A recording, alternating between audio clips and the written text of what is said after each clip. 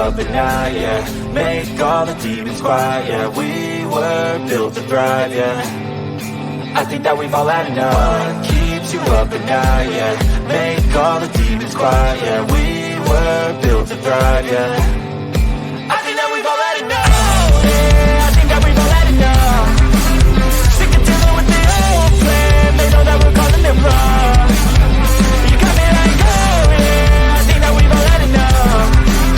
Sick of dealing with the old plan. They know that we're calling it wrong. Hey, it's too late to try to go contain it. A generation fueled by creation. We live lives on a small screen nation. We control the airwaves, no negotiation. I refuse to think we need saving. Something good will come from creation. And when we think that the world is too anxious, we'll adapt, evolve, survive, and save it. What keeps you up at night, yeah. Make all the demons quiet, yeah. We were built to thrive, yeah. I think that we've all had enough. What keeps you up at night, yeah. Make all the demons quiet, yeah. We were built to thrive, yeah.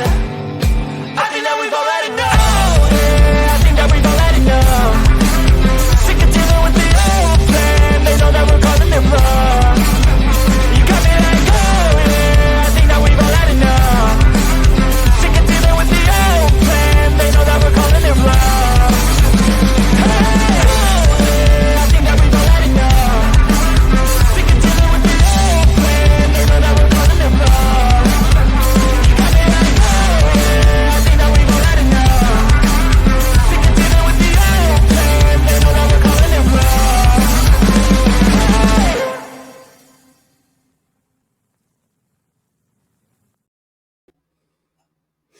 Good evening and welcome to Sovereign Soul Unchained Mind, coming to you high above the earth at 250 miles. Just floating up here. Can y'all tell how weightless I am? See, I have to hold my arms like this, see?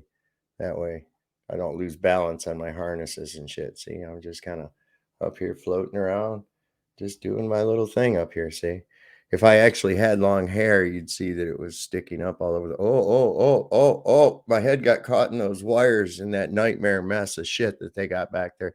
We need to send up an IT guy. Stop sending us guitars and gorilla suits and shit, and send us up an IT guy with a bunch of fucking zip ties and fix this nightmare shit that we got up here. Look at this. What is it? I can't even reach over here to this. Where is that? Over here, right here. See this? See this? Look at this. Is this cables in the way of everything right there? Oh my goodness. So we've got some cool people coming into this chat here tonight. I see quite a good amount of them. Let's see who we got. Let's see who else in here. I got B. Macamus, MCax. Okay. Mike Smith. I've seen the name before, but I just don't know how I would pronounce that. Anyways, Natasha Jones. Good to see you, dear. Naughty Hippo 88. She's a super moderator. Don't piss her off. She has not only a wrench, but a chainsaw. Okay. I got Melt Shack, Renee Bernays, the realist McCoy, and just joined by American Pride, Ohio. Who was that just slipped in on me? Plowboy 6656 is here tonight. Good to see you. As I said, we're up here high above the earth, floating around. We have a new subscriber. Some of you may have seen him early on in the chat here today. I got up this morning and saw that I had a notification that Sean Hawkins, Globe Troll extraordinaire, has joined and subscribed to my channel. So that'll be, I guarantee you that this video will end up with one of the Wikipedia government propaganda stickers down there at the bottom about flat earth and the archaic and all this other stupid other horse shit going on. Now, see, I like that because that is exactly what I look for when I'm trying to find truthful information.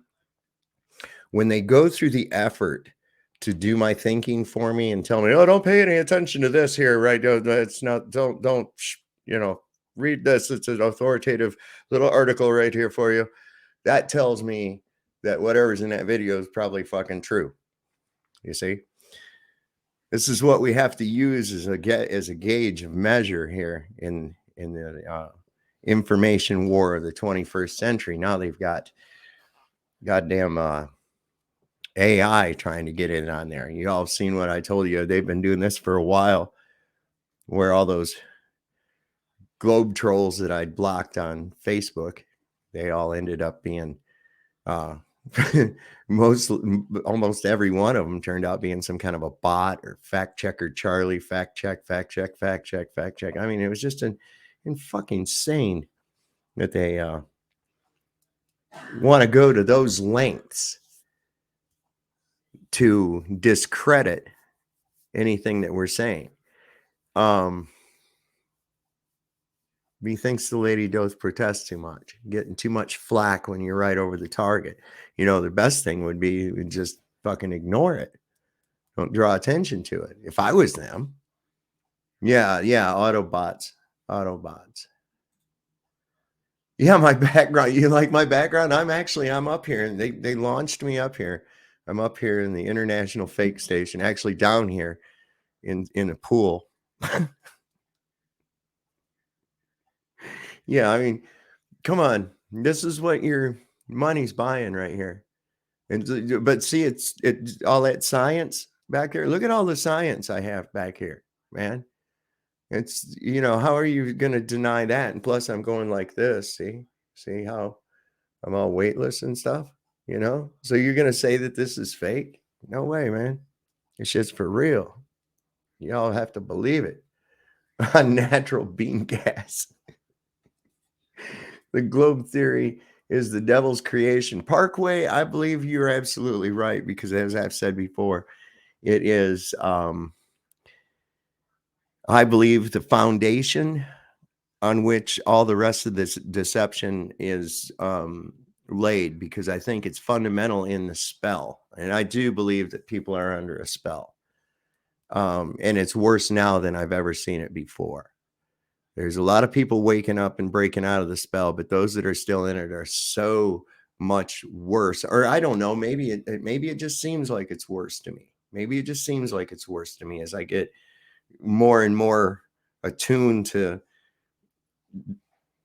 the inversions and the reality of everything. I think maybe it's a combination of both. You can never just glom onto one thing. It's like the Mandela thing, I'm torn back and forth between, this is obviously a supernatural effect that's taking place. And, the fact that key words in movies and books and things like that have, already been printed change inexplicably. That's a phenomenal thing. And regardless of how it's being done or who is behind it, it's still a phenomenon that's got to shake your reality totally to the core. It really does. So I'm torn. Is it the creator giving us a message? Is it the devil mocking God? Some things I look at tell me one way, and then I look at them and it tells me another. So I don't know. Still on the path of trying to figure this out. Maybe we'll never get it figured out. Maybe we will. I think that we're at least making people aware of these things, and it's often, it's people I run into all the time, and it's so easy because most people are really more in tune now. I mean, I'm finding less and less resistance to even hearing out the flat earth idea. When it comes to people, they at least will listen to it, even if they don't get right on with it. And I've had a lot of people say, you make a lot of interesting points. I'm not fully on board yet, they'll say, but you make some really interesting points. And I have to agree, that once if you can't get past some of those fundamental realities of the scientifically impossible idea of a globe or a planetary system or a solar system, the way that it's shown to us, the way that they tell us that it's supposed to be, it's utterly ridiculous. And it's laughable. Once you've discovered true Earth, you find how ridiculous that really is. And I think most of you, if there's any of you out there with the same beliefs, have come to the idea, you go, oh my God, I can't believe I ever bought into that shit. And you realize that the only reason that you did is because of such a young age that they give it to you. This is life equals simple. Well, according to the computer Deep Thought, which was an artificial intelligence built by this civilization, this is from the book Hitchhiker's Guide to the Galaxy. They built this supercomputer called Deep Thought, and they asked it once it was done with the meaning of life, the universe, and everything was. And they waited like 100 years or 1,000 years. I forget which it was, but it was a phenomenally long time. And they came back and the computer spit out the answer. They said, you know, what is it? And he said, the answer to the meaning of life, the universe, and everything is 42. And that was 42. We have space dogs up here. You might have heard them. We're doing some science with our space dogs up here. There's unindoctrinated. Hey, look at there. I didn't stumble on your name again. No, you can't learn with a closed mind. But of course, you know, this is a problem that people have too.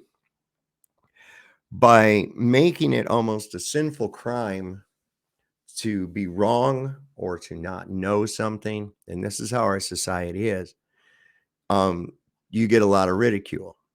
And with this kind of blackmail, mental blackmail is what I call it. It's like mental blackmail. So that people get this idea that if they regurgitate, whether they really fully understand it or not, if they regurgitate the same things that someone that they've heard say that they regard as a smart person, then they, by default, that makes them smart. People, I see that evident in that attitude in our society all the time right now. People that, oh, look how great we are. We have these cell phones and everything else like that. And I'm like, you don't even know how to fix one of those fucking things. So what are you talking about? You could teach anything to work a little phone. It's who made it. And you ain't part of the we that made it. Some other we made it and it wasn't you. So don't count that as into your intellect at all. In fact, these things are making you more stupid by the day. It's like that meme that goes by in my thing with that one snorting up the little emojis off of the damn phone. I mean, that's damn near exactly what it is. And there's a lot of meaning in that little picture if you really think about it, because it is that dose of endorphins, that dopamine that you're getting every time somebody hits a click or a like or a share or a response to it, and they winky faces and emojis and all this other shit, you know, and it's all designed to hit that little thing, and it becomes addictive. This is why you see people constantly, especially the young people, they don't know any better. They've been handed this phone. They've had one since they were 10. They're sitting here constantly. That's all they're looking at. They don't know anything else. What we got? The Melt Check says Glovers have it easy too. They have media, wiki, Google, science. That's all. There's BS to back up their BS. That's exactly right. Wikipedia is definitely a government operation. It's a propaganda machine. Okay. You also, what are you talking about? Google. We know Google lies. Google shadow bans. You can look at that just by typing in anything in a search result in a search engine in there, and it'll say, you know, it found like 800 million thousand gazillion fucking things in a half a second, you know. But you look and there's only like 9 pages. Go to the very last page and it's probably a repeat of the page before it. But you won't go any further than that. You might get up to maybe page 14 and then it's all done. And it's all over. There is no more. So where's all these other gazillion fucking search results? Why are those? They either don't exist or they're hiding them from you. One of the two. Either way, that's what you're getting there. And then what's the other thing you was mentioning there? Yes, in science, if you say science enough times, it makes it be science, I guess. And you're not supposed to question questioning, because that's what science is questioning. That's what it means. Okay. So you're not supposed to question questioning. Don't question the questioning. is when they say don't question the science. That's what's so fucking ridiculous. I can't believe people actually go along with that dumb shit. I really cannot believe that people see. And that's the thing. When you come to True Earth and the rest of the lies start to break away, this is how the thinking is. You start looking at it for the way that it is actually been presented, how the programming on you was done, how it's being done right now on everybody. So something I just wanted to go over. I thought this was crazy. I saw on another channel here recently where I don't know, did y'all hear about this in Oklahoma, where these officials were recorded, including the sheriff, was recorded talking about putting hits out on people and getting rid of their bodies in holes, and another guy complaining because you can't take the blacks down by the old river and hang them anymore these days because there's, I guess, laws against it or something. Let me see something here. Okay. Oh, somebody must be watching my restream where I had Tommy, Illuma Tommy. I hope he comes on again tonight. I'm going to put the link up here in just a minute. And we can talk about some of this shit. We can talk about Mandela. We can talk about the fakeness of space and NASA. You bring whatever. I don't care. This is the tinfoil hat Tuesday type thing. And up here in space, we still have YouTube rules. If we do get to the point, because we're on Rumble right now as well, I put the link in the description. So if anybody wants to go over there and sub to that channel, a lot of times we do a dual stream here and Rumble. And then when we want to be able to talk more freely, we try to get as many people as possible to go over to Rumble, check out the show. You don't have to join it or subscribe to watch. But if you go to my channel, you'll see the video listed and you can click on it there. And when I usually cut this here on YouTube and then go back over to just be strictly on Rumble, and then we can say whatever we want to, So let's see. There's Brian Staveley's made it in here. He's the godfather of the Mandela effect. I think maybe he even caused the Mandela effect. It's very possible that Brian Staveley is responsible for the Mandela effect. I mean, come on. That other E in his name, I think that's new. Okay. And the town where he's at, I mean, he's right from the same place as Ed McMahon, who never gave out the big checks, right? And Centerville has now become Central. Brian, the gig's up, babe. We know it was you. You're the one that's been doing it. Anyway, let me bring this up. This is crazy, man. I just thought this is, the one people you think you could count on being able to trust, would be at least your police, right? But here it says the residents demand the resignation after sheriffs and officials recorded discussing desire to murder journalists and lynch black citizens. This is no shit. They did this. I'm going to see if I can find the video of that has a recording of it. I know James Freeman had it. But here's the rub. Okay. So these cops, it says the sheriff and several officials of a rural Oklahoma county are under pressure to resign after local newspaper recorded their racist and expletive-laden conversation about their desire to murder journalists and lynch black citizens. So it says dozens of residents of the McCurtain County protested at the sheriff's office in Idabel on Monday, echoing calls from the Oklahoma governor, Kevin Stitt, and the city's mayor, Craig Young, for the official to step down. Okay. So he says in the recording captured after a county commission meeting in March and released by the McCurtain. Now, I wonder if that leads me to that. No, it doesn't. Damn it. Discussing with Commissioner Mark Jennings, investigator Alicia Manning, and jail administrator Larry Hendricks, the hiring of mafia hitmen. The dude says, yeah, I know a few mafia hitmen. Like, oh, yeah, me too. Come on, man. and you're a cop, right? One of them claimed to know to kill the newspaper's owners and journalists. He said, "Yeah, I know some hitmen. We can get rid of them." The hitmen would, according to Jennings, cut no fucking mercy, while Clarity offered the use of an excavator to dig the graves. He goes, "Yeah, I guess I got an excavator," and the other guy says, "Yeah, there's no need for that. The holes are already dug." You know, but it was the group's deeply racist commentary that angered protesters. Not that they were going to kill journalists and bury them in an unmarked, undisclosed location. That didn't outrage him. It was the racist part that got him. You see, that was it. I mean, what the fuck, really? There's Carrie Skates is in here. Good to see you, Mr. Super Sidewinder.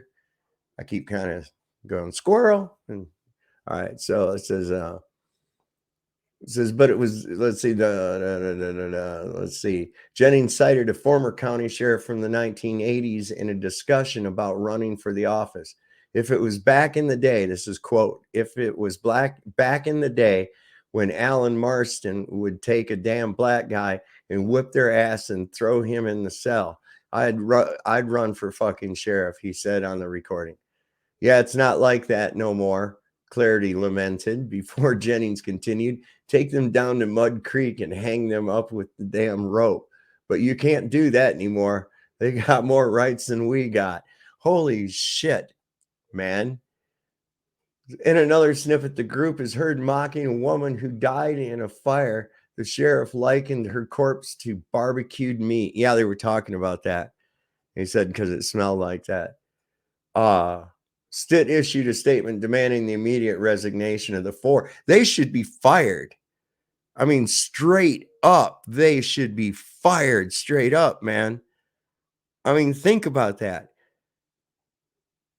And here, this ain't even the good part. Yeah, this ain't even the good. Holy shit! Wait till you see. Let's see. I'm both appalled and disheartened to hear of the horrid comments made by the officials in McCurtain County, Stitt said. There is simply no place for such hateful rhetoric in the state of Oklahoma. Yeah, I'm sure, right. Especially by those that serve to represent the community through their respective office. I will not stand idly while this takes place. Well, fire them. Ask for their fucking resignation. What are you talking about, man? Stitt added he had ordered the State Bureau of Investigation to determine whether any illegal conduct was occurred. Now we're going to get good here. The recording was made by the Gazette after a commission meeting in Idabel in March. According to NBC News, the outlet suspected that officials were illegally conducted county business outside a public meeting and left an active recording device in the council chamber. In a statement to NBC, Kilpatrick Townsend, the law firm representing the Wilmington family that owns the Gazette, said its clients had previously been targeted by county officials who disliked its reporting. For nearly a year, they have suffered intimidation, ridicule, and harassment based solely on their efforts to report the news for McCurtain County, the statement said. See, the going against the good old boy system, see, the corruption. Clarity, Manning, and Hendricks were reportedly suspended from the Oklahoma Sheriff's Association on Tuesday, according to a statement given to local media. The McCurtain County Sheriff's Office, meanwhile, promised its own criminal investigation into how the recording was made and released. That's what they're trying to charge the person. They're going to try to charge the person that left that recording device in there and recorded that. But here's where the rub is, because that was the amount of people that were there constituted it being a county official meeting because of where it was being held and the amount, the quorum of people involved. So it's not illegal. Plus, I think, didn't Trump put out some kind of a whistleblower act or some kind of shit like that? Seems like, I don't think but that's their response. How dare you record us talking about conspiracies of an illegal nature? Are you dumb? What the hell? This is insane. Let's see. The McCurtain, meanwhile, promised its own. Okay, yeah, we're going to investigate ourselves and found that we did nothing wrong. Let me put this back. A statement posted to Facebook by the department. Oh, I wonder if that'll let us get to it. I'm going to look and see if it does. Oh, it does. Cool. We'll read that here in a minute. Alleges multiple significant violations of an Oklahoma state communications law and threatens felony charges for those involved. So how dare you? We're gonna charge you for recording us having an illegal meeting and engaged in the conspiracy to commit murder. Are you kidding me? Many of these recordings, like the one published by media outlets on Friday, have yet to be duly authenticated or validated. Our preliminary information indicates that the media released audio recording has, in fact, been altered. The motivation for doing so remains unclear at this point, it said. In addition to being illegally obtained, the audio does not match the transcription of that audio and is not precisely consistent with what has been put into print. The sheriff's office also, I heard the recording, and you know what? It's pretty damn accurate. It don't matter if it's you put a but where there should have been a and or some shit like that. No, you can hear what they're fucking saying. So this is not even funny. The sheriff's office also said death threats had been made to the county officials and their families and claimed multiple agencies were assisting its investigation. So wait, let me get this straight. People found out and heard the recording of you talking about killing reporters that did stories you didn't agree with and hiding their bodies. The prospect of hiring hitmen and the lamentation that you can't, actually admitting that you lament not being able to take a black person and hang them down by the river like the good old days or some shit. Really?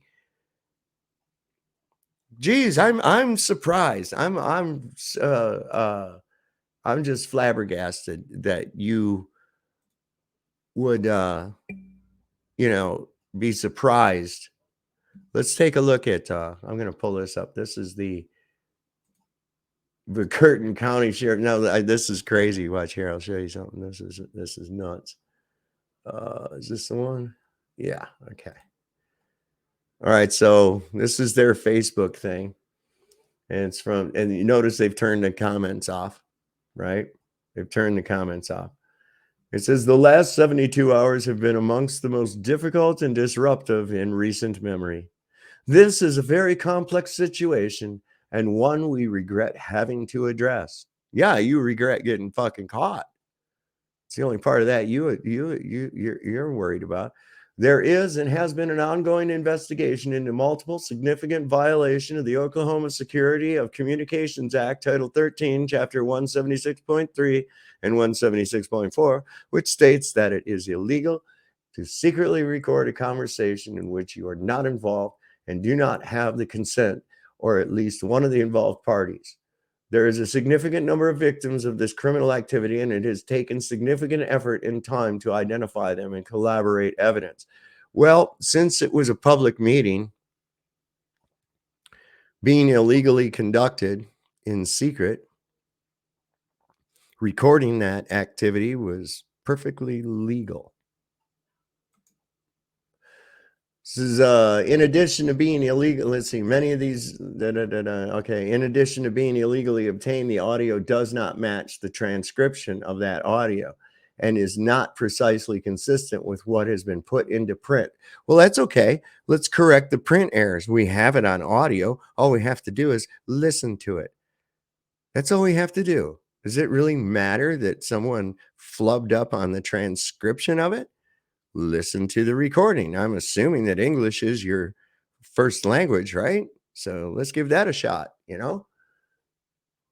Multiple agencies are assisting in this ongoing investigation. Investigation into what?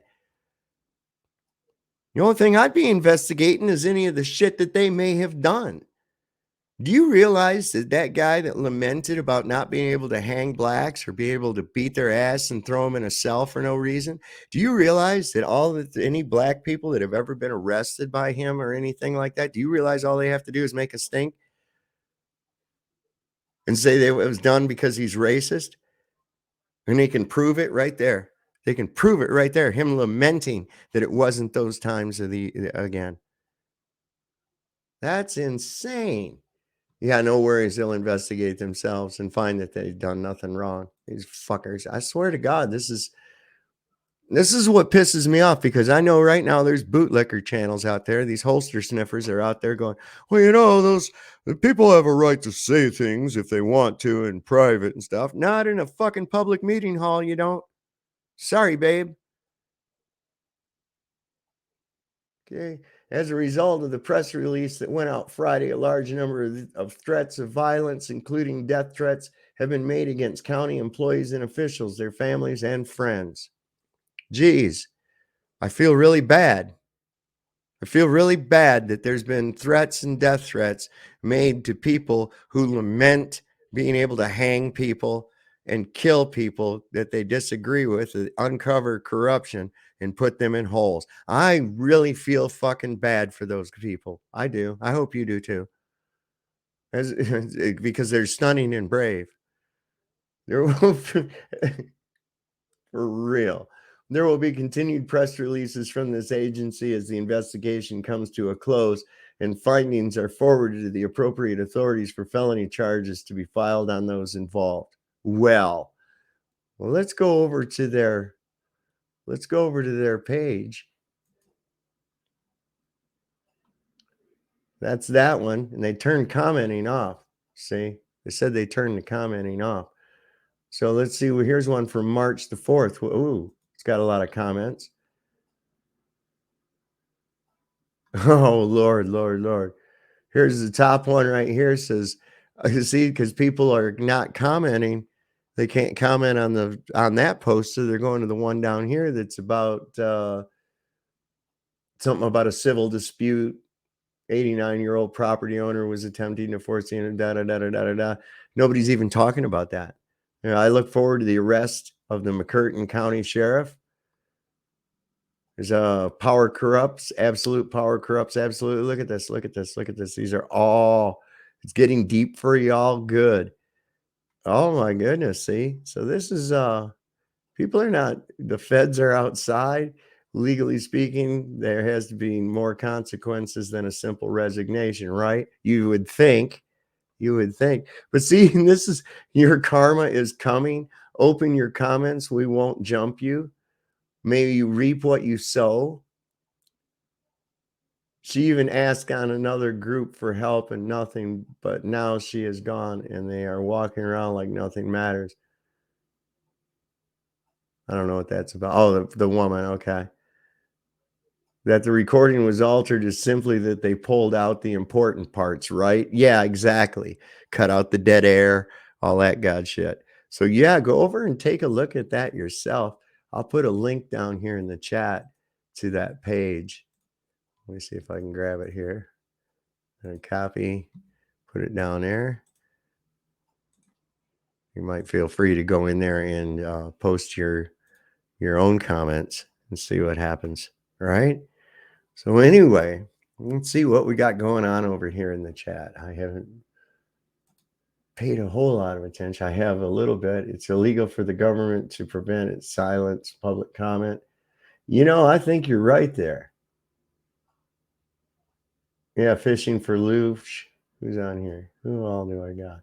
I'll tell you one thing I'm going to do right now is I'm going to invite people up. Because this is some crazy shit, man.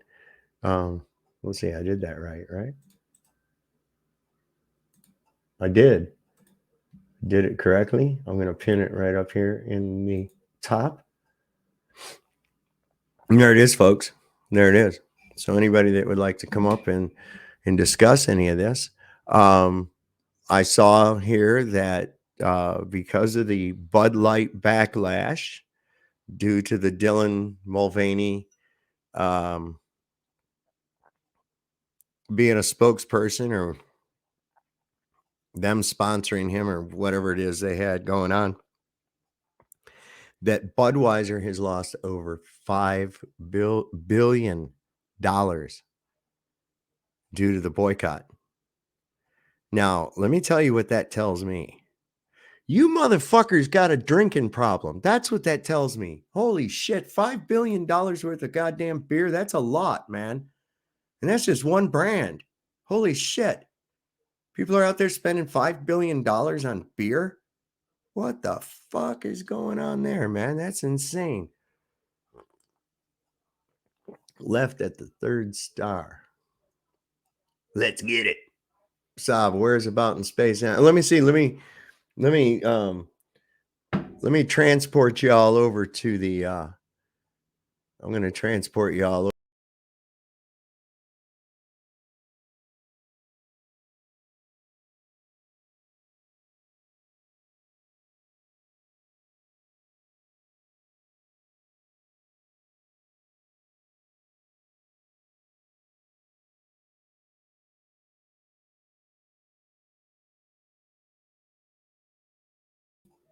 Here we go. It looks like we're over the ocean right now. Let me turn around here and look. Yep, definitely over the ocean. The Pacific Ocean specifically. I think Japan is right over here. You can't see it because of the frame on the cupola here, but you know, it looks good down there. The clouds don't ever move. From up here, it's because of math. All right. The clouds are really moving, but they're not moving from my perspective because I'm moving, right? And so because of math, it just, if you were smart, you'd know, okay? But science, okay? It's science. You got to just trust the fucking science. That's all. Just trust science. That's all you have to do. Don't question the science ever. Never. Never do that. All right, so we're back in the command module here. I gotta keep an eye on these wires, man. I saw a couple of them were sparking earlier and had us worried. But I took a stick of Wrigley's spearmint gum and wrapped it around where I saw the sparks at, and it seems to be fine. We sealed it we got shitloads of hairspray up here for the girls. The girls use so much hairspray, it's not even funny. Yes, gravity, exactly. Gravity and refraction. Did we lose our newest subscriber? Did we lose him? Is he no longer here? Where is Sean Hawkins? Why is Sean Hawkins not here? He must have found out that he was a minority in my chat. It's all right, Sean. I need diversity viewers. I need some diversity subs, so that I can be more inclusive, because it's stunning and brave. You're stunning and brave that you would still go out there after all the evidence has been shown to you of no curvature and the impossibility of having a gas pressure system next to a vacuum without containment. That's stunning and brave. It's almost as stunning and brave as Caitlyn Jenner. In fact, I'm going to lump you right up there with the most stunning and brave people. I'm going to say it's first Caitlyn Jenner, Sean Hawkins, Dylan Mulvaney. That's my top 3 stunning and brave. Yes, I am the main boss, singular illumination. I got a shirt that says head honcho. I should have wore it tonight. In fact, it's getting kind of hot in this thing up here. We must be getting around close to the daylight side of the earth. I think we are. Hang on just one sec. I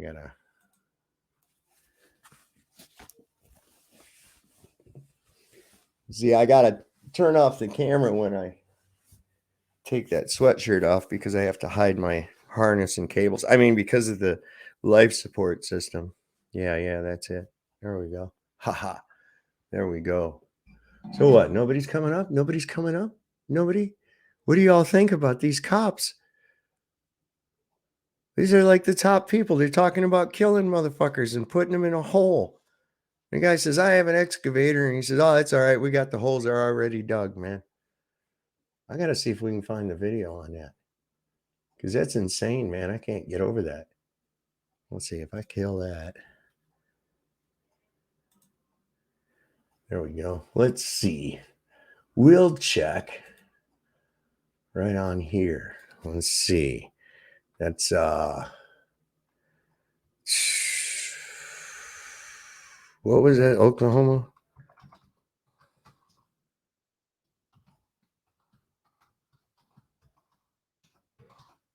Let's see, I'll just say Oklahoma cops plot murder. Oh no, these are wow. There's a lot about Oklahoma cops. Let's see. Leaked audio. There it is. Oh, I just want to fucking.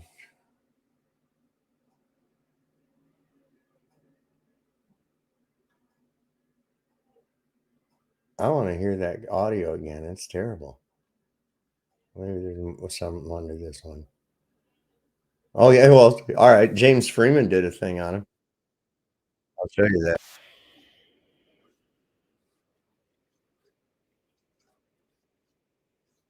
All right.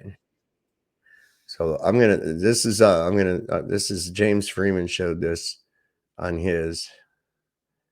Let me see if he got a link to the original.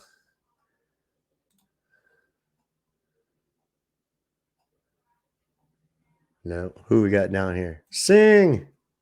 What's happening, Sing? All's good. How about yourself? Hello to you, Sovereign, and to everyone. Since everybody had stage fright, I thought I'd come up here and break the ice. Hell yeah. Oh, look, there's Artie's corporate fiction. The Earth is obviously a sphere. How is this obvious? How would that be obvious, Artie? Is it because when we blow bubbles around? Oh, I don't know what that would have anything to do with it.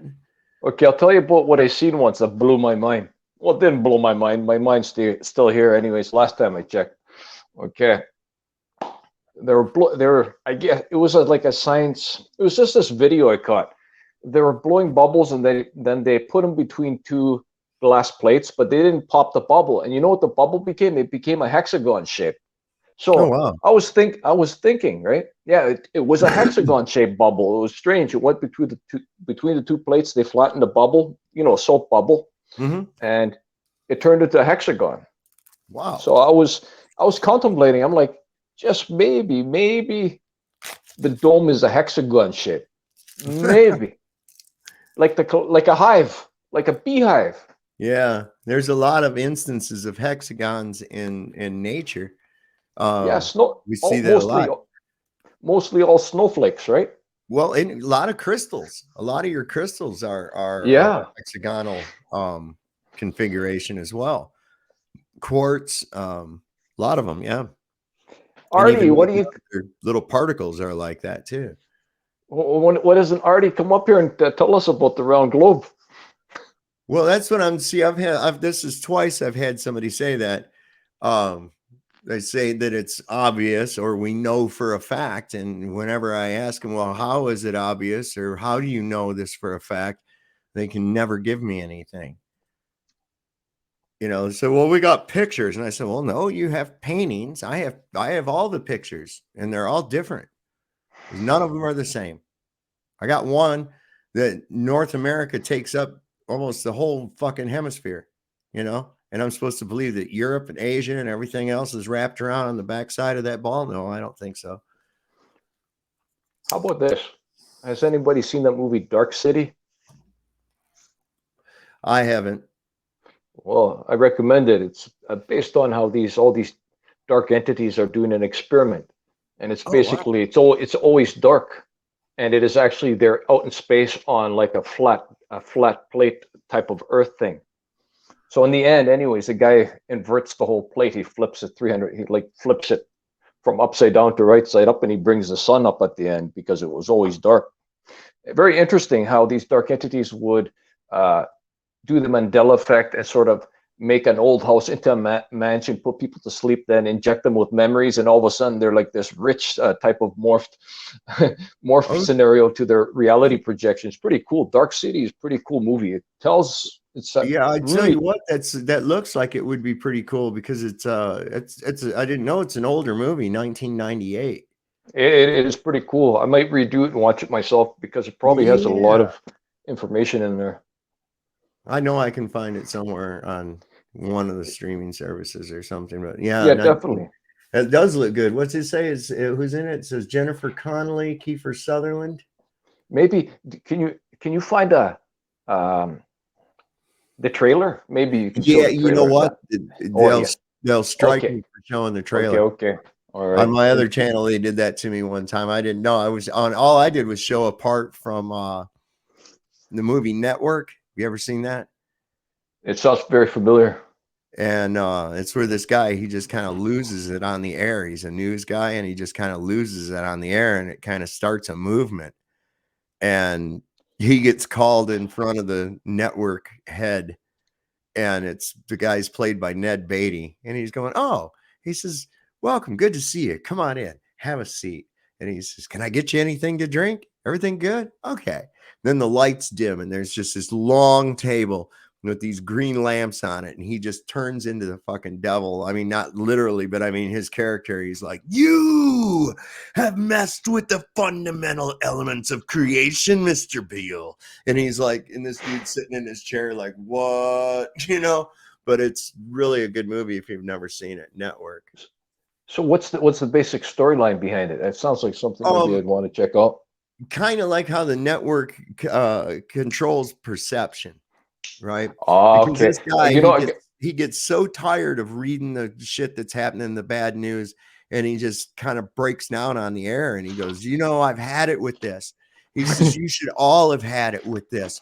I'm mad as hell, and I'm not going to take it anymore." He says, "In fact, you should be mad as hell and not take it anymore." And he tells everybody to go to your windows now, go to your windows and scream at the top of your lungs, "I'm oh, mad that as guy. hell."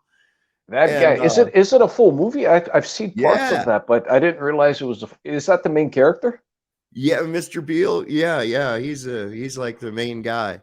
What year is this film? Do you know? Or is I should find it within. 1974, I think. Let me Okay, see so here. it's quite an older one, yeah. But I definitely recommend Dark 76. City. It's quite an interesting story. It even Yeah, talks about it looks it interesting even what I can it see. even talks about the machines under the world. It's like, yeah, I'm not gonna tell any of the storyline, but it's pretty cool. Yeah, it looks like it. It does. I'm looking. There's like all kinds of clips on YouTube from it. Yeah, it is. It's a bitch that YouTube's got to be the way they are, because it only benefits them. Yeah, it If I does. tell people about a cool ass movie and say, "Yeah, check out this scene from it," and then more people go and watch that movie, well, that's their benefit that people went and watched it, right? And I didn't Yeah. get paid for advertising for them. I just thought but that YouTube want to play like that. You're making money off their fucking material. And it's like, yeah, go away. So Sovereign, are movies different? Because I've seen Fair Use on Ian's channel where he's using Fair Use. I guess it would be totally. Oh yeah, because the movie and the copyrights and all that. And yeah, Right. I hear you on that. Yeah, okay, it's different. Now you can do up to a certain amount of time of it as long as you are modifying it enough that you're making content, that you're commenting on it, and they listen, YouTube, I'm sorry, it's going the way of MySpace. I'm telling you that now. All right. They're starting to become detrimental to themselves. It's more of this go woke, get broke shit.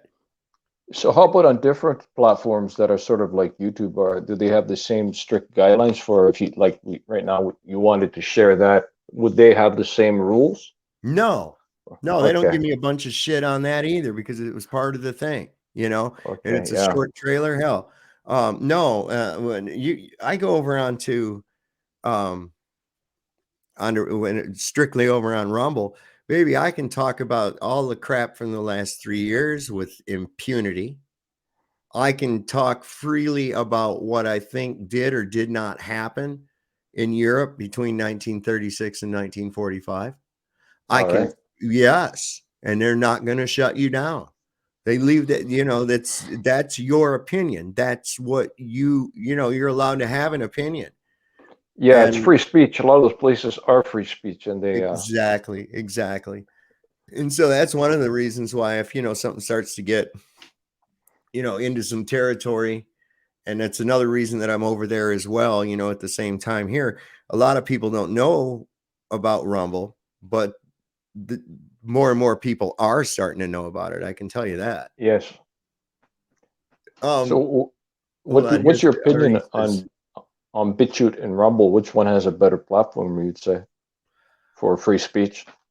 well, between YouTube and Rumble. Well, how about BitChute? Have you heard of BitChute? Well, I like BitChute's got it looks like it's a pretty free speech platform. It doesn't seem to have anything where you can do a live stream like this on it. And it's got this ridiculous file size restraint. So what you have to do, Brian Stavely turned me on to a Oh yeah, that's true. Yeah, I tried uploading a you video gotta once there. It's crunch it just down or ridiculous. something. Yeah, yeah, I So I'm going to remember play that. around with Odyssey. I'm going to play around with Odyssey. It looks here. Artie's Corporate Fiction says pictures. Okay. Paintings, video. There again, same thing. We've pointed out what goes on in the video. Observations. There've never been any observations. There are no measurements. That's the problem. We see too far. And since you can't get on a rocket ship myself and go to space, well, nobody can go to space. You Come on, or anybody. tell us the So- truth. You're in space. Yeah.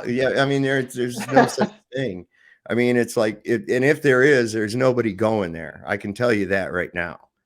Well, The ridiculousness of the pressure, that the precautions you would have to take to even be in that environment is insane. Those suits of those guys on the moon should have been blowed up like the fucking Stay Puft Marshmallow. yeah, but we can blow off all the space thing. I don't think anything makes it out of the dome, since No. many people will know this is a type of quarantined sector, this supposedly Earth that I call a simulation for rehabilitation. Okay. So I've seen videos where they're trying to blast through the dome. They're firing rockets up there or something, and it hits the dome and they actually sort of curve. So, but what backs this up more? I challenge anybody here, even on the comments, show me a photo from the spaceship Columbia outside Earth with one satellite. Okay, there's supposedly approximately 3,000 functional satellites making the satellite grid, and also I think there's 5,000 to 7,000 satellites up there that are functional no more, just like junk satellites. So I've seen the shuttle Columbia up there many times. I've never seen one satellite. Okay, for even 3,000 being up there making a grid, one or two should be visible. But another thing is, okay, the satellites get an orbit speed of approximately 20,000 miles per hour plus, as the shuttle Columbia does when it gets out there. Wouldn't it be insane? Okay, we got 3,000 satellites spinning around the Earth at 20,000 miles per hour, all different various references and regions. To send up the shuttle Columbia, that will be like a sitting still duck before it gets to orbit speed. Finding it probably would have gotten riddled by a satellite before it had a chance to make it to its spot. So this other person defined as, I don't think they would ever have that kind of technology to dodge all the satellites and synchronize the space shuttle Columbia to reach 20,000 miles per hour before having maybe a close encounter with a satellite strike. So yeah, I've never seen a satellite. Maybe they do it on purpose for people to just, see the truth, or maybe they're just too lazy to put in the CGI. But I think they do it on purpose as a statement defining there is no satellites up in space. Well, here's the one that gets me is they'll put shit right in your face. Yeah. And it's like people don't get it. Okay, so you remember the TV show The Big Bang Theory, right? Those Yes. three nerds that lived there, they were all friends, and they had that hot chick that lived across the hall, right? Okay. So the one guy on there, he was supposedly working with making designs for, I think, the toilet on the space station on the show. That's what he was doing or something. Anyway, he got his opportunity and he went up one or two of the episodes or more where he was up on the space station. Okay. So he was up on the space station and they would cut over to him being on there, floating around weightless with actual astronauts that we've seen on the space station before. Right. Okay. Okay. And he's talking to his girlfriend on the computer back on Earth and all that, right? But here's the thing nobody's really looking at. Okay, yeah, look how real that is. And there's actually one of the astronauts floating by him. But they obviously did not send that fucking actor up to the space station, No. right? So this looks real. You've got actual astronauts floating by, but you recognize that as fake because there's a laugh track, but take that actor in the laugh track out and it's real. They were doing the exact same thing, and people can't see that. Hello, Grayson. Hello, Grayson. Oh, we lost him. He'll be back. So continue on. If you So have more yeah, to I add. mean, it's where was I at on that? I was getting ready to You say. were at the space guy flying by the outside of the clip on the movie. Oh You're saying yeah, that I they mean, have- so they're doing this thing, and there it is, and it's like, oh yeah, but this is real over here, even though we've caught multiple green screen glitches, you know, several times. What was the Hatfield guy was singing with another guy, and he gave the microphone and stuck it right in his neck. We see there's hundreds and hundreds of and how many guitars have they sent up there? Do you know how much money it costs to blast off shit into space? What they tell us because of the weight. And it just so Yeah. happens that they had the proper jerseys for the fucking Super Bowl or whatever sporting event. The ones who won, they just happen to have those up there with them. Yes. You know, or what? Did they send one from every team up there? How much did that cost? How much did it cost to send a gorilla suit up there for him to chase the guy around? You know, come on.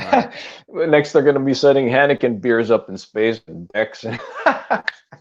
Just for a Yeah. commercial, right? Exactly. I mean, it's You- like You'll be like the Chinese. Sovereign will be like this. See how well our bottles are built to even take the forces to space. Oh yeah, man. Look, the Chinese even had one here recently, and somebody left a glass of water on the table, and there it is, setting with level water in it on a table in their weightless environment. Yeah. Well, anyways, welcome, Grayson. Yes, Grayson, Hello, you got I've never your used Streamlabs before. Can you hear me? yeah. Let Yes. me turn you up just a little bit. I don't know if I can make it any louder. I can try I to can talk get you. louder. I can make you louder. There, try it now. Now. Yeah, All there right, you we go. got you clear. All right. So let me say, first off, I believe the Earth is a globe. You can quiz me if you like, but I would like to just ask some questions because Sure. I watch a lot of videos. I don't generally get involved. What evidence would you accept? That's my first question. Can I ask questions to try to determine that? Sure. Do you believe the speed of light is constant? No. Okay. I assume you also don't believe in gravity. No. Okay. Other than meaning weight, no, not as a force.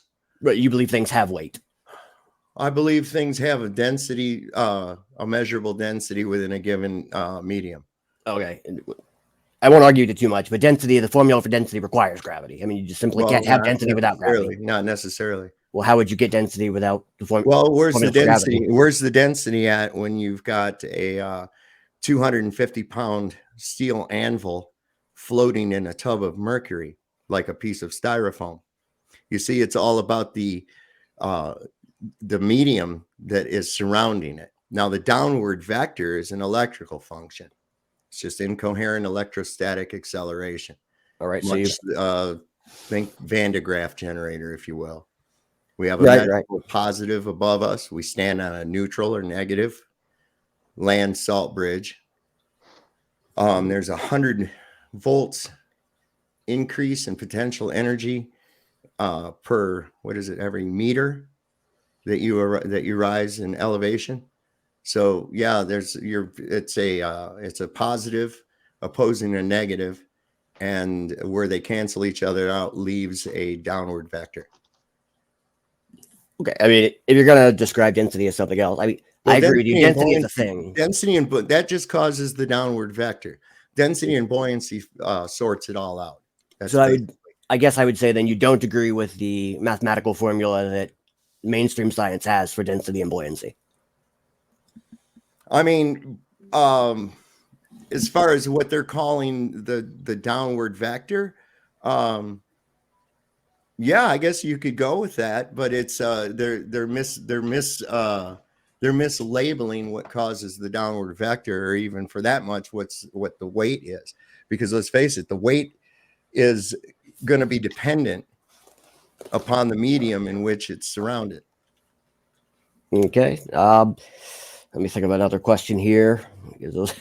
Do you trust math? I mean, just in general, math is sort of how I would prove the Earth is round, but would you just trust pure numbers? Sure, I really do trust pure numbers, especially the 8 inches per mile squared, which shows that there is no measurable curvature whatsoever. We see too far. That's the biggest problem. We see way too far. I am not an expert on refraction, so refraction is horse shit. Okay, because when you can go, they telling us that it's an illusion or a refraction, that you can see the Chicago skyline across Lake Michigan. Well, they had guys get out there in a boat. Okay, you can see it, and they kept the camera on it, and they started driving the boat toward the skyline. And if it was a refraction or a mirage, it would have disappeared or changed. It didn't do any of those things. It's because you were looking at it across a level surface. It's that simple. All right. So if you triangulate, I assume that what's your thoughts on triangulating your position to Polaris on a flat plane? Well, first off, in order to triangulate your distance, or triangulate Polaris, you're going to have a known distance. Okay. No, now, you don't. As far as that's concerned, we don't know how far away Polaris is. I agree with you. That's why the only way we would know is by the speed of light, which you said you don't believe is constant. So I'm not making that argument. In fact, it's not. It isn't. It isn't a constant, and that's a known scientific fact, because it was an agreed upon number at a physics conference in Bern, Switzerland. I believe it was in 1929. It might have been 1923, but it was an agreed upon number. And of course, they treat it as a constant, but it isn't a constant. It's just an agreed upon number, because light has been measured going different speeds by different people. So light can change. The speed of light can be altered. However, in a vacuum, it is constant. Our ability to measure it, and we got different measurements. It's not constant. That's just it. It's not. And that was the experiment that they did, that they came up with different measurements, and they came to a consensus of what they use right now. Well, they have to. So let's say a simpler analogy. A car is going like that. Your car is going 60 miles an hour. Just let me explain something. When something like that, and you're using it in complex formulas, especially with astronomical numbers, one small error in that speed is going to be a monumental difference in the results of what you get back. You see what I'm saying? It's the same thing as if I'm shooting long range. Okay, just for instance, if I'm shooting 500 yards and I move just a 1/10 of a degree off the mark, that difference as to where that bullet's going to hit is going to be phenomenally huge. You see what I'm saying?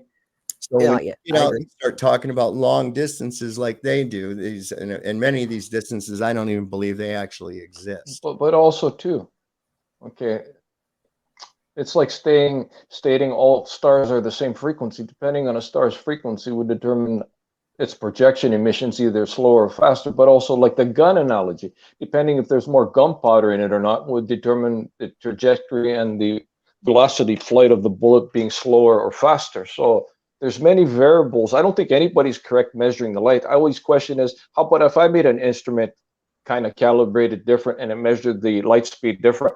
So would it make my instrument correct or somebody else's instrument correct? And I always question this too. Okay, mathematics is great, but whose mathematics is it? Based on what formula and equation? I don't understand the question. Maths don't really lie. They're either math is one of the sciences where you Well, can't actually prove that's- things. Things are either right or wrong. That's true, Grayson. But what we find out in these calculations is that they're using often an assumptive value, at least one, if not more, assumptive values. Even so, when they calculated their distance to the sun, they used an assumptive value. They assumed that Venus was approximately the same size as Earth. Well, how in the fuck do you know that? By measuring parallax. No. Oh, I mean, that's not that I know. I'm just telling you that's the I answer. know that's what they give you. say. That's like gravity. That's Do you understand the process of measuring parallax? I do understand it. Like I said, I'm a long range shooter. I understand it completely. And you are not going to tell the size of an object by pinpointing the angle at which you see it. You have to have something to measure by. You have to have at least one known value. And there's nothing. For all you have is a light in the sky and an angle of vision to it. So you can have the same angle of vision to an object that is small and close as you can to an object that's large and far away. You would agree that when you're sighting at a target with a gun, that you could measure the with sights, you can measure how big something is by the known value of the scope. No, you would have to have something in comparison. You would have to have something in comparison in the foreground or the background or near the object to be able to actually get a reference to its size. You can gauge a distance, but there again, you're looking over a distance of land, and there's your object that you can gauge. When you're looking out into the blackness of the sky, you have nothing to gauge by. So you don't think that we accurately know the size of the moon, for instance? No, not at all. That is no way that's 237,000 miles or a quarter. No, there's not saying the distance, the size. Oh, the size. Well, no, I think that I think that it too, like the sun, is relatively close and relatively small. Probably somewhere in the vicinity. I don't know. I'd say maybe about 30 miles. In fact, I don't even actually think that what we're seeing are actual physical objects. I think what we're actually seeing are projections. And I agree. You know, the moon, I mean, there you go. I've seen stars through that thing, man. You know, right there, you see a crescent moon, and there's in the crescent, there's some stars. And I'm like, how is that possible to see those stars through that, what should be a solid object? And then when it comes to being a new moon, you know, that thing's not even detectable by infrared for like almost 40 hours. You should see a dark circle in the sky blocking out the stars, but you don't. Not until it gets ready to come into its first little phase. I see the challenge of discussing these things because it's I'm trying to stick to one to get a dive, and there's so much information that you're trying to relay to me, and some of it's relevant, some of it isn't. But it all are points that you think prove. But here's let me show you what some ridiculousness, and everybody always wants to do this. We were discussing the shape of the Earth, right? Mm-hmm. Okay, so I want to know if my floor is flat or not, right? Okay, so I'm going to look up at the lights in my ceiling and see if that'll tell me if my floor is flat or not, right? Okay, so let's do that. Nope, my floor must be like bulb shaped, man. Well, I was just trying to figure out what you would accept. So it's not that. You see how looking at the lights in the sky have nothing to do with where you're standing. Well, that's not necessarily true. Sure it is. Why would it? Because if the plane's overhead and another plane's overhead, those are lights in the sky, and I could tell you the angle. If I knew the angles that they were at, I could tell you how high they were. So I would know facts about the lights. You know what they are. You have known values. Oh, and I would say we know what stars are. You do. How do you know what stars are? I mean, I could give you answers, but do you mean how do I know with certainty? Do you know what stars are, or do you know what someone told you they are? I have a justified true belief into what stars are, and that is what knowledge is. Well, that's what I'm saying. That's what I'm saying. Where did that knowledge come from? What would make you believe that you could see a sun 400 light years away. You realize how far that is, right? Because I believe the speed of light is constant, and I know how long the old universe is. It doesn't. Wait a second. Light is not going to travel forever. The inverse law, square law of light will show you that. So light does not travel forever. It's dependent. Unless we're upon going the to get power into of the deep source. mass of that, I don't want to argue it with you. Well, of course not. It doesn't make, because it doesn't make sense. Because it doesn't No, make sense. what I'm trying to get at, you made a claim, and I'm trying to pin down where this claim comes from. You No, said- I made a Well, statement hold on, about hold my on. belief. right. Well, Well, where does sovereign- that belief come from? And Sovereign I and told Grayson. you, but you already questioned. I know that you question the answers I'm going to give. So Grayson, again, this hey, is why I did. Can I finish hold the on a sentence, second, sir? Grayson. Can I want- finish want the you, sentence? I will, yeah, you This is why definitely people can. don't come up and talk Hold to on. you guys, because I'm just trying to speak a sentence, man. Let me finish. Let him talk and then sing. Then you can ask him what you want. Right. I'm happy to answer questions, Mhm. but that's what you do. I just wanted to ask questions about what I could do to prove to Mhm. you. But what you guys want to do is grill me on the esoteric nature of things. I don't know all this. No, in nothing science. esoteric about it. There's nothing esoteric about it. Someone sees a light in the sky and they say, "I know for a fact that that is a burning sun." I don't know anything for a fact. Right. That's. I what don't I'm believe saying. you can have absolute certainty of anything. But I believe a preponderance of the evidence that it is a star. But wait, what? I believe it's a star too. But what makes you think that it's some giant ball of burning gas billions of miles away? What would make you believe that, as opposed to it being, I don't know what it is, but something rather close? Because I trust experts. Well, wait a second. What you see? That's the problem. Trusting See, experts I is a don't problem. trust experts because I found out that the definition of expert, X is a has-been and a spurt is a drip under pressure.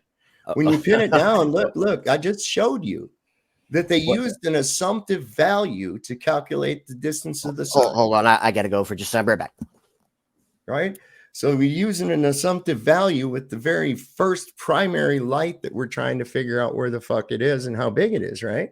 So we're going to use an assumptive value for Venus. He bolted. I wasn't he's going to argue him. He's backstage. It says his devices aren't connected, but that's the thing, and Tommy did that the other night. He says, "Well, we know for a fact." And I said, "No, wait a second. We don't know for a fact." You know what? This is what I always determine. Everything I'm told is the facts about, science, about space, about the bodies is, I don't know. I never landed on it. I haven't been close by it. I haven't had the equipment to chemically analyze its energetic fields, its structure. So in actual fact, there's lots of speculations. I'm willing to put bets on it. Not even the scientists know what the sun is here. Exactly. No, that's the whole thing too. Is that thing they show you on their solar observatory thing is ridiculous. I've looked at the sun. I've looked at it through filters. I looked at it with bare eyes, and it's almost, to me, like I said, the sun and the moon both. And of course, you're going to see the sun in a different place than I do. We could both be standing 10 feet apart from each other, but we're not seeing the same sun. I've seen the sun do some different things too. I've seen it larger and about a mile away from the area I live. Then I went by the farm where the mountains are off grid, and it looked to be at least 20 to 30% larger. Then I became aware it's a type of satellite in our Earth, not outside Earth, and it seemed even hotter, just a mile away. Yeah, it's amazing how you see it. It's in the different times of the year, and especially the moon. Why does the moon appear different sizes throughout the months? Because it does the same thing the sun does throughout the year. It travels between the two tropics. But it does in 28 days what the sun does in 365 days. Yes, definitely within that cycle of programming that It's all designed to do. it's all clockwork, man. The constellations are rotating just slightly faster than the sun. Just slightly faster than the sun, so that every 28 days we end up into another zodiac, right? Yeah, it's almost like there are mechanical gyroscopic arms. And then that there aren't seen. again, the 28 days, the sun is going slightly faster than the moon. In 28 days, it laps the fucking moon. It's all it's clockwork, man. Every single bit of it's clockwork. Definitely. Grayson, though, definitely I wanted to please share all your knowledge, because I take everything into consideration. And if somebody has to bring something to the table, I always don't say it's right or wrong. I just sort of absorb the information and utilize it to learn from others. So display everything that you perceive as your wisdom and knowledge for stars, and I'm here to listen to this. This is what I'm here for, as to contribute to to bring things to the table. But definitely, I want to hear everything you have, Grayson, if you want to share. There again, there's a lot of stuff that's just made up shit, and then after it's been made up for a little bit, they treat it like it's a fact. Okay, one of which is a black hole. Okay, they had to make that up because their fucking formulas weren't working out right. And then because after making that up, then they had to come up with, what was this other goddamn thing they came up with? Dark energy. Dark matter, yeah. Yeah, dark matter. And it's like, what? Oh, there must be. Have you ever seen it? No, but there has to be dark matter, or else our math doesn't work. Well, maybe you're fucking just wrong. That's why your math doesn't work. Maybe you're fucking wrong. That's, hey, there has to be. It's just ridiculous. But they make up these things. What's this thing that they had? Somebody fucked up on the space station and they dropped something and it hit the floor. And their excuse was that they ran into a gravity pocket. A fucking gravity pocket. No, you just fucked up and dropped whatever it was you were holding, because you're on Earth, man. You're in a studio with a green screen. Stop. But people still want to hang on to it, believe it. I mean, I know people that they're just going, yeah, pocket of gravity. That's Jesus Christ. Are you back with us, Grayson? You made it? I am. I'm just listening. That's a very interesting off-camera thing you have there. It's creepy, but interesting at the same time. I like it. Oh, my eye. Yeah. It's like a bug or some shit, man. Spider eye. Yeah, it's like a spider looking over a city. It's some esoteric stuff. So if you want to share, Grayson, I'm willing to listen. Sovereign, you want to listen too? Yeah, man. I'm more interested in kind of probing you guys' mind. I don't want to convince you of anything. That wasn't my goal to come up here or be convinced. No, I'm more interested in just why you believe the things you believe. I appreciate that too, Grayson, because a lot of people, this is the thing I get. They go, oh, you still believe the earth is flat? Like I just beamed here from 1400 or some shit. It's like, no, I went to the same indoctrination centers you went to. Okay. I went to them the same as you did. I used to believe this shit so much that I couldn't wait for us to be able to go into space. And they told us when I was a kid, after the moon landings, that by the time I was an adult, I'd be able to visit my parents on a retirement community on the moon. And there was going to be colonies, and we'd have hotels in space, and space travel was going to be commercialized and all this shit. Well, here we are, 2023. They're still trying to go back to the moon in a nanosecond. Really? Come on. You lost the fucking technology. Good job. Sure you did. You glitched there for a second, Sovereign. Oh, sorry about that. You glitched there for a second. And that's what I was going to tell Brian last night. We was talking last night, and he was talking about hotels in space, and I was like, shit, look at 1968. We hadn't even gone yet, supposedly. And 2001 Space Odyssey comes out. And that whole thing, if you've ever seen it, he flies up in a Pan Am spaceship, and it docks to a big space wheel satellite thing that's the Hilton Hotel.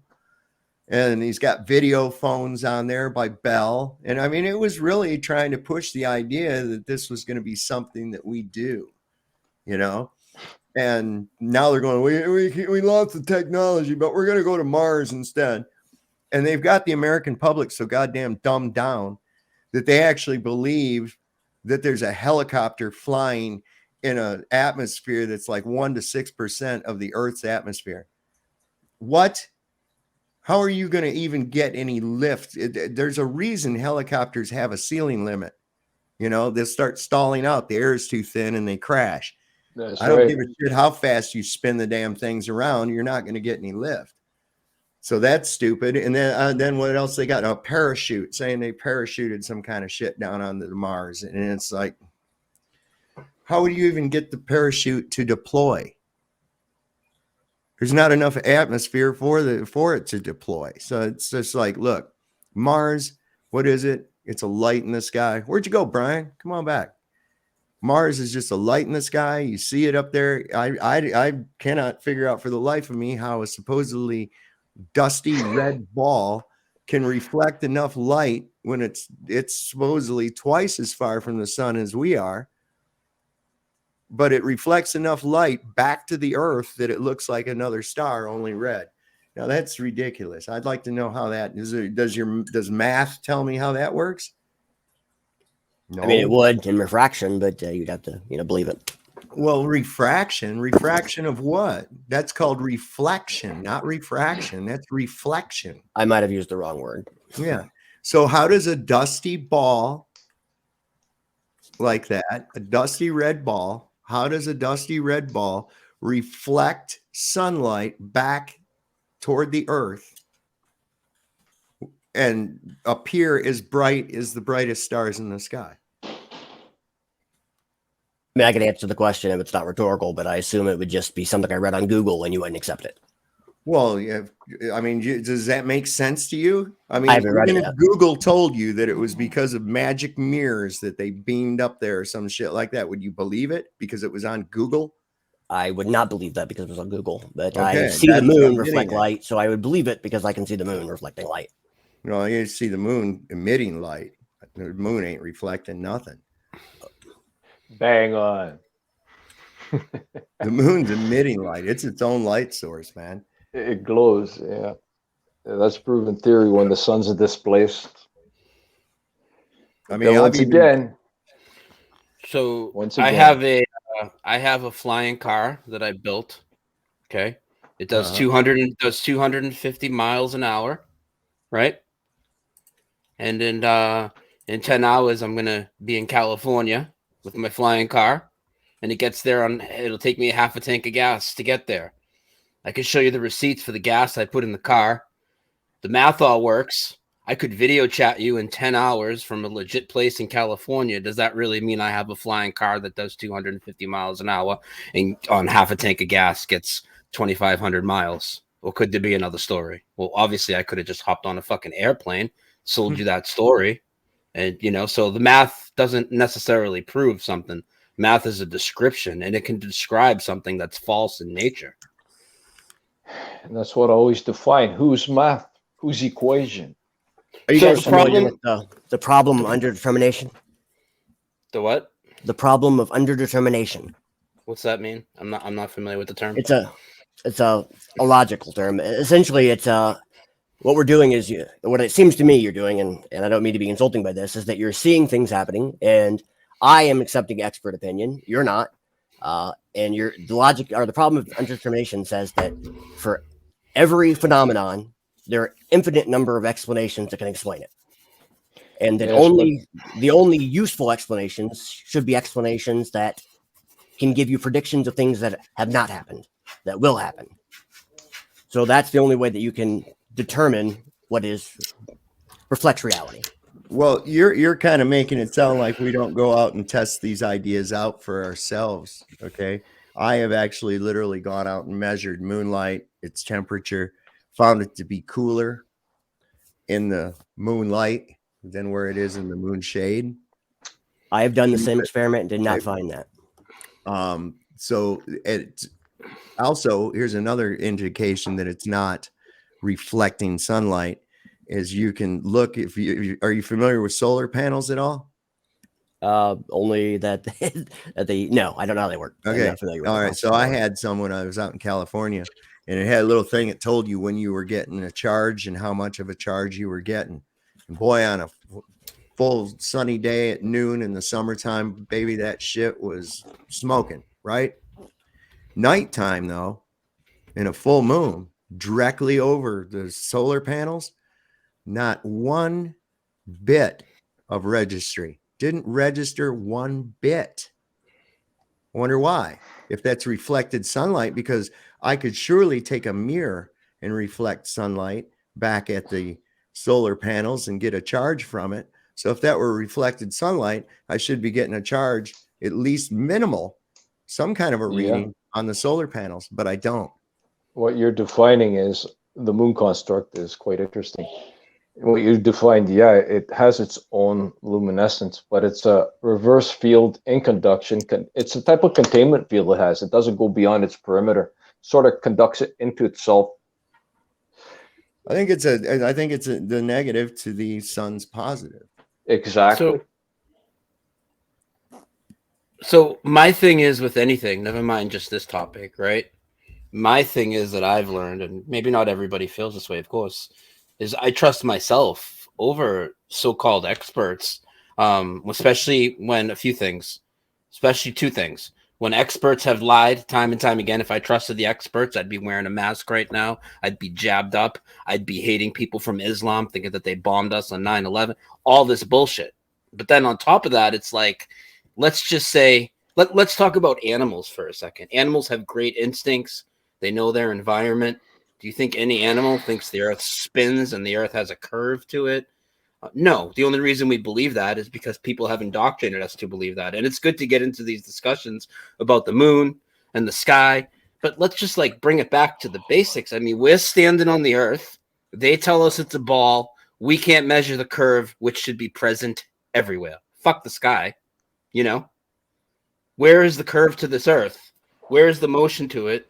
And how is it that all these professions, including pilots, make no type of adjustment and just operate as if the earth is stationary? Well, the earth is stationary. I would never think the earth spun unless I was brainwashed to believe it. You even now, even when you believe that you live on a globe, you'll look up at the sky and say, "Hey, look at the moon moving across the sky. Look at look at the sun moving." But because that's what you're actually seeing. But you're told we're spinning and we're falling backwards. I don't think there's any reason to trust experts on anything. I think we should always, I honestly think we should trust our instincts first. And that doesn't mean our instincts are always right, but trust that first and then go from there. I can't look past the lies. I mean, the moon landing is so obviously fake. With repeating backgrounds, impossibilities of the spacesuits, getting through the Van Allen belts and all this. So if they lied about that, where does the lie stop? Well, I'll tell you, the lie never stops. All right. Why? Well, I mean, that's the question I always want answered. Why would all these people lie? I don't get it. I understand people lie. I absolutely agree. Yeah. People lie. The government lies. I agree. All right, Grayson, why? I'll give it to you. I can tell you exactly why, but this is I want to touch on this because Brian just said it real well. When those so-called experts have been caught in not just one but multiple lies, okay, you should see the thing they gave to us. They said they sent up a fucking thing the first time they went up into space. You got to see this thing. It looks like out of a kid's TV show. With a crescent moon with a star next to it. Look like you can damn near, it's pitiful as shit. Okay. But this is the thing. When you go to school, how does one become an expert, right? Oh, this is so-and-so. This is Bob. And Bob has a THC in such and such, and he's from this, he went to this university. Okay. Well, that's how he became that. So what did he do at that university? He took in information that was provided to him through a curriculum and regurgitated it back out onto a piece of paper the way it was told to him. Then the people there said, "That's very good, Bob. You're smart now." And so as long as you retain all that shit that we put in your head, that means you're smart. Now, if these institutions that bestow this smartness upon people is using erroneous and or false information that they're teaching, and the people that are giving it out don't know any better because that's how they learned it, and the people they're giving it to don't know any better because of their perception of the person that's giving it to them, they can be completely off. Now, once the information is brought before them, and they have to try to refute it or try to counteract it, they're presented with a problem. because they find out that what they've known or thought they've known and have invested a lot of money and their life into is now a lie. And so pride kicks in along with a little bit of fear. And this is why some of these people like Sean Hawkins and especially Red's Rhetoric and some of these other bigger channels like that spend an exorbitant amount of time and effort to prove something that should be obvious if it were true, they know better. And they know that they're tricking their audience. I've caught them in their tricks. They don't like it when you show them their tricks, because then some of their audience might see it. But most of their audience is just caught up in a cult of personality and doesn't pay much attention anyway. You see, people want to feel like they're smart, even if they're not smart. So what do those people do? They will repeat and parrot things that are said by people they perceive as smart. And therefore, by default, that then makes them smart. Now, as far as this, we don't just go, oh, I think this, therefore. And that was kind of the way it was suggested, that you think that we think. No, I used to be fully invested into it. I was a NASA guy, man. I couldn't wait till we went to space. I couldn't wait. I watched the first moon landing, man. I was ready for it. I thought by the time I'm old enough to get out of high school, I'll be able to go to space. Well, that never fucking happened. Right. But so I read Isaac Asimov. I was into Star Trek. I can tell you the technical aspects of the Enterprise. I can tell you how the fucking holodeck is supposed to work and all that shit. So it was kind of crushing for me in a way when I found out that none of that shit is true. It looks like you made it though. Oh yeah. Listen, it's very free. Look, sovereigns in space. Woo! Right on, bro. How is it out there? Well, I just followed in the footsteps of NASA. I did. I followed and you didn't even invite me. I'm pissed off. Well, it's not hard. It's not hard. You can do it too. You got to show me the technology. Yeah, what you do is you download a picture of the inside of the ISS, right?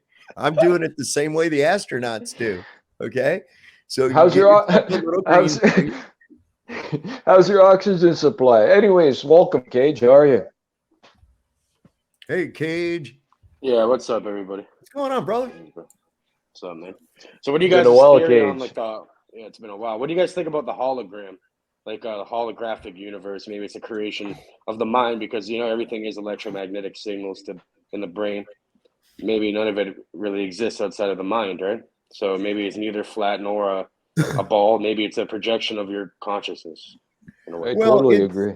It is to an extent. Okay, yes, you're right in the respect that we are interpreting the electromagnetic signals that we take in reality and converting it into a cohesive reality that we see, which only really exists in a little spot in your brain about that big.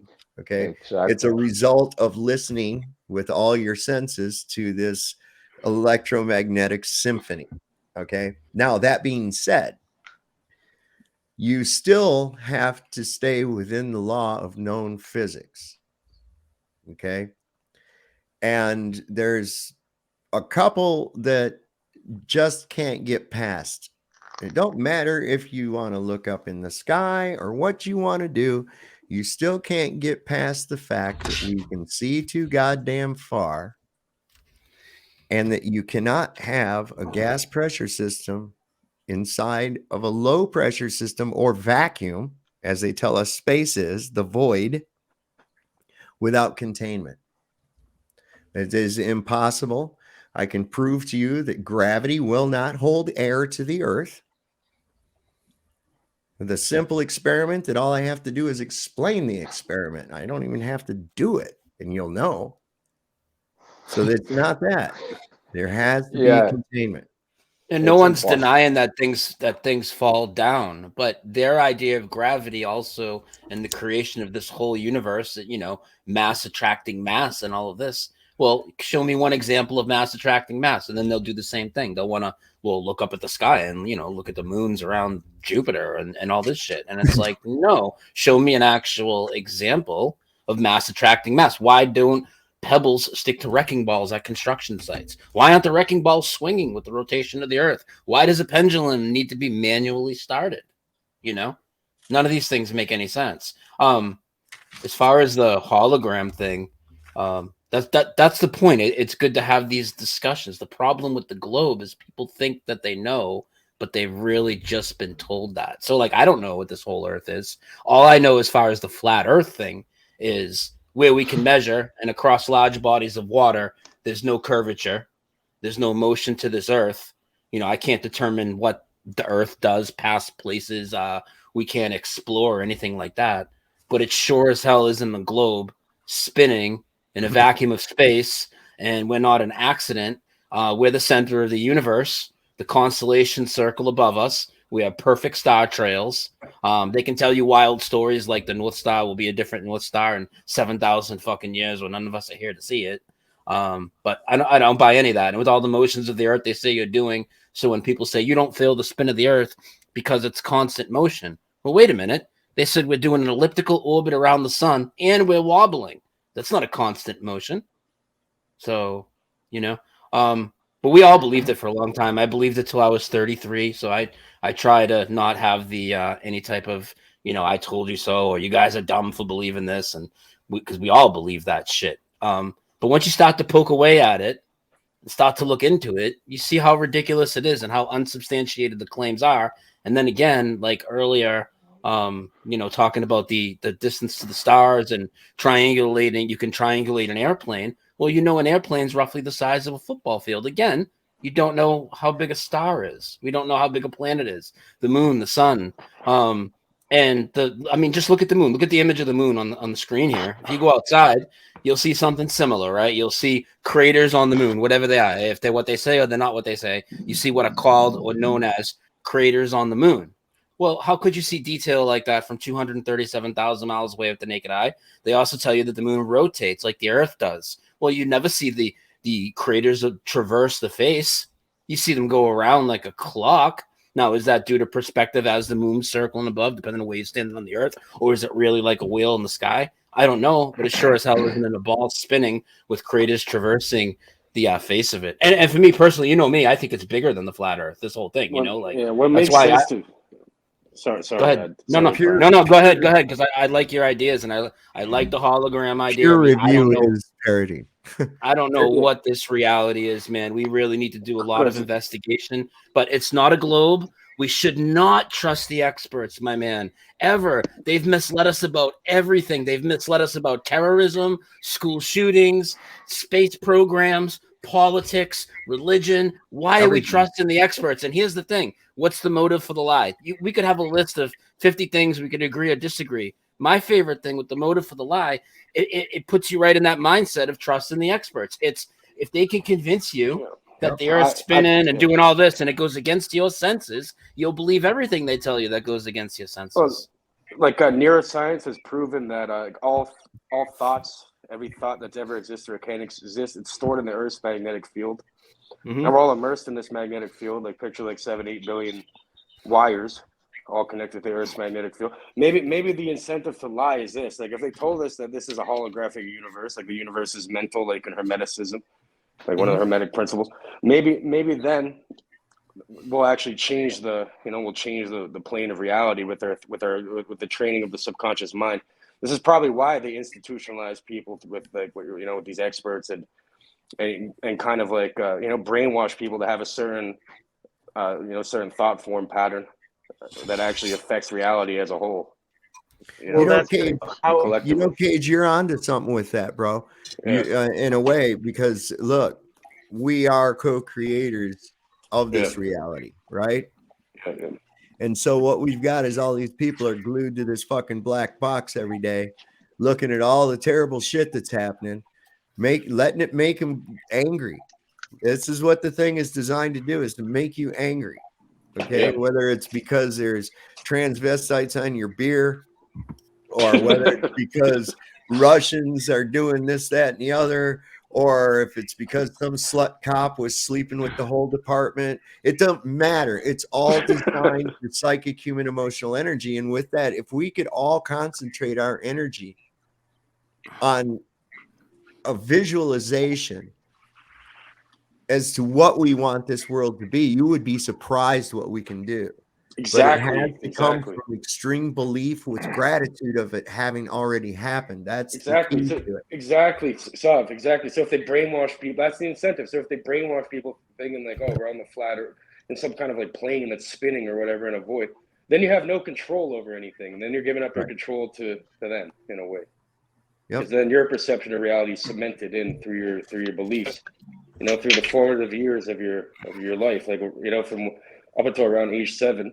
You have all these ideas implanted. That's like installing the operating system onto the computer. It is absolutely. The Jesuits said that that one of the things they say is, "Give me a child by the age of 5, and he'll belong to the church forever." And Grayson was asking. He says, "Well, why would there be a lie?" Now, not everybody knows that it's a lie. People like teachers and shit, they don't know. That's almost none of them.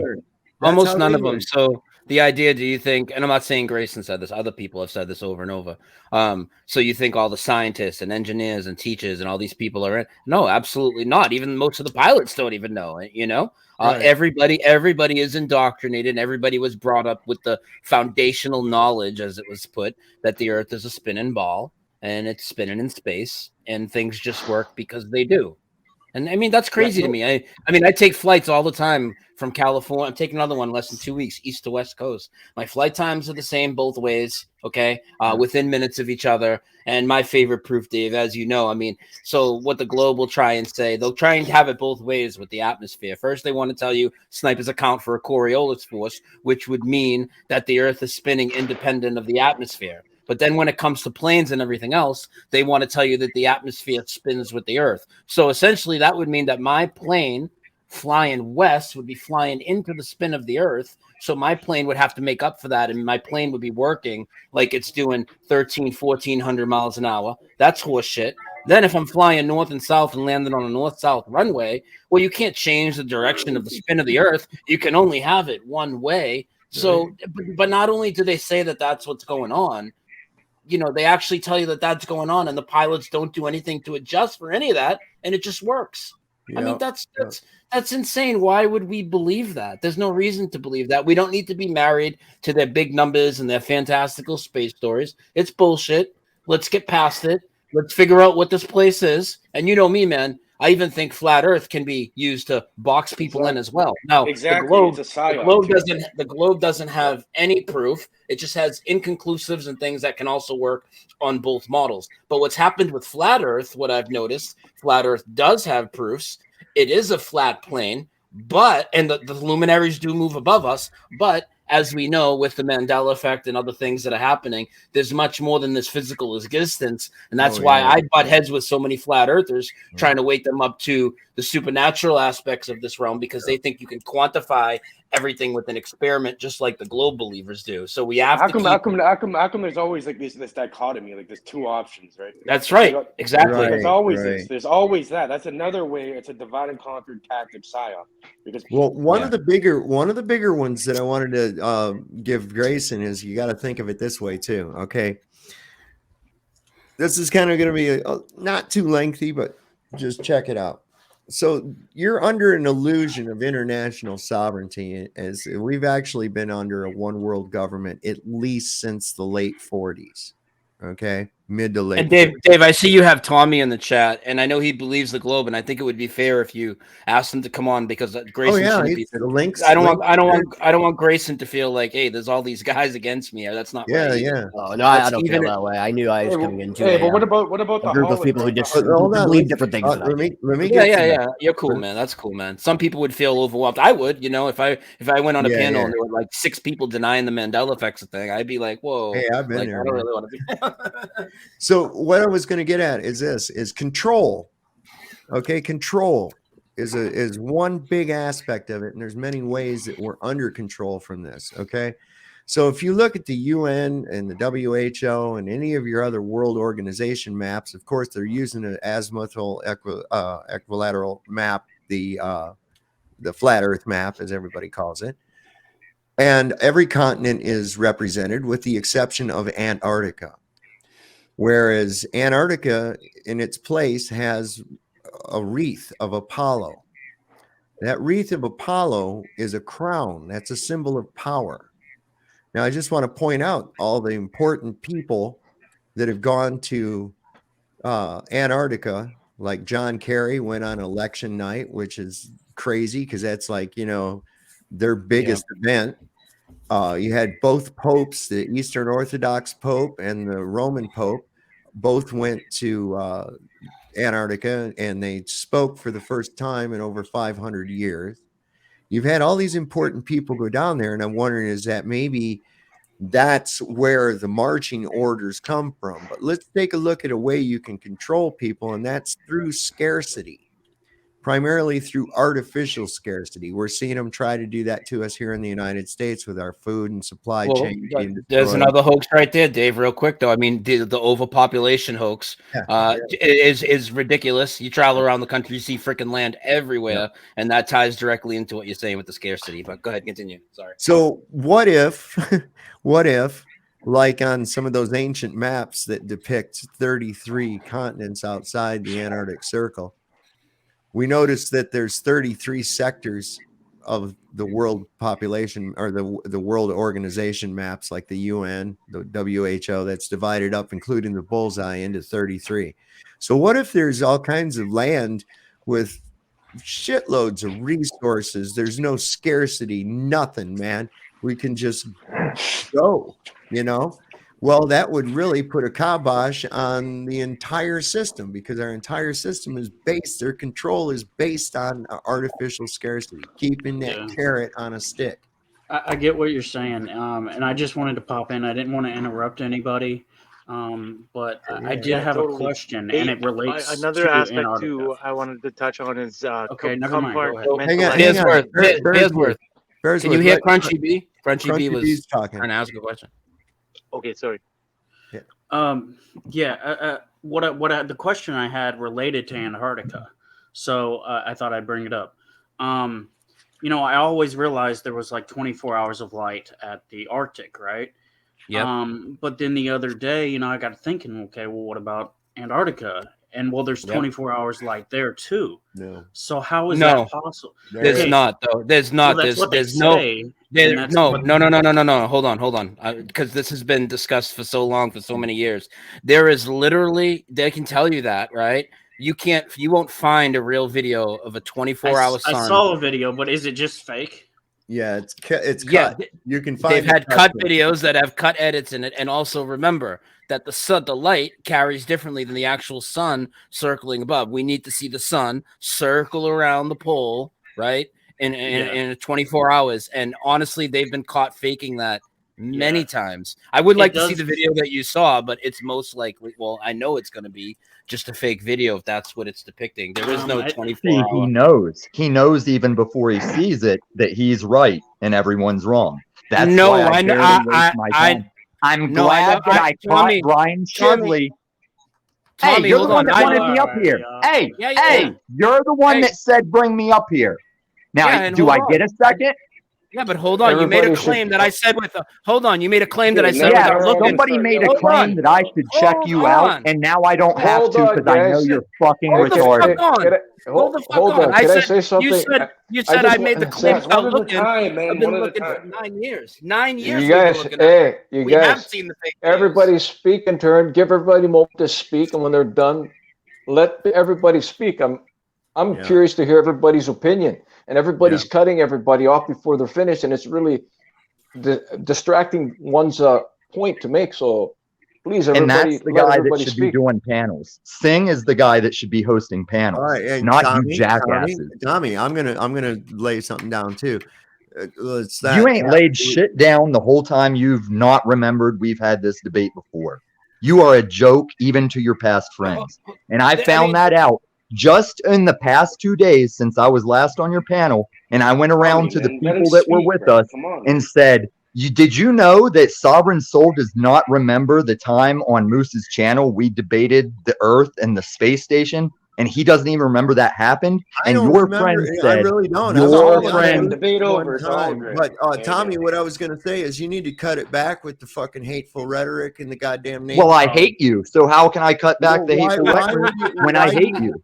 Why would you hate him? What did I he hate do to Cage too. And I mean, I hate you guys. All right, well, Tommy, Tommy, guy then. hold on, Tommy. Love thy enemy. There's much to learn Yeah. from him. I knew this guy was brainwashed. I didn't know he was so much of a fucking asshole. And can I get it straight? Is Grayson the other alleged Globey up here? I'm not an alleged Globey. I believe in a globe. You know it's a globe. You don't believe. Yes. You know Well, it's a globe. I don't think anything can be known for certain. So I use the word believe. But yes, I would, as certain as I can be, I think it's a globe. Yes. Okay, let me point out Rasta Bear. Is that Owen Benjamin Bear? Rasta Bear? Grayson, I swear to God, and I don't mean this in any way, it's just I was sitting there thinking, I was like, does he not, Grayson, sound like Ben Shapiro when he talks? He does. And Ben Shapiro? Ben Shapiro did a really good video. He's got that same patter to his voice, I guess it is. It's not. Yeah, it's a good thing. It's a good thing you can recognize that voice pattern, and you don't recognize patterns of the sun and the stars and our rotation around a fiery star called the sun. You guys need science. Dude, you came on here and started cussing everybody out and tell them you hate them. So you're a fucking joke. Yeah, that's kind of No, you're a joke. And you made a claim about me that I came to a determination that videos were fake without looking. Dude, we've been looking into this for 9 years and seen repeated and fake if you videos. looked even less, you could have found all the proof you need to know you're wrong. So on this platform. What's your best proof of the globe? What's the best observation of the globe that you made, an experiment that you did? Tell us. We'd love to hear it. You're going down that same route of anything I say, you'll already know it's wrong. That's why the debate is no longer about convincing you're wrong. It's about gauging what the fuck is wrong with you people. What the fuck is wrong I with think you? at this point, that really, here's the deal, Tommy, is that no, I get Moose out. See, Moose, you need to come up here. You never let anyone talk. Ridiculous. And Tommy, no, he's saying the same shit he said 2 nights ago. That's why I don't engage you too. The ridiculous claim is that we are on a spinning water ball hurling through a void. Change the fucking record. I'm not changing the record. I know. That's why I'm not going to be here. Ridiculous claim that requires proof, of which you have none. I ask you. No, I gave you proof. I've given you numerous. I've told you numerous ways, and you deny it. You said that. And I've even showed you how you use terms that apply to globe. The time zones are globe talk. North, south, east, west. Those are globe things. The magnetic poles, the magnetic field around the earth. It's globe talk. Tommy. Do you have a? I'm sorry, I only paid 40 grand to know this shit. Well, you got ripped off. Because no, I didn't get ripped off. It's paying for it even today. Do you think I paid 40 grand to change your dumbass mind? No, you're never going to change mine. I know. You just said it, dude. You got 1, 2, 3, 4, 5 people that have confirmed they will never change their mind, and you're still trying to win their hearts. Wrong.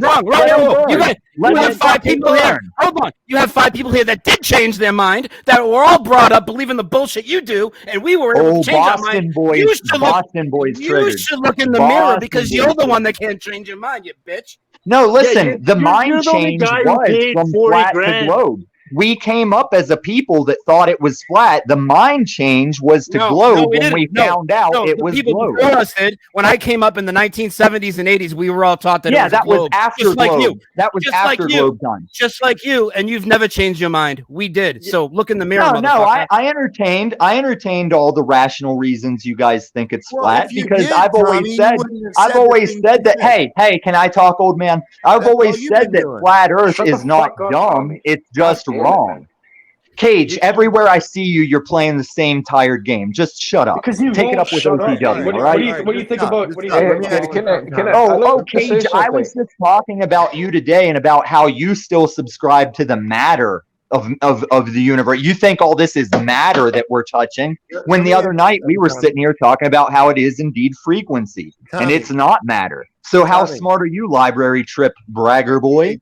Tommy, you said that east and west are What are you globe talking terms, right? That's what Yes, you said? because north and south Okay, are the all right, poles. all right. North and Let me south ask are you the something, though. poles. Let me ask you something. When you use a paper map, do you roll it up into a ball so that you'll know that it That has east and displays west your on it? ignorance. Wait It's a as second. ignorant Is as the your east and west thumbnail on for the this map? video. You Hold can't on. Is the explain east and logic to west a on gay that video? method, Soft. Okay, it's impossible. Oh, what did he just say? Hey, Sovereign, game Illumin Tom method. is What here did to he just derail say? the stream. Oh, He's doing here's this on purpose, sir. OTW. You Here should it get rid of goes. him Called as you soon a as gay you method. can. Let's You heard You get me. guys ready are to having a great conversation before you let this dumb motherfucker on here. So you should get rid of him now, See that? Sovereign, so you can at least salvage the rest of your stream Yeah. and keep the You know- goodwill You know, people that are OTW already has here been to every having a stream great I've been conversation. today, You just guys don't following. need this piece of shit here. So I just wanted to say that. It's full in the house. We got a full Hot house. fucking goof. God damn. There's He no brought- way to he get brought anything nothing. over that. I mean, if I'd like to say something here. Could everybody go for please respect everybody's opinions? They're only opinions. What somebody believes, that's great. I don't have to agree, but I'm willing to listen, to absorb everything here. Please, everybody do the same, and we'll have a much better live panel here. Well, you know, that's when he said that the north and east and west and the directions were globe terms. I was like, what in the fuck are you talking about?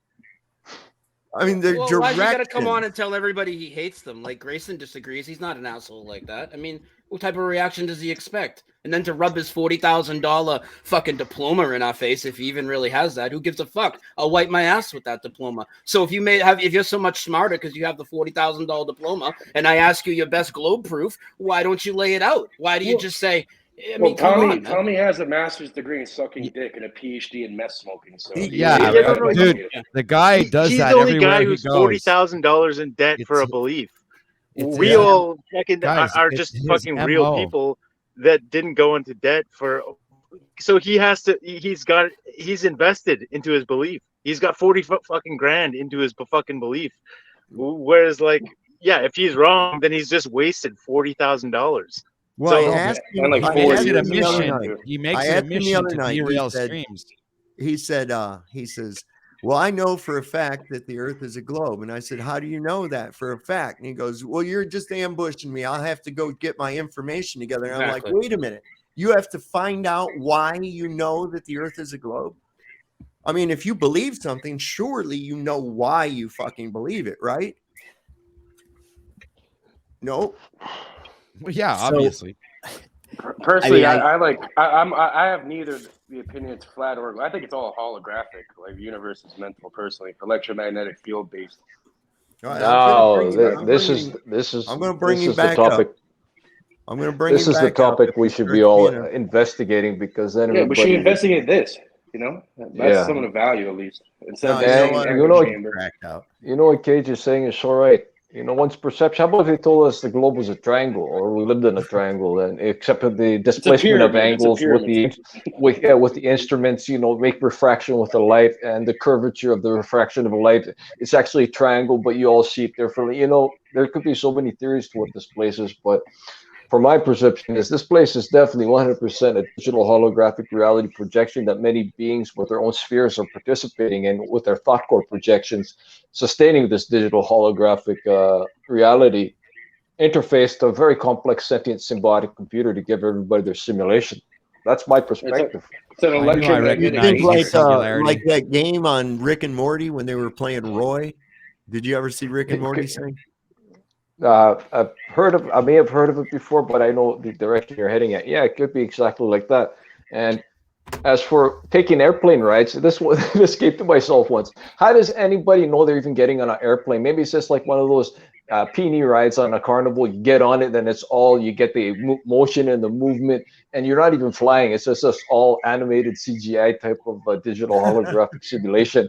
I thought of it before I took an airplane. And it's like this just doesn't feel real. I'm See, like, that's as far as I how know, Singh he just derailed himself for me with that statement, because I've got friends that died in that little children's ride. I've got friends that learned to fly that little children's ride.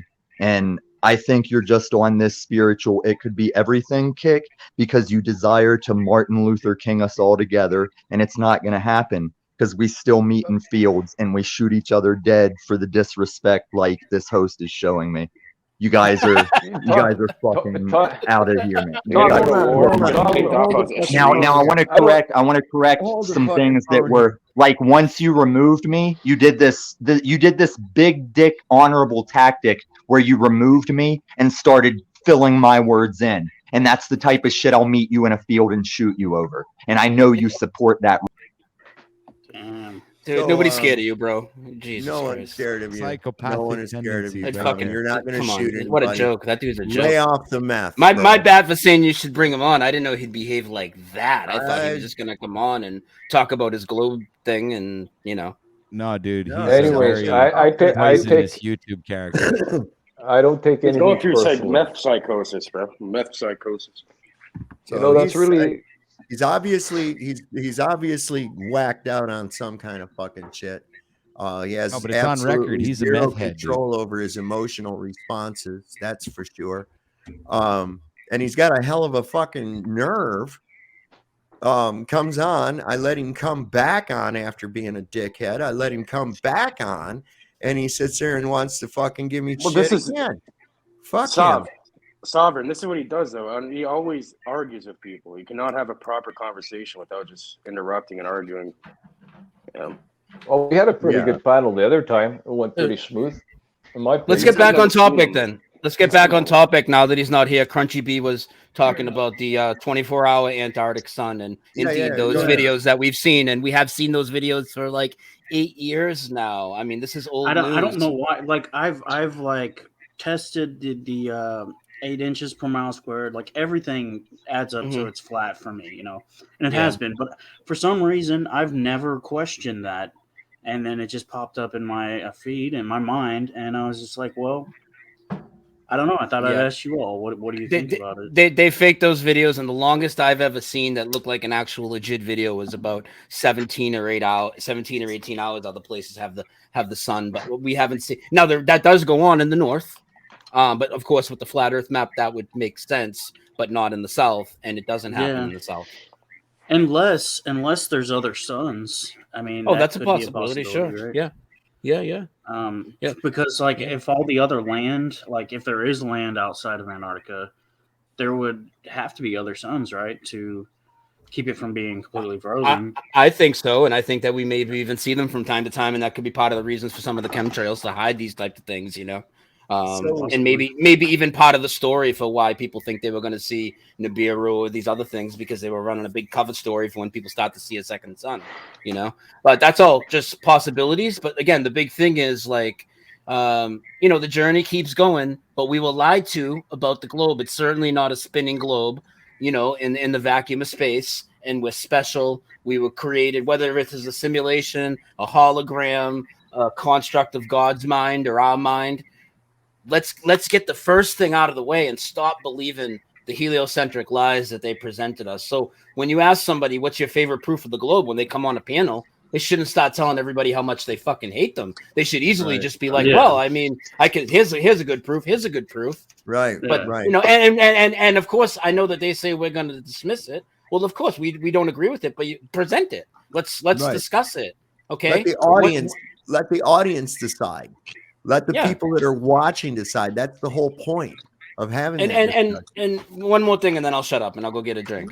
To say that you guys won't change your mind no matter what, and it's like you're actually the one that won't change your mind no matter what. We've made a life-changing decision to tell people that the Earth's not a spinning ball, alienated ourselves from many people. Now that doesn't mean that we're right, but we've made that decision. We had the balls to make that decision. So don't say that we would never change our mind when you're defending the fucking globe. Like, what the fuck? Yeah, we all fucked our own lives up. Like, we all have fucking personal stories where our fucking families disown us because we took this fucking stance. So, like, don't give us like we're taking some fucking easy route. Like, that's fucking bullshit. Yeah. Well, I wanted to touch on this one too, Crunchy B. Here's another interesting thing.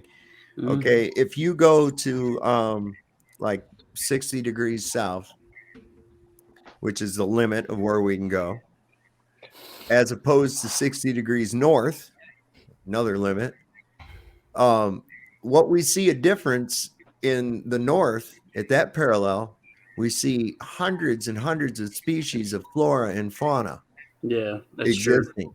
Whereas in the South, we do not. Why? Yeah. Because it gets less sunlight.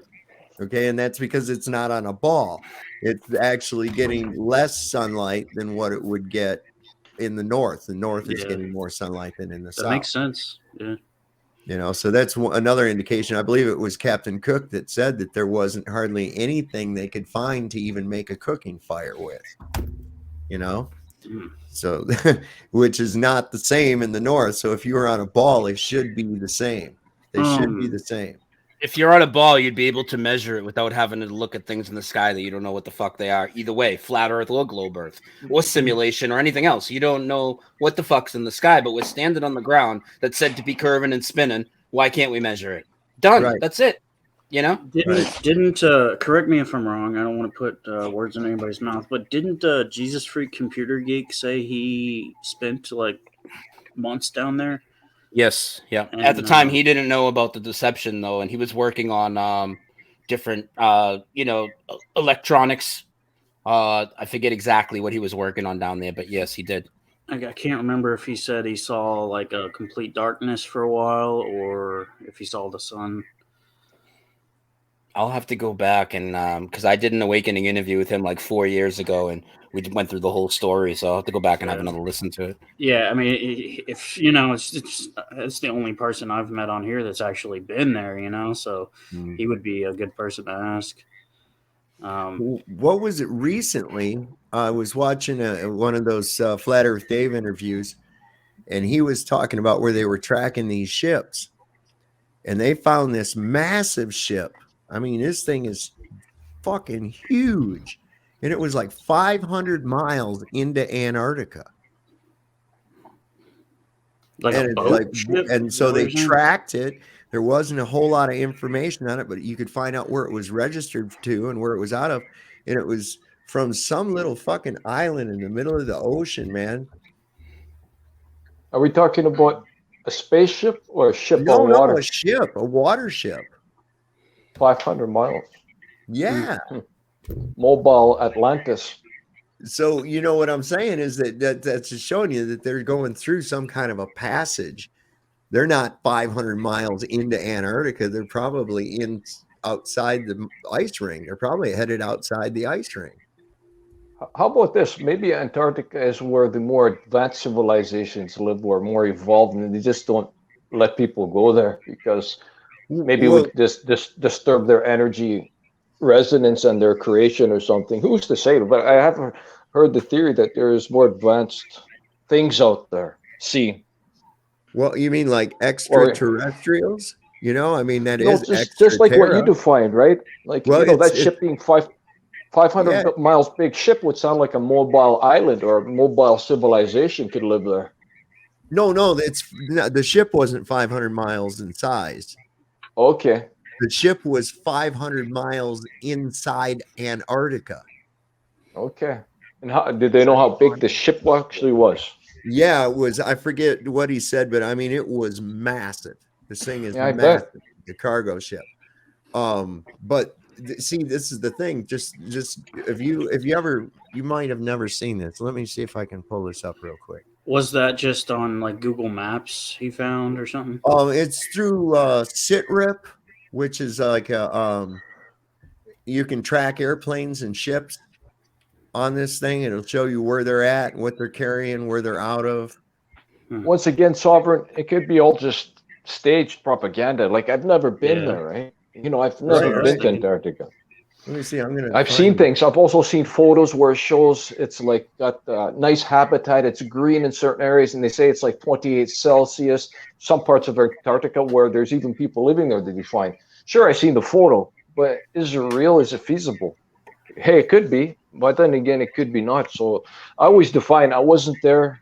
You know, I wasn't there to see JC crucified. I don't know if he ever was crucified.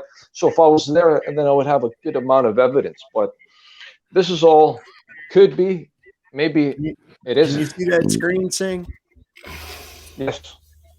Okay, so this is kind of a interesting concept as well as like what you were saying with these other having their own system out here.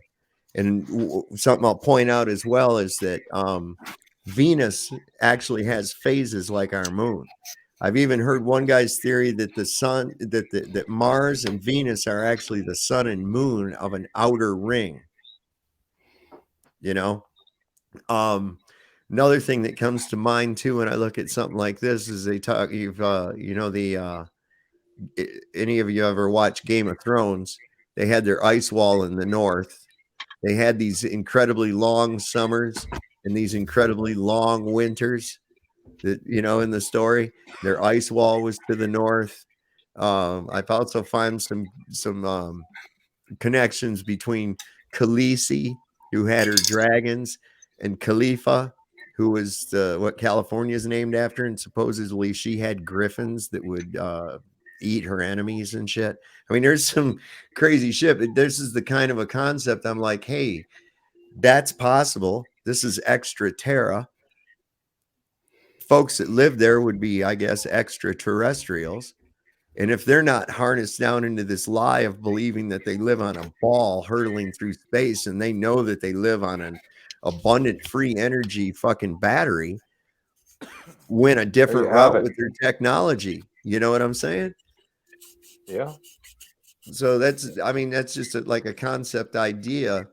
There's also a book called Terra Infinita. Iron Republic too talks about lands beyond Antarctica, civilizations out there, things like that. Another thing too, there's obviously deception. What brought me into the topic in 2014, so this was before the topic blew up on YouTube. There weren't these people making videos and stuff. It was the flight routes and the GPS issues. The fact that they hide your flights in the Southern Hemisphere and you disappear off the GPS and all the flight tracker programs once you're like 100 miles out should tell you something. Like, why would that ever be allowed? You know, and why, when you look at these flights with these layovers, none of them seem to make sense, but you lay them out over an AE map or something similar, and they all seem to be straight lines with layovers right in the middle, you know? Yes. I got, so like, here. But there are flat earth things I disagree with and that I hate and I cringe when people say, like, water can't bend. Well, that's really a bad statement to make, because when you say water can't bend, you really open yourself up, because water can bend. Water can bend with an electrostatic force, and if then you say water can't bend, and then you're shown it can bend with an electrostatic force, then they can say, well, why can't gravity bend water? Now we know that's bullshit to bend it uniformly across the world, let butterflies take off, hold planes to it. All this shit is nonsense, but the idea that water can't bend is a terrible argument. Right, it naturally bends. A raindrop is actually a ball. Yeah, exactly. So, you know, I don't know. It's that is a. You see, here's your flight path from Buenos Aires, Argentina, to Australia, and this is on a globe, of course. You see, it's kind of ridiculous, right? But if we put that out on a, I've observed the flight paths, and sometimes they just don't make sense. There it is on the flat Earth. If the Earth was a globe, sometimes the flight should fly the opposite way, because the continent would be closer to go the opposite way around the globe.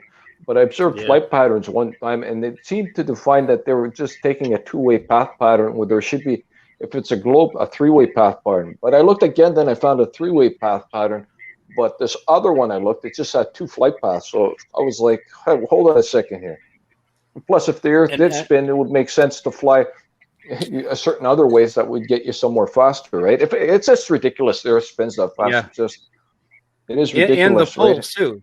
The fact that the some of these long flights in the Southern Hemisphere, right, that are like in between 10 and 20 hours, right? Well, if you would just go down and cut over the fucking pole, if it was a ball, you could just cut over the South Pole, and you would cut that flight time like in half or even more. But that doesn't happen. Those, you can't fly over those zones. There are no flyby, right? Do they even exist? Yeah. Exactly. You know what I mean? No planes are allowed to fly by there. Yeah. So, well, what they say about the Rufus Negro is true in some of these ancient accounts that I've read. I don't think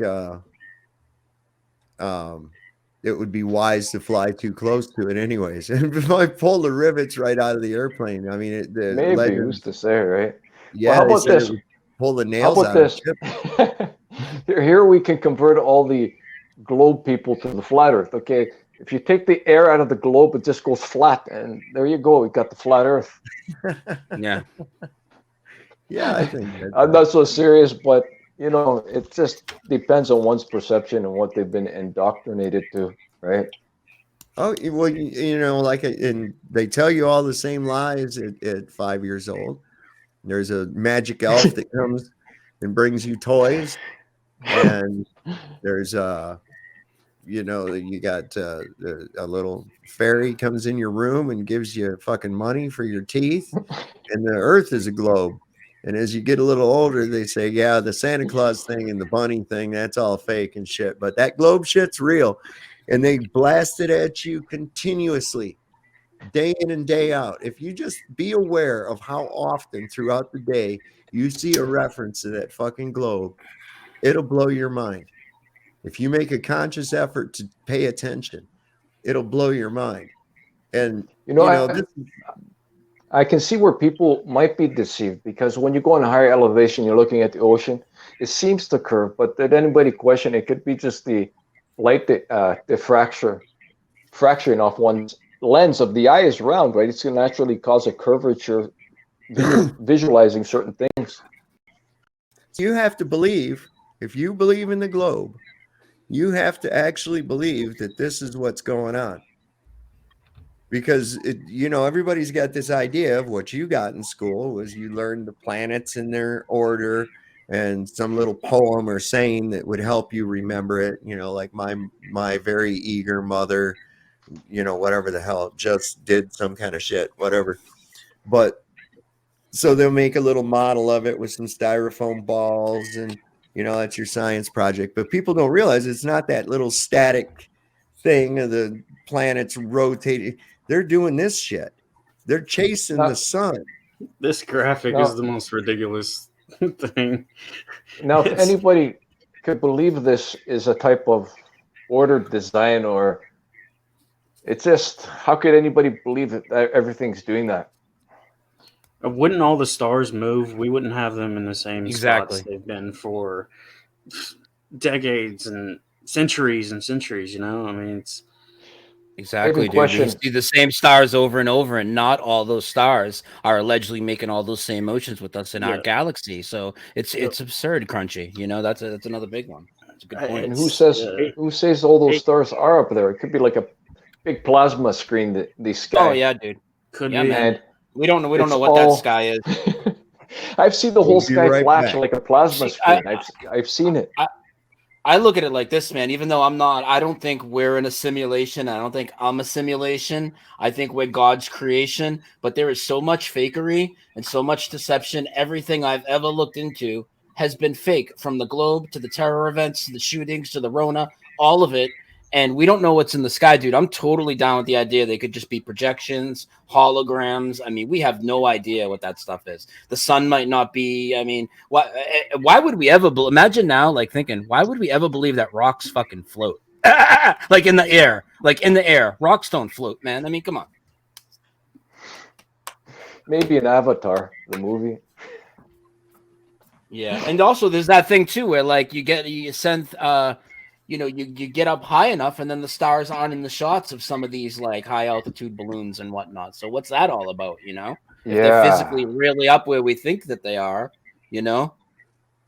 Hey, can I bring up one point about something that I don't hear talked about that often, is about the like where everybody always says, well, how could they all be lying at like NASA, or how could they all be lying? Is like so simple, man. Like compartmentalization is like it's like a science. Like they have to have it as a science. So whereas like this person only knows this only person knows this person only knows this. So nobody knows anything. They just know their own fields. And there's like the macro and the micro, and they've got it in like the systems of like these corporations of NASA or CIA or like the government. Like totally, is like one aspect.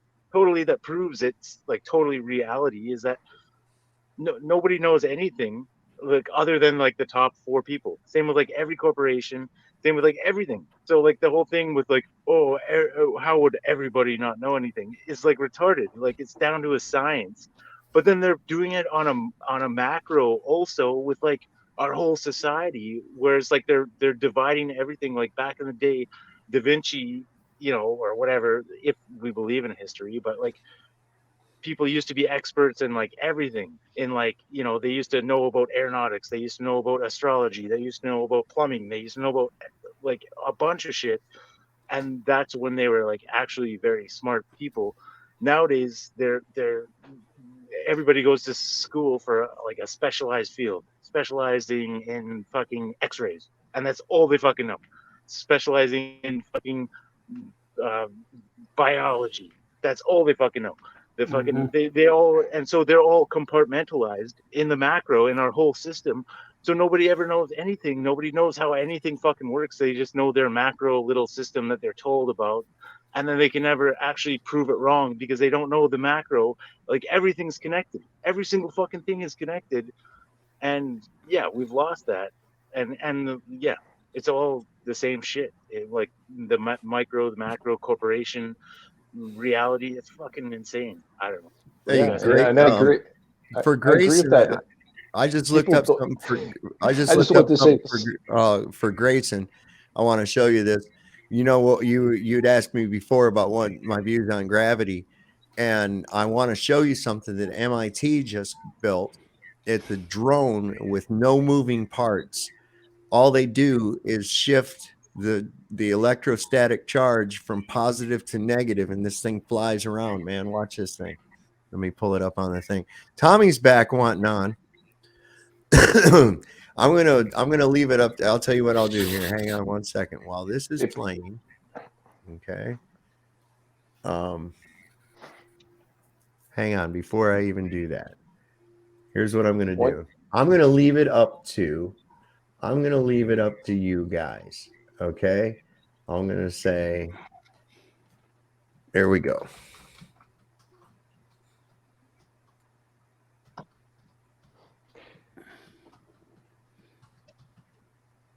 I don't mind having anybody here as long as everybody's respectable to each other, and that's that. That's Okay. my opinion. We're gonna leave it up to the audience. All right.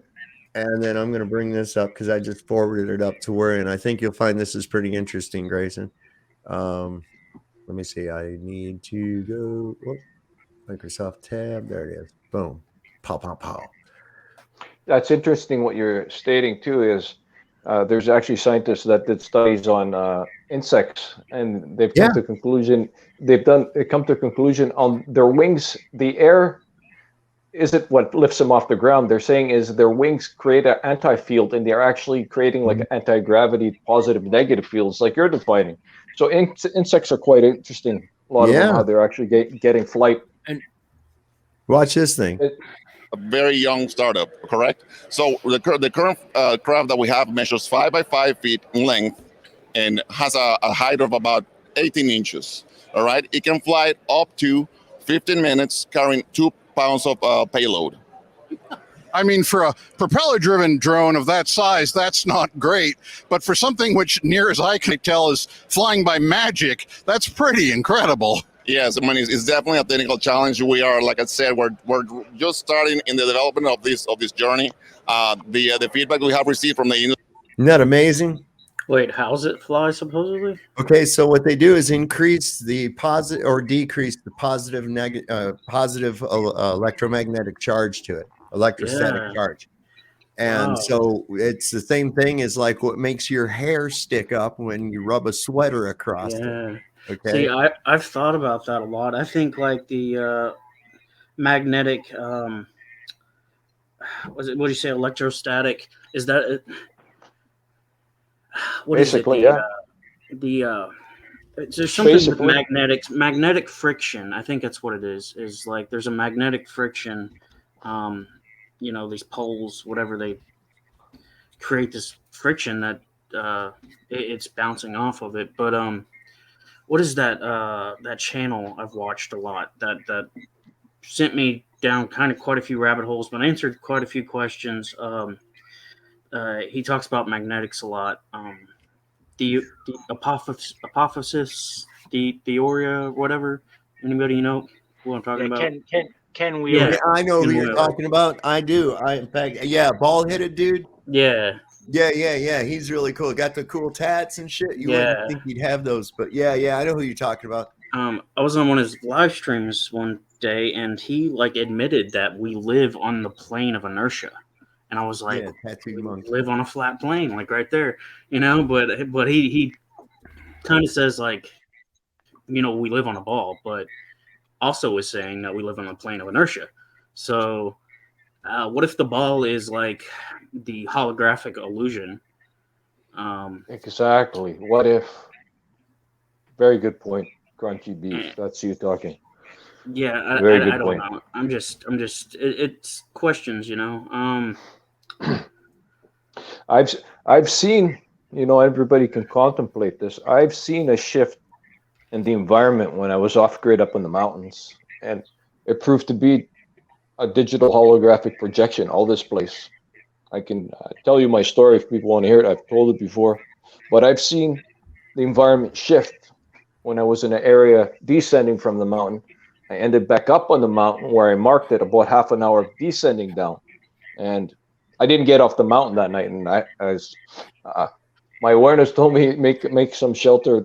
The Matrix isn't letting you get off the mountain today, and I just made a shapeshift shelter up there by the power lines on the mountain. But definitely, it's proved to be. I would not have believed it if I didn't have a few experiences where I've seen the environment completely shift. Even in this residence, a different room appeared with different colors, white hieroglyphics from the top to down, gray walls here. A room I was in, I was well resting in my bed. I had my eyes closed, but sometimes when I'm well resting in a meditative state, I can see without opening my eyes. But the room shifted. Okay, I wasn't sleeping. The room shifted from being gray, went twice the size, and went all white, and then hieroglyphics from top to bottom to all walls.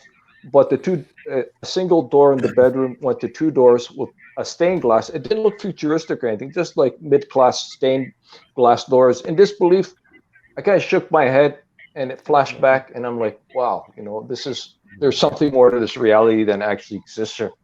So I shook my head as fast as somebody closes their eyes to blink. I was in disbelief. I was seeing it for about 10 seconds. So I shook my head, opened my eyes, and then click, stating once again, whether my eyes were open or closed. But when I did the shaking of the head, I opened my eyes and it flashed, but I wasn't sleeping.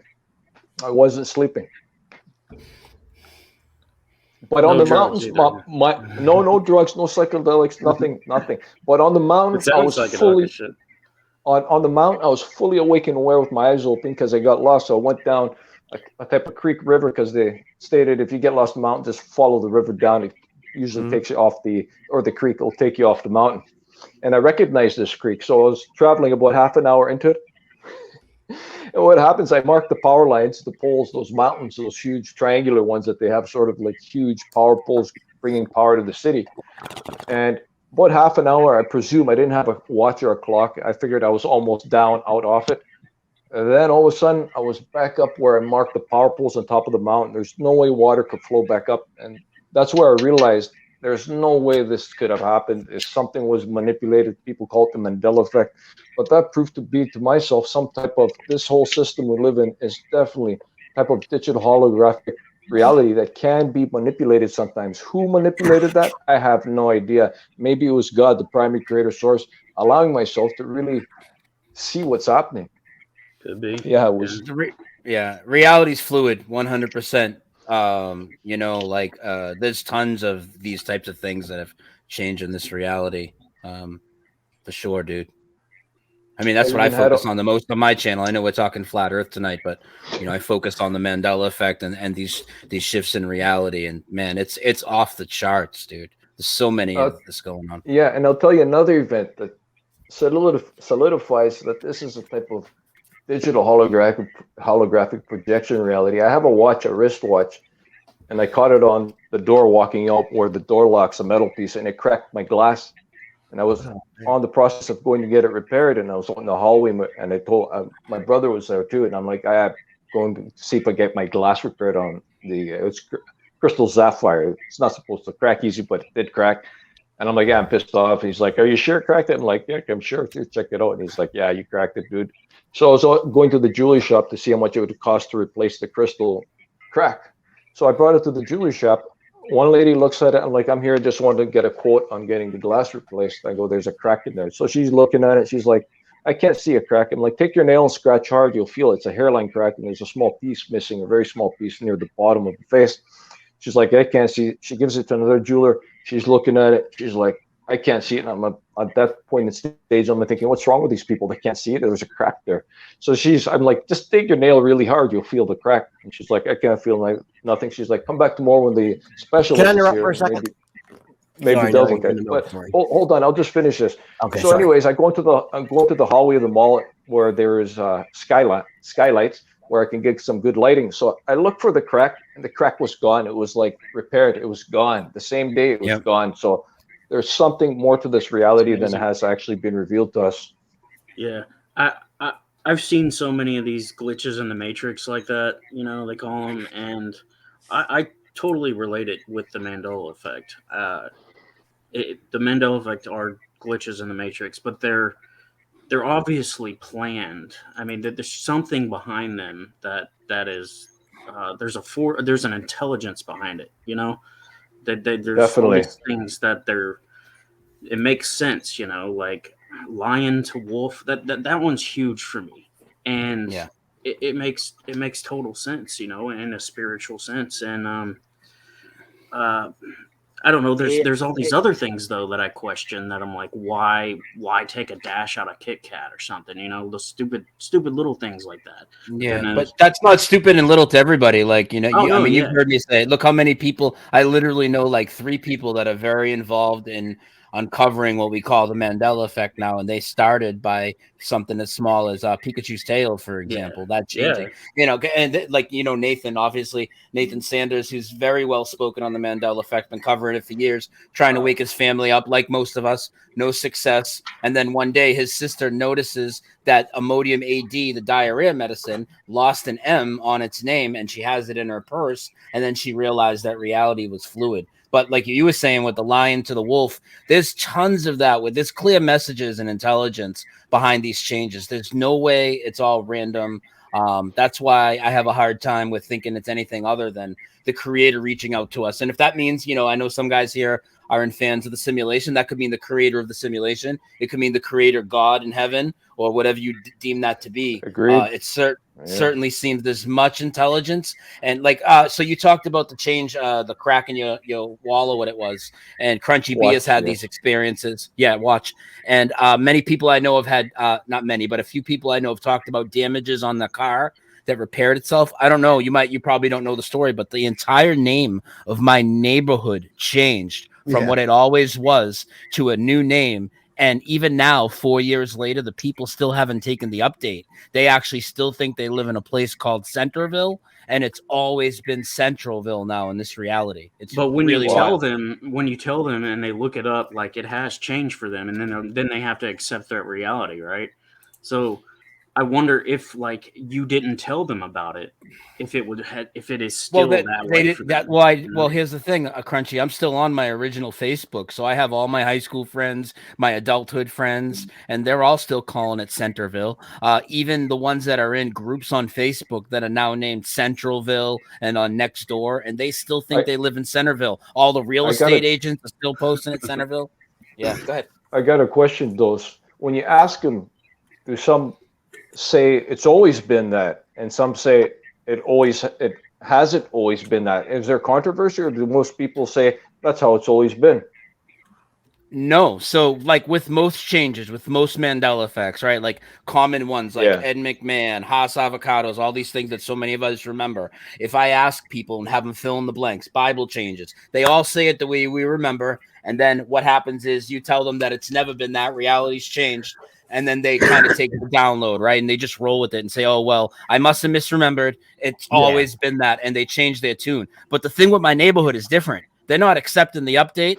they still think it's Centerville. And the few people I've been able to talk to about it, they've never heard it called Centralville, but now that's what it's always been. Unfortunately, most of them aren't going to go to the next level and investigate it more. I filmed a ton of people, Uber drivers. I called City Hall, real estate agencies. I called every cab company, every business that was around the sign in the middle of the neighborhood that changed. They all still think they're in a neighborhood that doesn't exist. It's almost like this, Dose. It's just one thing. Hey guys, I'm out of here. All right, peace. Thanks for having me on, Dave. Peace out, guys. Awesome. Later, Bearsworth. Thanks for coming, bro. It'll be like peace, bro. It'll be like this. Figure out Dose. how to fucking close these things. See you later, bro. Dave. It's like this, Dose. Some people that are more aware are waking up from programming, and some people that aren't aware are still in the programming, sort of still being manipulated by the changes. Yeah. So is Tommy still waiting to come up? I'm sorry. I that was my question. That's why I'm interrupting here. No, you go ahead, man. You haven't said much, dude. Go ahead. Yeah, where's Tommy? Tommy? Still waiting? I just want to know what's so important. He says he wants 40 seconds. I guess So what was what the did he vote, say in 40 Sovereign? seconds? What The was the vote was vote? no. That's why I'm trying to argue a yes. I just want to hear what the man has to say. He has a lot of vitriol towards you, and I just want to know why. I think he has something to say. Are you talking about the Illuma Tommy guy? Yeah, like he was really doesn't I like don't you. know. I don't know. He came on the other night and he said, well, I know for a fact, we know for a fact that the Earth's a globe. And I asked him, I said, well, how do you know that? He goes, there you are trying to ambush me with that shit. And I'm like, what are you talking about? If you know for a fact, you must have some reason that you know this for a fact, right? Well, I have to go check my information. I was like, wait, hold on. You have to ask somebody or look in a book to realize why you think what you do or why you believe what you do. That doesn't make any sense to me. Anyway, he got mad and he left. Well, supposedly, and if it happened, I certainly don't remember it, but he claims that I got into a flat earth debate with him on another channel, Moose's channel. I don't remember it. If it happened, then it happened, and I don't remember it, you know. But he debate this stuff a lot. He's really bent out of shape about that. But I think where this comes from is what you find with a lot of people, especially those that are really heavy duty invested in that they believe the globe 100%. That when they're hit with that, the cognitive dissonance in it causes anger very quickly. Yeah. Well, can I say you guys reject a lot of things that people, myself included, see as basic parts of reality. I mean, you do. You reject the speed of light, gravity, just a huge list of things, and it's fine. You're allowed to do that. But it's frustrating. But if he shouldn't have come up here if he was going to get angry about you guys. No. I know you're going to reject these things. That's why I came up. And the thing too, Grayson, you came up and at least you gave what your perspective was on what you thought were proofs or evidence of the globe. And when I asked him, he just told us how much he fucking hated all of us and we were liars. Like, can we give the man a second to see if it could be simple? I mean, you can just kick him off if he's not. Let's get. Well, I did a poll, and 65% of the people said not to bring him back up.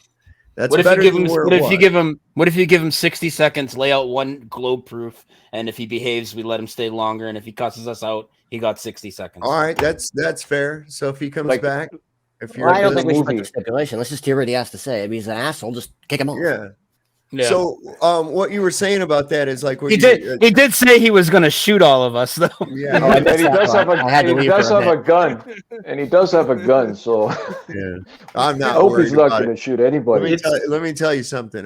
Maybe I changed my vote. Then I didn't hear that part. Just to let you know, right here, within arm's reach of me right now.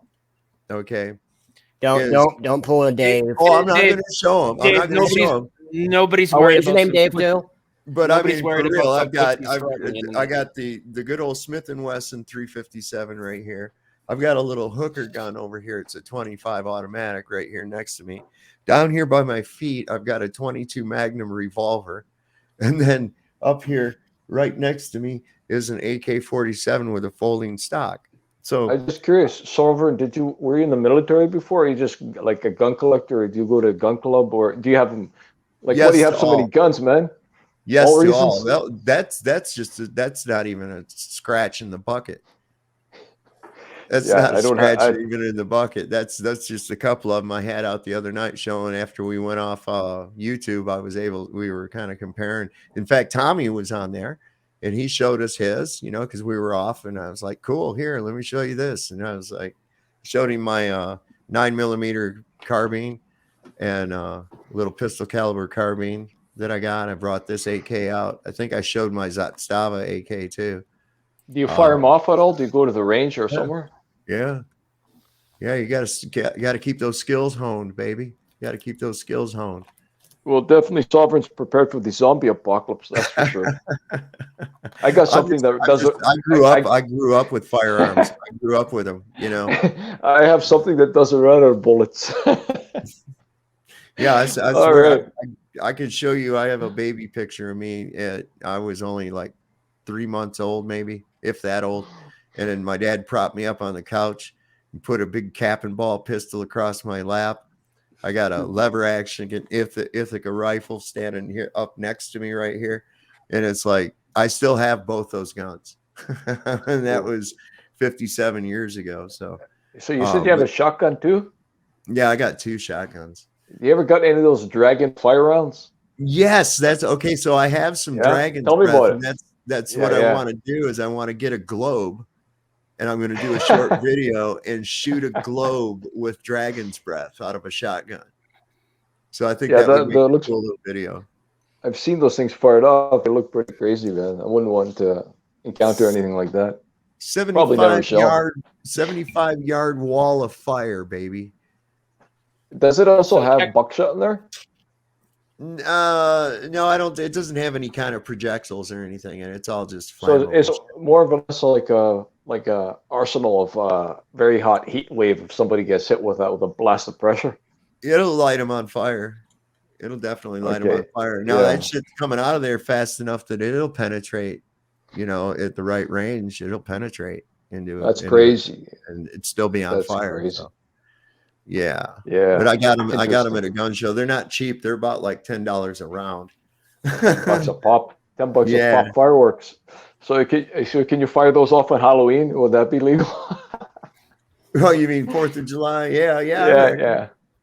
I reckon, but you got to make sure that's what you want to do. I'm saving them.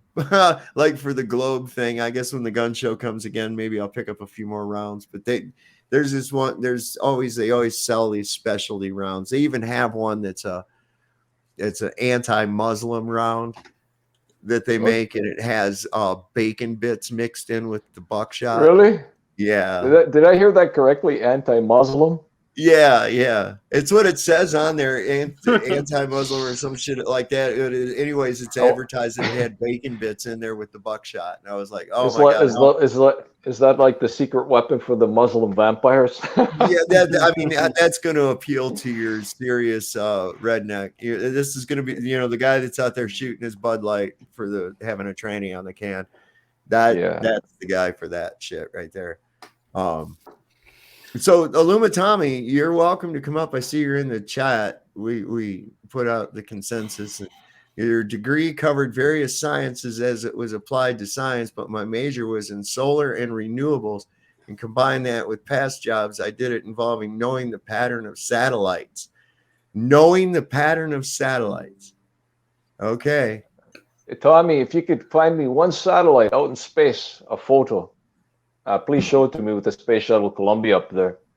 I have not yet been able to find a photo with the Shuttle Columbia up there. It's taking such clear, beautiful pictures. Never seen a satellite. I challenge anybody here. I represent a picture here to Sovereign so we can see the satellites. Well, we just saw one. We just saw one here a while back. They said it was a Chinese spy balloon. Well, what I think it really was one of their satellites came down too low and they went into damage control. Yeah. The reason they didn't shoot it down is until they didn't shoot it down until it got over the ocean because they didn't want nobody finding shit that said NASA or United States on it. For people that say that that's not true and we're making assumptions, I hope you people do know that they admit that they have these types of satellites on balloons. I mean, I've done videos on this 3 and 4 years ago. There you go. Google that's 100% accurate, Dose. There you go. And we can show you them launching them and everything. I mean, Yep. I've done videos doing this. They look just like what's come down. Heavy see. boxes on balloons. They've come down in Brazil. They've come down in other places, but we can show you documentation on them having the programs to put those up. So, you know. The goddamn phone. That somebody, I read an article before. This guy was quite accurate. He said the only satellites that exist is there are some hot air balloons with the equipment on them. He goes, there's no satellites in space. But I've come to my own conclusion. The only satellites that I perceive that exist is the satellite dishes. They have a few around. So let me just ask a simple question. Let's do a hypothetical. I work at AT&T. I'm a CEO. I'm a rich man. Yes. I like being a rich man. Why would I waste a shit ton of money to launch a useless satellite? Well, let me tell you what, this very short, I'm going to clarify something. The elites are telling us subliminally everything. I was watching this video where Elon Musk supposedly got a car into space, and he was watching that video of it all, and he was sitting there really calm, and he looked and replied this really calm and sort of sarcastically. He's like, wow, it looks so real, almost looks fake. They're telling us. They're telling us. They have balloons, believe it or not. And I saw this interview, and it was with a woman that works making the balloons that they send shit up on. And they have balloons as big as the fucking Astrodome. Yes. They do. Yeah. I mean, but directly to Grayson's question, though, right? Let's just say he was the CEO of AT&T. Right. Now, we just went through about how so many people would not have to be in on it. We know that people that could build parts for rockets wouldn't have to be in on it because they don't know where the fucking parts go after and if they really go into space, right? But I would say somebody with such a huge company as AT&T, huge telecommunications company, I would say it would be a little hard to pull the wool over their eyes, and they would be in on the lie. But now let's say this: if you're the CEO of AT&T and you find out that your satellites are just on balloons, are you really going to tell anybody and be ousted by the entire telecommunications, all the companies and everything else, and be out of job? You're going to do just like the doctors do that no COVID's bullshit. You're not going to say anything. Well, in all reality, too, if you look at this, the satellite communication, what they call it, if there was such a thing, the satellite would actually be a useless extra step. That would count for TV or any of it. Okay. Well, yeah, we know there's so many underground telecommunication cables under the sea and all that. They would need some things to work as like repeaters in the sky to give the airplanes signal and stuff. They can put some of that on balloons. They can put some of that on military ships out in the ocean. But again, if you have if you are somebody in the very high up, so you're running AT&T or you're running Motorola or you're the head of DirecTV or whatever. Yeah, you're probably not going to be able to have the wool pulled over your eyes completely, but you'll be in on it and you'll just shut up just like everybody else. Even somebody on a smaller job that makes, say, a teacher makes $40,000 a year or something, right? Versus the CEO of AT&T who's making millions or whatever. The teacher found out the Earth's a globe. Is that teacher even going to go to her students and tell them? No, because they don't want to lose their $40,000 job. So when you have more and more incentive, just like with the athletes, why don't they come out or the people in Hollywood, why don't they come out and speak about all the Satanism in Hollywood and all these things? Why don't these people tell us the truth? Well, they don't want their fucking Lamborghini taken away and their house taken away, and they want to be able to be booked in another movie. And so there is some of that. I suppose I agree with that to a degree, but there's got to be someone who's like, man, fuck it. I don't like being lied to. So there are, though. So these people have come out, and they're not going to be the hugest people, but people have come out, like pilots, people that have, worked on submarines and all this. And I mean, there's plenty of these conversations, in-depth interviews with these people. Of course, they're not going to get any play in the media because it goes against what the media is promoting. And if you do listen to some of these conversations, you will find that some of these people do seem highly intelligent and do make a lot of sense. And it doesn't mean you have to come away with the conclusion that the Earth's flat. But I think that some of them definitely do seem credible and they would be worth listening to. So people do come out, but they don't get promoted, and you could imagine that even if you disagree with us on the Earth, how if they came out something against the mainstream, well, they're not going to get promoted on the media and all that, So Tommy says here that you guys just don't get it. There's so many video of GoPros on cameras, GoPros with curved lenses, fisheye lenses, And when the balloon will pop in the upper atmosphere, which is hot, definitely high enough to see the curve. I want you to notice something, Tommy. You see this behind me right here? This was taken at 120,000 feet. Do you see a fucking curve? No, you don't. Besides that, it depends on the balloon whether or not it's going to burst, how much of the gas that's lifting it is put into it. If it expands beyond its capability, you don't know what you're talking about. For somebody who bought a science degree, you didn't get any science with it. I can tell you that's what Sovereign, backing up what you said, is that's what you see when these huge balloons they let up are really like jellyfish and loose, not filled completely with air. Yeah. Let me tell you something. We took inner tubes. We deflated inner tubes to trucks. And we knew this guy's boat had sunk out in our lake. So we went down there with our scuba gear in a tank of compressed air. And we tied these inner tubes to the bow and the stern of this boat.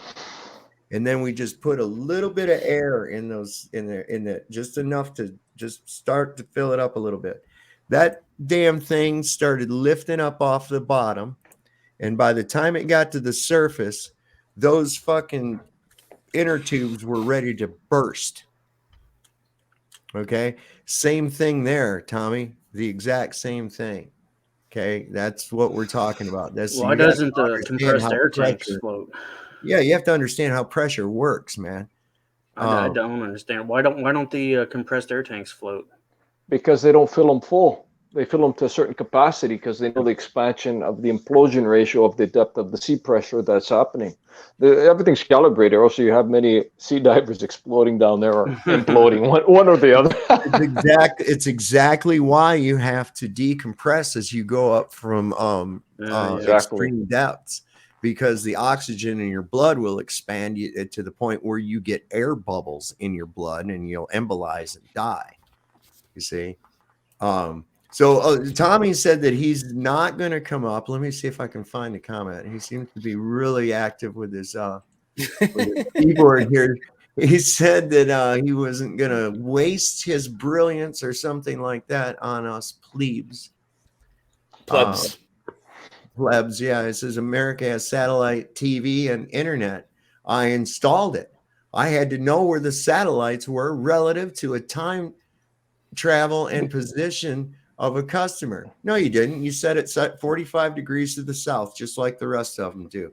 Pointing at the hot air balloons. Yeah, if you think you can hit, take a little dinner plate sized fucking dish, and you're hitting a satellite the size of a Volkswagen, well over 400 or 500 miles away because you're on an angle, you should have got a job as a sniper with the military, because that's some fucking shooting right there, buddy. And plus they're moving at 20,000 miles per hour. Yeah, you have 15,000 miles an hour or some shit like that. Come on. You got to be quite the marksman for that. Listen, I know that it's not doing any of that shit. I was using what's called linear communications. I saw somebody said they used balloons for communications in Iraq. I was in the Army during the Cold War. I was communications, high frequency. And we used to use a linear antenna, directional antenna, that was called a doublet antenna. And the length of the antenna, it would stretch out horizontally. And the length of the antenna was dependent on a formula to whatever frequency. So it could be long or short, depending on the frequency that you were transmitting on. One night from Frankfurt, Germany, I actually was communicating with another net control station that was on the same frequency in Fort Hood, Texas. Now, how in the fuck was I doing that on a ball with a linear antenna? Were you involved with the Montauk Project too, by some chance? No. Okay. Not that old. So you are familiar with the Montauk Project, with the government or experimenting with? Or let me play devil's advocate here just for a second, since Tommy's not up here, because I've never installed a satellite TV, but I have had it, and it does need to be pointed at certain directions at certain times, or you're not going to get TV. So what is it pointing at? It's called signal scatter, and you just picking up the fucking strongest point of it. That's all. I'll tell you. Here's why I said what I did earlier. Okay, I said that the satellite would be an unneeded extra step. Okay, so why would a television station or anything else beam their fucking shit up to a little garbage can flying around in the sky only to have it bounce back down and hit towers and be transmitted that way? Because that's what it's doing. Well, and think about the service cost. So if you have an issue with your equipment, now you need to, you know what I mean? Now you got a satellite in space that needs to be fixed. So you got to bring it down and put it back up, or send an astronaut tech up there, which obviously they're not doing that either. Right. And so the whole idea of that is just an added wasted extra step. And again, let's get to the basics. Like Sing brought up so many times, dude. Why don't we see any satellites from any of these shuttle shots, ISS shots? Yes, somebody. I mean, the sky would be littered with it. And anytime we do see it, they are blatant cartoons, like without a question, just ridiculous animations, and they should be littered all over the sky. And I do want to talk about the ISS real quick because the comment was brought up earlier how somebody in the chat said, well, Astronomy Live filmed the ISS. Okay, so let's say this. Let's just say I'm running this huge hoax, space station hoax. Let's pretend you agree with me for a minute. It's a hoax, and just to play along, even if you don't agree. So, we're running this huge hoax. It costs tons of money, tons of fakery and all this. We're faking astronauts on the interior of the space station. Is it really that crazy that we would fly a fucking drone or something else that looks like what we say the ISS is? So when people see it, they think that they actually see a space station fly above. It could be anything. Could be a drone, could be a balloon. That doesn't take away from the fact that they're faking the interior of it. You're just filming something in the sky that they scheduled to do flybys at the same time you're told the ISS flies by. Yeah. It's that easy. I mean, you could do it for no cost at all, really, to do that. Not much, and then at opportune times on its path, at certain times of darkness or whatever around the world, you could just land it and put another one up if you, so you don't need to refuel in midair or anything like that. Mm-hmm. Yeah, it's not hard. Plus, you got to also look at this too. This is the reality of it. This thing is what? How many yards? Maybe about 100, 200 yards long, the space station. Like 100 yards, dude. The size of a 740 football field. Yeah. All you got to do is just go on Google Earth there and find a football field, right? And then start zooming back. The thing will tell you what altitude you're at, how far away from the surface of the Earth you are. See how far back you get before you can't see it for fucking shit anymore. Yeah. I guarantee you it won't be very far. It won't be as far as where the fucking satellites are at. I can guarantee you that. Same thing with those craters. You could pick a crater, put a line or a circle or something on the ground on Google Earth, approximately the same size or at the same size as what they say one of those craters are, and then zoom back from it and see how long it takes before you don't see it no more. Not very long. You won't even get out to where you see the whole planet. And why wouldn't the ISS be built like a submarine with all the parts that need to be fixed on the inside rather than the exterior? Sorry, go ahead, buddy. I didn't mean to step on you. You're exactly. Well, go ahead, expand on that. I'd like to hear more on that. Well, I'd like to stop for a second. You guys are you still have so much stuff. You guys are. I think you talk about this a lot, so you go over things. So the satellite, it seems like you're trying to have it both ways with satellites.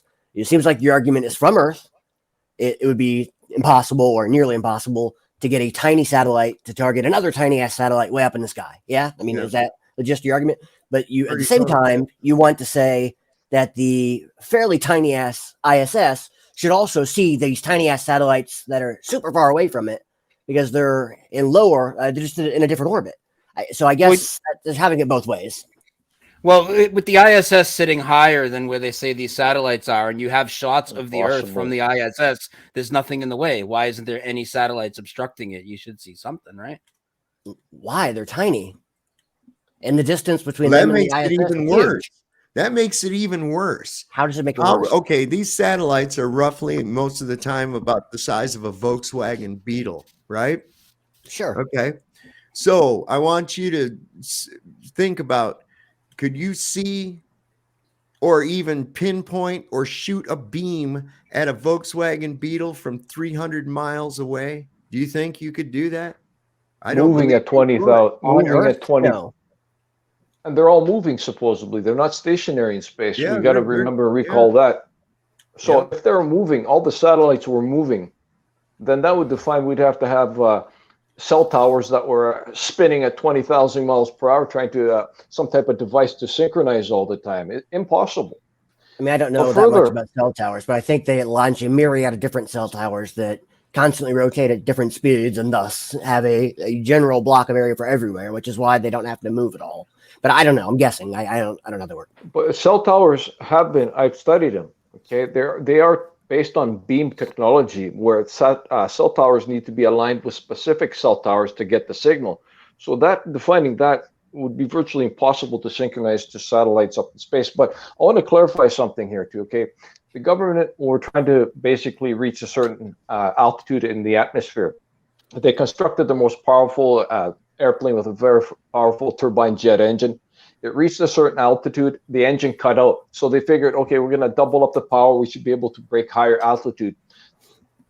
Twice as powerful engine cut out at the exact same altitude, defining, okay, if the airplanes can't even break certain levels, how did the rocket ships break? Everything seems to cut out at a certain altitude by design to not go any further by design. I mean, the answer So to you that is could- they have different types of propulsion. You could look up, well, it wouldn't make a difference. They had doubled up the power of the engine trying to get higher. They just couldn't get any higher. Whether everything cuts out at a certain degree.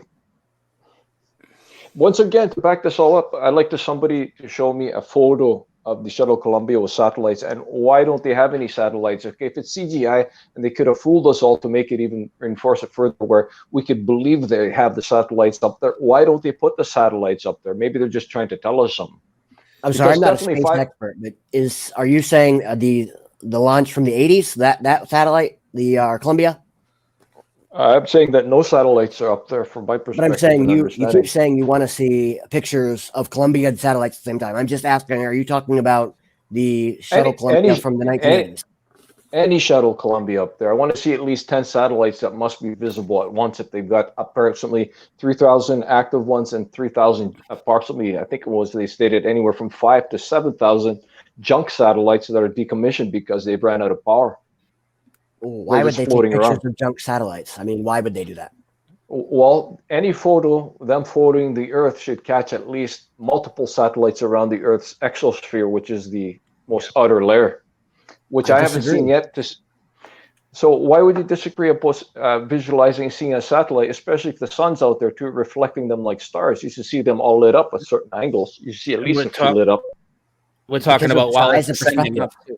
But what I about did it while so it's going high up? they're so small. Yes, if they were, I agree with you. Maybe they could, if they wanted to purposely do it, I would agree with you. They should be able to do it, but I just don't think they would have a reason to do it. So I agree. If they wanted to take pictures of the satellites during a launch, I agree that it should be possible. Yes, but why aren't they in there of the photos they have existing? That's my question. You can't even see one. There's no. Of course, they're going to show us the photograph. ones that they put up there with CGI, but even without one they're photographing, there should be a few more not too far away. Yeah, there are no photographs of them. See, this is another thing too, is they have to be real careful what they show up there because you'll be able to check it. You see, this is one of the problems when they're going over the Earth or something, or they show a part of Earth. It's that one joke of a thing they came out with where they had the moon, showing the moon go in front of the Earth. Yeah. And it's like you look at the Earth and oh yeah, that was the day that the Earth forgot to fucking rotate and none of the clouds changed. Well, there's You a know, lot I'm more like, to that come too. on. I mean, that shot also shows the lit Earth, which means the sun is on the side, like your perspective Right. where you are looking into the screen, but you're seeing the moon in between. But the back side of the moon that would be facing the sun, if that image was real, is dark. It makes no sense at all. Yeah, it's this right here. It's let me go over to this. Hey, well, you got a new person on, Nachiketa, very knowledgeable guy. I think he wants to say a few words about the topic as well. Who is? Sure. Nachiketa? Oh, Nachiketa's on the yeah. screen. Come on, buddy. You want The to floor is yours. Hi, everybody. I'm just kind of listening, just decided to join in, and I'm just kind of going with the flow of whatever that's going on here. But yeah, hi, Sovereign Soul, Sing, and what's the name here is Grayson. Brian, good to see you, and Crunchy B. Hey, man. Yeah. Well, welcome to the panel. Again, big props to Grayson for hanging out with 5 flat earthers when he's on the other side. I really appreciate that. For real. It's cool, man. It's cool that we can have the conversation, Thank you. Here's the one question I would ask all 5 of you. Could you be wrong about the shape of the earth? Possibility. I can without a doubt and 100% say that whatever it is, and it appears to be a level plane, but whatever it is, I can 100% say that it is not a ball, and it is not spinning, and it is not moving through space. Okay. I can 100% say that without any doubt that is a fact. I would say it would be more like a disk in a computer platter generating all the digital data on it. Maybe. What happened? So for me, I mean, I would kind of like what Dave said, but so for me, I would say that I certainly know it's not a spinning ball in space, and I certainly have no reason to believe in space travel. As far as making larger claims about what this whole place is, sure. I mean, I don't know what's out past the other lands and whatnot, so maybe some wrong assumptions have been made about certain things to do with it, but I certainly don't believe that it is because it just seems that we're way past the point of we've already seen that there is no curvature to this place. Like, we can't measure it, and we're standing on it. So that's a big problem for me. So for me, the spinning ball's out of the question. Does that automatically mean the Earth is laid out like most of the flat earthers say with the AE map and the Antarctica thing? I can't prove any of that. All I know is that water in the oceans, we can shoot long distance photography way across it, and it's level. We can't detect any motion. So what they've said is bullshit. And that on that alone, that's enough for me to want to keep investigating what this realm is. I'm okay with not really knowing, but I do know that they've been lying to us and deceiving us. And I am one that's very careful not to go from one paradigm to the next, because I do believe there's a hell of a lot more than the physical here, which we alluded to earlier. But as far as like going back to the globe or anything like that, I just think that we're way past that point. But there are some claims I don't like either. Like I said earlier about saying water can't bend. Well, water can bend with an electrostatic charge. A lot of people in the flat earth community will also say space is fake. I think that's a terrible claim to make, because we don't know what's up there. Whether you're, just like we're telling you, you don't know. We don't know either. We don't know what's in what they call space. But from everything I've seen, space travel as presented by humans is technologically a joke and impossible. That's my take. I'll shut up.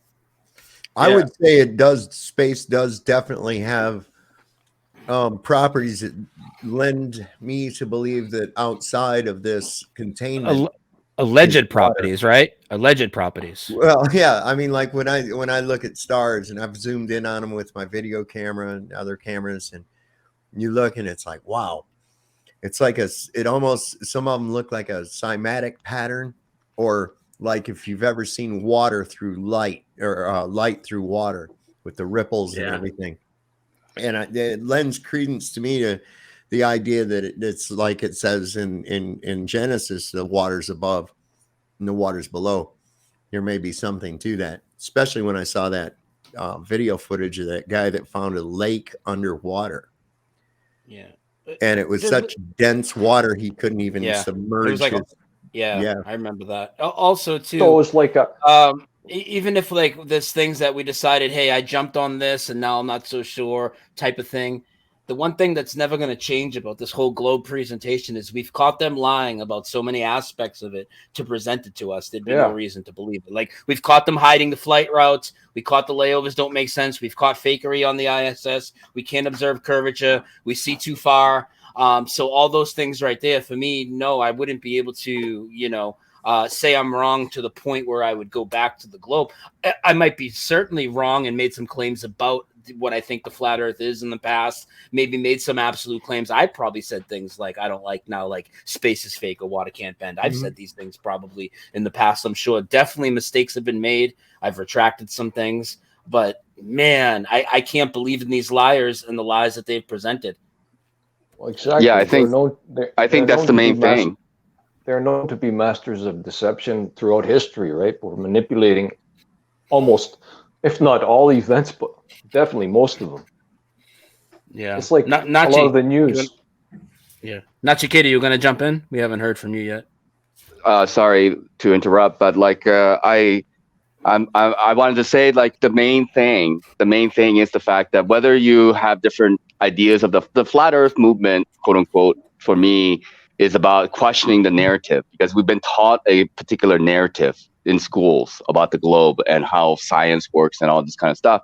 And once you start to kind of unravel the lies that you're saying in it, then we have to question reality. And that's the strength in my mind about the flat Earth, is that, hey, we've been lied to.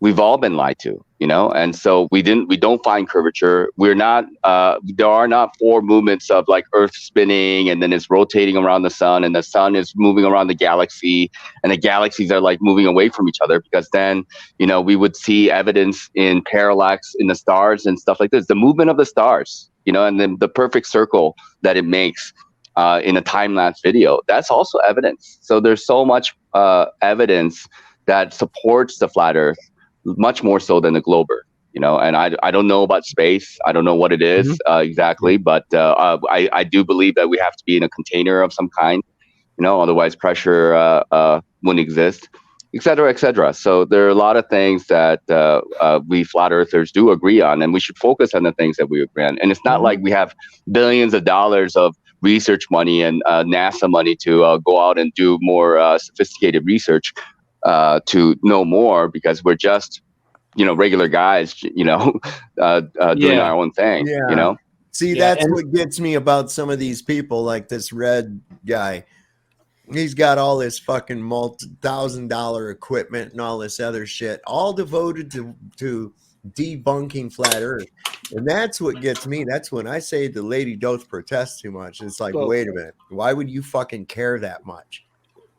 Let me say something about one of the arguments they use. It kind of alludes to what Nachiketa was touching on a little bit, not so much like how we don't all necessarily agree on everything. And the globe believers will often use that against us. Well, you don't have a map. You guys don't agree on this is what the sun does. You don't agree on this. Okay. But how much courage does it take to just repeat what you were always been told? We're at least trying to figure it out.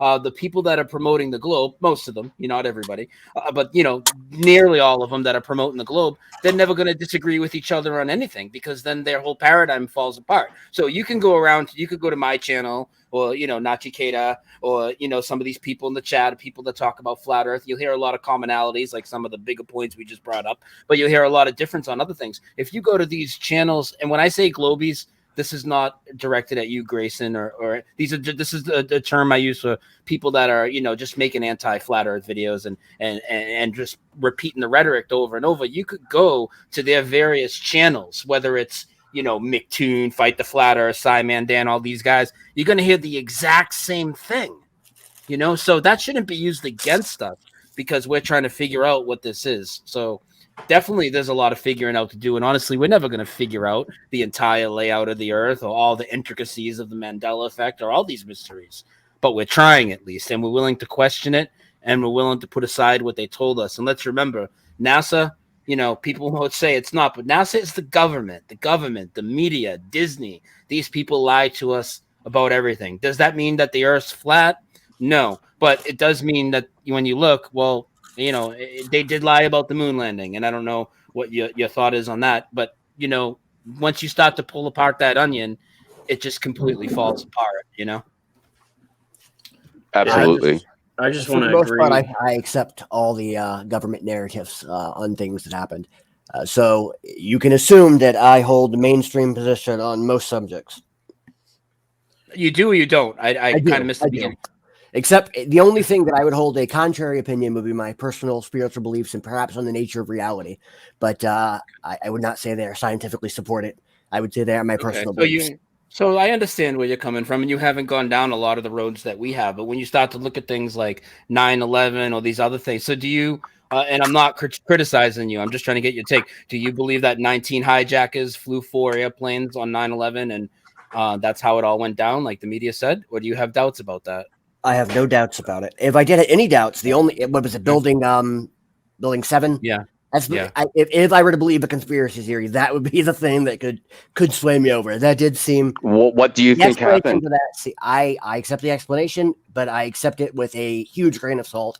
But I am not an expert on the melting of steel, so Building 7 wasn't even on fire hardly. Wasn't there other buildings that went down too?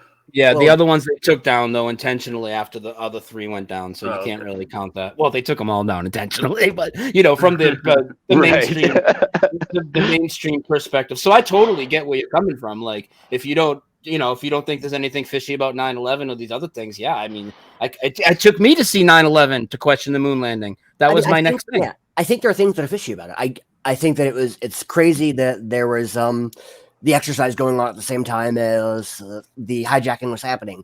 I think that things like that, these coincidences, definitely.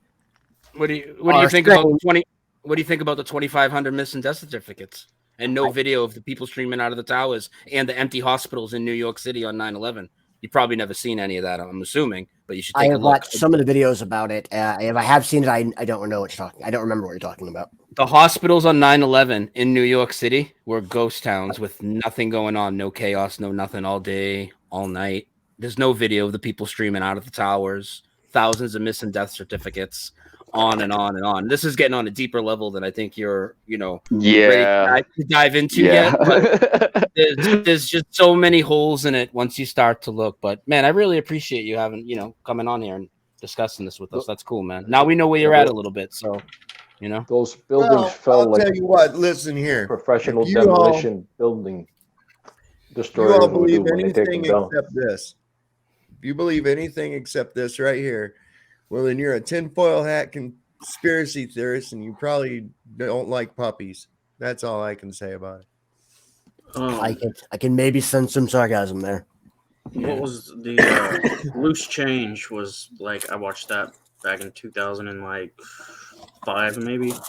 Yeah. And it opened my eyes to a lot, but I also wonder, was that some sort of propaganda? Was there like truth mixed in with lies there? Oh, 100%, dude. I could get into it too. There's a lot in there. Yeah. I mean, go ahead. Now, I will interject for a moment here. This is a conversation I'm less comfortable having because I believe that real people died from real fanatics. And it just seems, it's also like, I wouldn't want to talk about, I know that you believe that some activities may be hoaxed, especially when it comes to things that happen with bang bang sticks.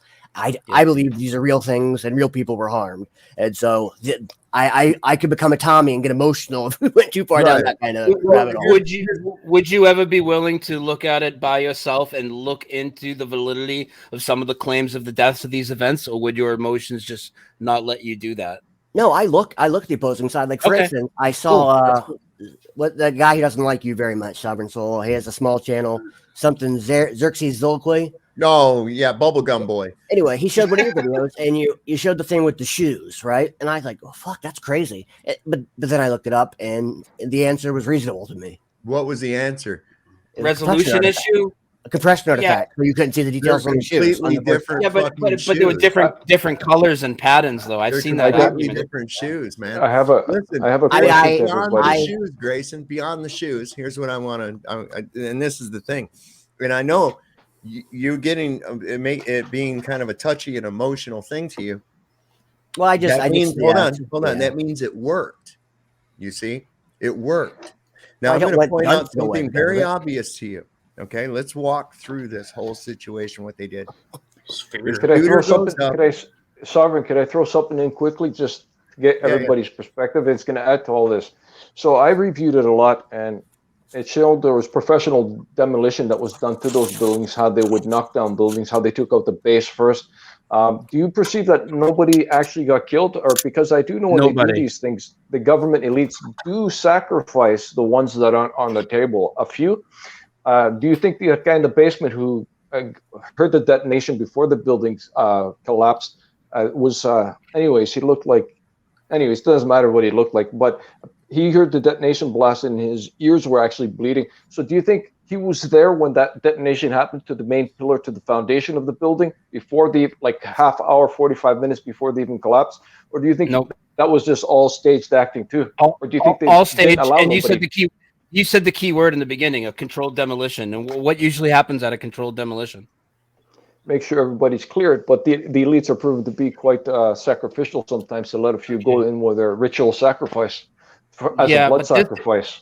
But killing people that are like in Hollywood and blood sacrifice is different than dropping the building on thousands of people in broad daylight. Because you need tons of participation from all different agencies and all this, right? So first off, if I were to approach you, not you, let's say I was approach somebody else that, hey, you're going to run 9/11 on the ground, you're going to run the logistics, we need you to do whatever, sail off the perimeter, put these explosives, whatever it is. We're going to take care of you and your family, compensate you, but a few thousand people are going to die here for the country. Dude, almost nobody's ever going to go along with that. But if you reframe it, say all the same things, but not a single hair is going to get hurt on anybody's head, everybody goes with it. Now, there's a lot more to this than just that idea. Now, my specialty before the Mandela effect was 9/11, and I've actually been exposing it as a complete media hoax with no people in the buildings at all for 13 years. Those buildings were vacant of people. There was a huge illusion going on. It never had as many people as they said, and that's why theories come out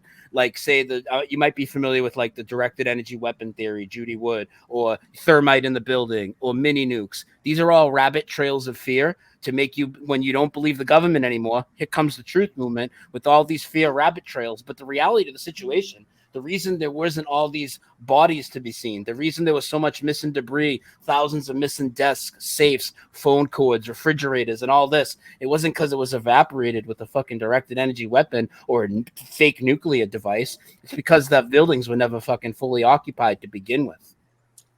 Can I interject for a second? Yeah, sure. So, I think that flat Earth is mostly harmless. I mean, to have the opinion, I don't think it really hurts anyone for the most part. But these kind of things, like, what if you're wrong with this? I mean, what you're saying is that if you're wrong, just humor me.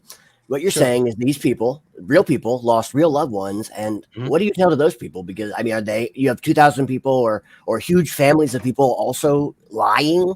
Saying, no, because they're fabricated identity. They're fabricated identities, and I'll tell you the experiences I've had with some of these alleged peoples. Anytime I'm very vocal about it. Every year I do an anniversary show. I mean, I have tons of content on it. Doesn't mean I'm right, but I'm very loud. People know it. And every time people tell me a story how they knew somebody in the towers, I don't even get as much as a fucking name out of them when I ask. I invite these people to call in.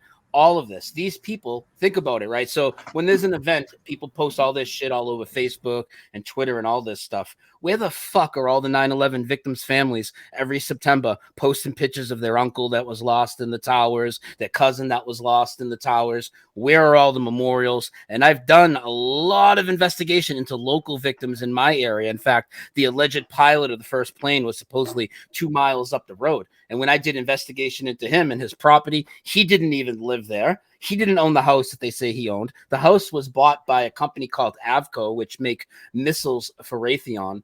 And again, you know, when you can get past, hey, so what if I'm right and they hoaxed it, right? And yeah, nobody died there, but how many people signed up to war over a hoax and actually died in a war?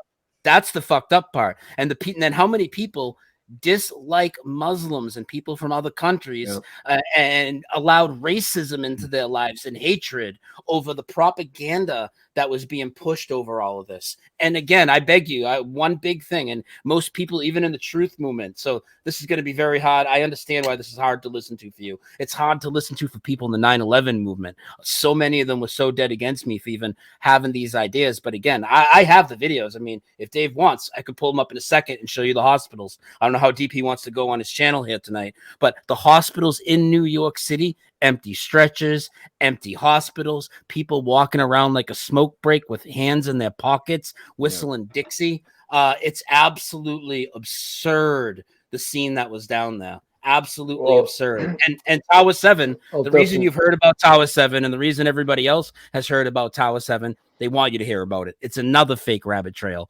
Why? Yeah, it's ridiculous that even if there were planes, which there weren't, but 2 planes can't take down 3 buildings. We all know the saying, but they get you repeating that, talking about 2 planes that never existed. And if you don't know, Tower 7 allegedly had no people in it by the official story. So if you're investigating Tower 7, you keep talking about Tower 7, you're never even looking at the alleged victims in the towers, the lack of the video, the lack of the death records, the lack of the contents. Even going back as far as 1998, there's a guy named Eric Darton that wrote a book about the occupancy of the towers and why they were down to 20%. Now, I'll stop talking in a second. I know you want to get in. 1 second. So one of the most obvious things is, well, did these people get a phone call to not come into work, and why haven't any of them come forward? No, they weren't working in the first place. And if you don't know New York City is surrounded by skyscrapers. You don't have a clear view of the World Trade Center from everywhere all around there. And the attacks happened at a certain time, which seemed weird. 8:46 a.m. Why so early if you're trying to kill all these people in the building? Why would you wait another hour or two? Well, I'll tell you why. Because the tourist attractions didn't open until 9:30. They were very real. You could really go in, take the elevators, which, by the way, skipped a huge portion of floors that were never finished. They take you up to the restaurant or the observation deck, but they don't open till 9:30. So let's just say you were a random tourist in New York on Tuesday, September 11th, and you were going to head to the towers, and it's like 9 o'clock, and you're headed there, and you're going to go to they're going to turn you around blocks away and say, haven't you seen the TV? There's a plane in the building. There was no need to have anybody in the perimeter. I was just going to say you've done more in-depth, thorough research than myself, so I can understand what you're defining too. And there is a lot of things that are staged, but yeah, there's a probability that it was all basically staged. If you're researching and you can't find none of these people that were killed and all false evidence, that could just define, it was a staged event. It was a staged event. To what degree, though? Yeah. One more thing to keep in mind, too, because this will come up now and nowadays. So people say, oh, well, you just think everything's fake. You're an auto hoaxer, this and that. This is in 2010 when I came to all these conclusions.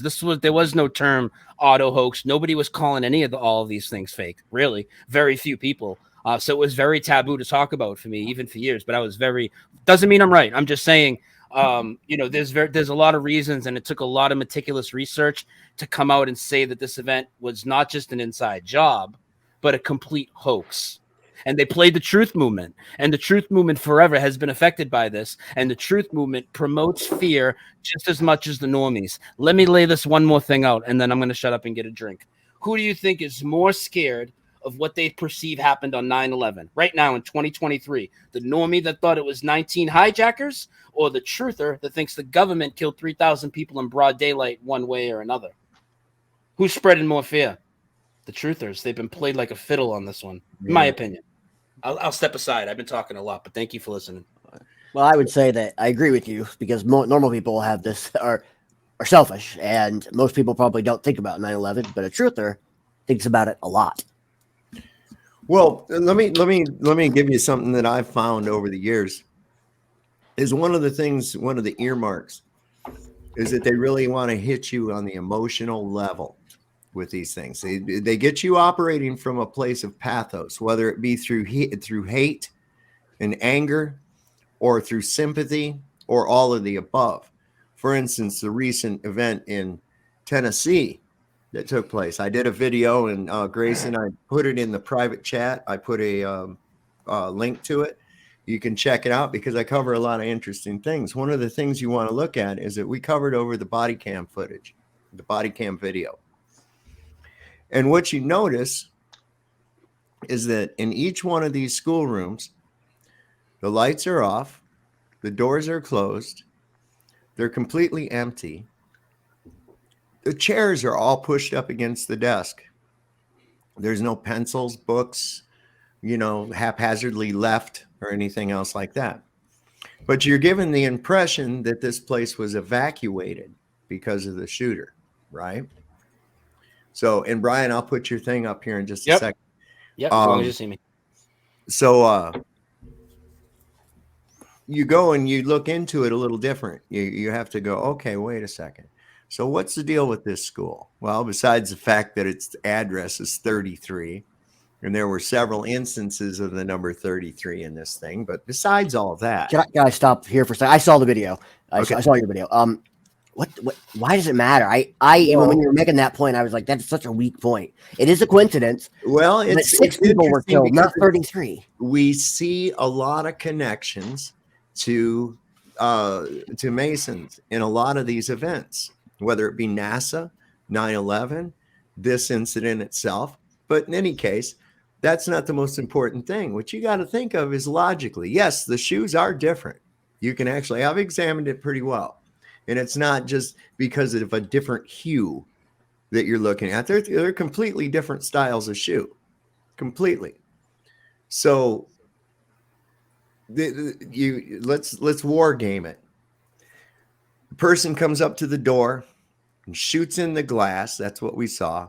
And came in. We saw that on the camera from the school and started wandering around the halls shooting. Okay. Or wandering around the halls. We never saw them shoot. So they're wandering around the halls. Apparently an alert went out throughout the school. You see a flashing light, and I'm assuming there's a buzzer or a bell. And on a PA system, they've most likely said, we have an active shooter. So what do? They gather all the kids up. Be sure and push your chairs in and everything. Don't forget to shut off the light and turn off the door. We're going to walk out into the hallway in an orderly fashion where there's a shooter roaming about. Can I interject for a second? Think about that. I do.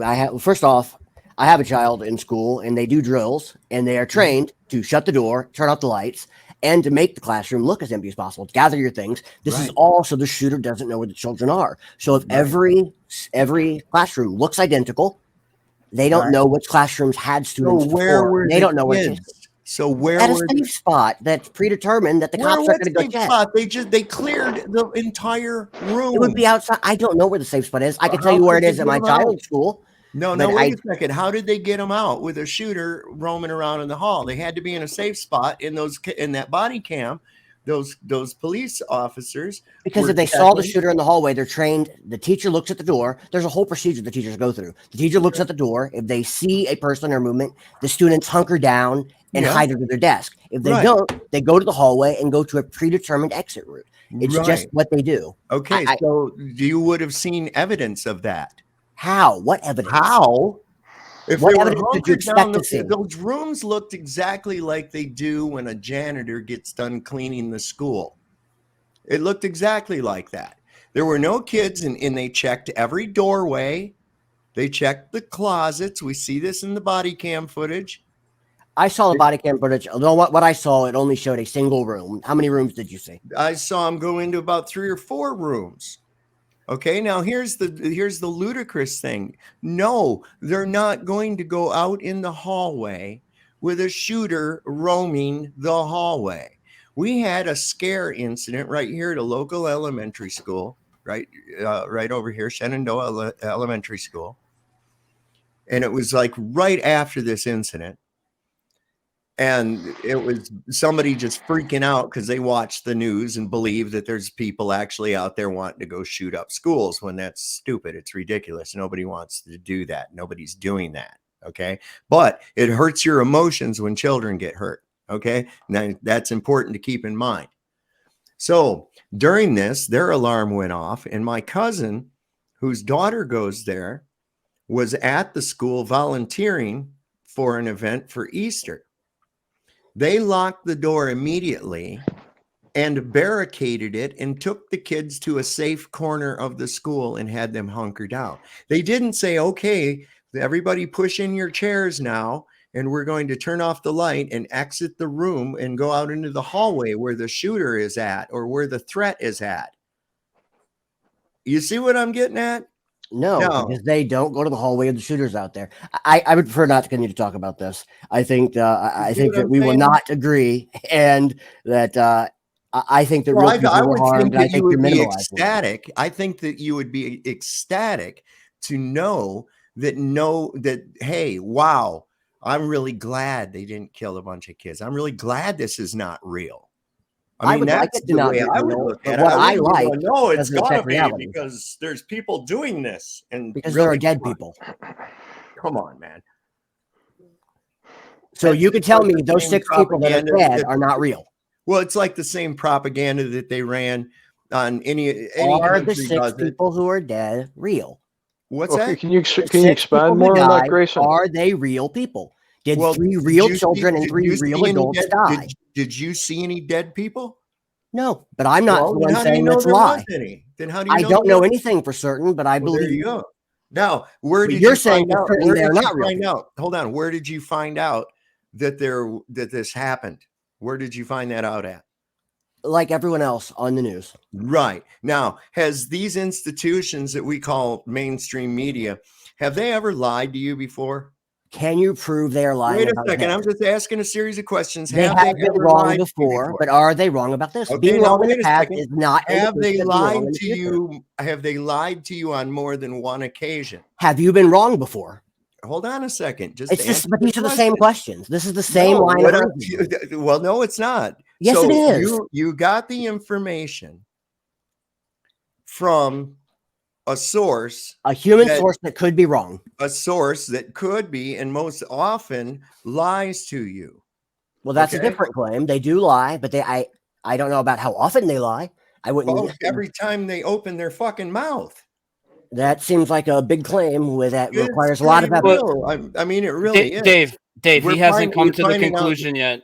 He but hasn't we- come to the conclusion yet of how much the media lies. Let me the- play this the- 30-second clip and show All the right. hospitals real quick, okay? All right. Now, again, let's just lay the framework here. 9/11, they tell you about 3,000 died in New York. So that's all in one city, centralized. It's not a worldwide thing like COVID or anything. We're talking one city where all this supposedly went down. So if 3,000s were crushed in the buildings unexpectedly, surely there'd be a whole bunch of other people injured and everything else. And the hospitals should be packed and overflowing and chaos and sad people. And this is what you actually see on 9/11. I'm going to show 2 short clips of 2 different hospitals in New York, one in the daytime and one even later at night at 9/11. And you tell me if this looks like a mass tragedy scene or something different. Is there supposed to be audio? No audio. Okay. No audio? No, we're not getting any audio. How is that even possible? The government. All right, Dave, I'm going to do a photo. Let me grab. I'm going to grab another screen share and share audio, but I shouldn't need to do that. That's weird. Okay, ready? Yeah. So check this out. This is one of the hospitals in New York City on 9/11. You hear it now? No. I don't even see it. It's uploading on my side. How the fuck do you not hear it? Are you doing a screen share, or are you sharing a tab or a window? Now I tried both right there, and it should be working just fine. Let me see. I don't understand why it's not. Oh man, what the fuck? That's weird. I don't know why you can't hear it. You know, can't I've hear had this? that happen before. Maybe they don't want us to hear it. Dave, I mean, Sovereign, why don't you just tell us the truth, Sovereign? You're out there. Just tell us what the Earth looks like. Come on now. We can get this resolved right here, right now. Well, I'm not serious. I'm just playing with you. I like your background, though. I'd have at to first come when up on- Yeah, look, I float. Look, I float. I can. At float first, on- when I seen your channel, I didn't know you realized you had a background. I'm like, this guy's a total electronic geek, man. I'm like, look how much shit he has around him. Wow. This is so weird. Dave, I'm gonna grab a screen share and I'm gonna try and just play it through a speaker on my computer if my speaker connects here. Okay, my speaker's gonna connect. If you guys talk, you'll hear feedback. I'm just gonna shut up for a minute and play the clip, and it's just gonna play the speaker into my microphone, and you'll be able to get it this time. You the screen. I got it. There it is. Okay, I'm gonna rewind and I'm gonna play hospitals on New York 9/11. Stunning, small detail. Let's go now to Cynthia McFadden. As we know, she has been monitoring the hospitals in New York for us. Cynthia. Diane, these empty stretchers and wheelchairs say it all as far as the medical personnel are concerned in the city at this point. There have been a couple of firefighters empty stretches made their way here for smoke inhalation and dust inhalation, but none of the severely wounded people have made their way here yet. All them doctors standing around. I mean, does that look like a chaotic scene at all? And I have another one too. So people might say, well, you know, maybe that's just too early in the day and they're not there yet. Let's check out the nighttime. Close to the Pentagon as he's allowed to get tonight.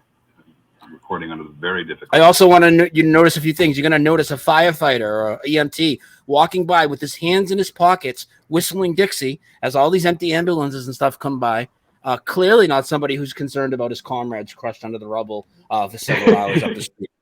Cynthia McFadden is on the west side of New York City in what we keep describing as the trauma center, where triage was. Look at the smile on her face. About what meant to occur. Do you have any further sense or any magnitude of this in terms of human loss? Well, Peter, what I can tell you is this. We have talked to sources who have been inside the triage center all day and asked them why the volume of extreme trauma, why the number of people just hasn't been seen. You can see this parade of ambulances, I think, behind me here. We've been seeing Look at this guy. Hands in pockets. All day in rescue vehicles. Okay, his hands are in his pockets. Should they not be? I don't understand that. Does he look concerned that his buddies that he works with might be crushed underneath? I mean, I can't see his face. I can't know what's in his head. But I put my hands in my pockets. Do you see any think of times in my life when I've been sad or depressed or critical things have happened. Well, I may have had my hands in my pocket, but I'm sure that it doesn't reflect my state of mind. So what do you see here that reflects chaos and thousands of people dying in that city and tens of thousands being injured? What do you see that reflects that in any of these videos? I do not know the injury level that happened there, but if it is, as you say, tens of thousands, I don't understand why there are not people there. But there could be a good reason. I don't know what it is. Well, I'll tell you what it is. It's because there was nobody crushed underneath the debris pile. And we're not going to show videos all night, but anybody that's interested, we can give you my links after. And obviously my stuff isn't on YouTube with this, but all my content's on Odyssey, including all my 9/11 content for anybody interested. But I will tell you, when you look more at this, Grayson, if you do, you'll find more and more of this. Obviously, staged interviews with fake firefighters at Ground Zero. And just so you know, I have talked to these people. In fact, the alleged last person out of the World Trade Center who claims to be the hero, named Willie Rodriguez, the janitor, he actually called me on my personal phone twice to try and tell me how wrong I was about 9/11 and all this with this complete, like, why are you calling me? Like, out of, like all people, why is the last person out of the World Trade Center calling me in 2011 to try to tell me how wrong I am? There's a lot here when you start to look at it. And again, I don't expect you to jump in on this. And most of the truth movement is against me on this as well, because they all think so many people died. And let's just say the idea of could I be wrong, right? Let's put that on here like we did with the flat earth, right? Yeah, absolutely. Sure. But the thing is, you guys and your synchronicities. I'm sorry, I'm just reminding the comment. Oh no, but the thing is, and I'm not a numbers guy. I'm just looking at the hard facts of what I see for evidence. Could I be wrong? Could have a couple people died? I know some of the people I do shows with even disagree with me. Yeah, sure, but I don't think so. And the question is, do you have the guts to actually look into these things and get past the emotional attachment? And it's not a bad thing to question these. You don't need to call up families of alleged victims and say, hey, I think your kid's death was fake or anything like that. But you can look into these things even privately on your own. And when things don't add up, just try to keep it a possibility in your head. Just keep it a possibility that, hey, maybe this whole thing was a charade, and see where that takes you. Because we don't need to live in fear over fabrications. And that's what all this stuff is. They use fear to manipulate and control us. But the more you look into it, I mean, it starts with the Building 7 stuff, and then people hopefully get to look at the media, realize that the media is faking footage. The airplane footage is completely fabricated. It's really bad. I mean, really, really, really shoddy stuff. And most people, if they get there, they'll stop there, but it goes deeper than that. So I just wanted to point out the correlations of everything that happened in like 2019, I went to the hospital because I had an actual emergency. I was poisoned with this antibiotic, and I could not walk. And, I was freaking out. I could not walk. And I was in so much pain.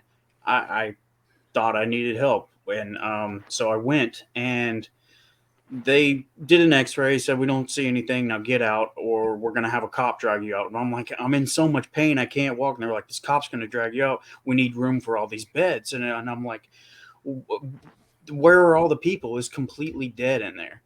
And I was like, you need this bed that I'm in for all these people. There's nobody. I'm looking around, where? And they're just like, get out, or this cop's going to drag you out. And I'm like, well, so I drag myself out of there. And it's just like, that's when, it was supposed to be this huge thing. And I couldn't see, there was nobody there. It's that really opened my eyes that, we were being duped. And all our rights got taken away. I'm curious, what antibiotic did you take? I'm just curious what that did. Ciprofloxacin, and then that's a hard way that I learned about fluoroquinolone poisoning or toxicity. They say, they can destroy your tendons and cartilage. And then they gave me a corticosteroid on top of it that I had to do my research, which made me a bunch worse. That you're not supposed to mix those two together, and I figure they gave you the cocktail. Yeah. It was like it was done on purpose. I don't go that way at all. I'll never go into the hospital. I had to learn the hard way. But yeah, I mean, and all our rights got taken away from that, and what you're talking about, 9/11, and like all the fear that was pushed. It was like 6 feet and mask and the 9/11. We had all that. Remember that color code or whatever that we like, oh, today's an orange, you better watch out. Terror level. I was like, what the heck? It's a totally different world.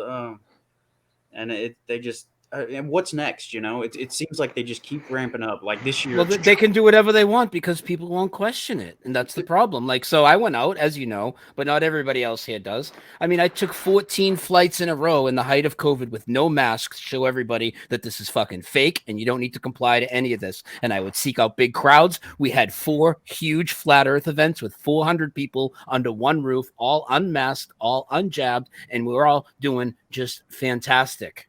Yeah. Did you have any weird experiences while you're investigating all that?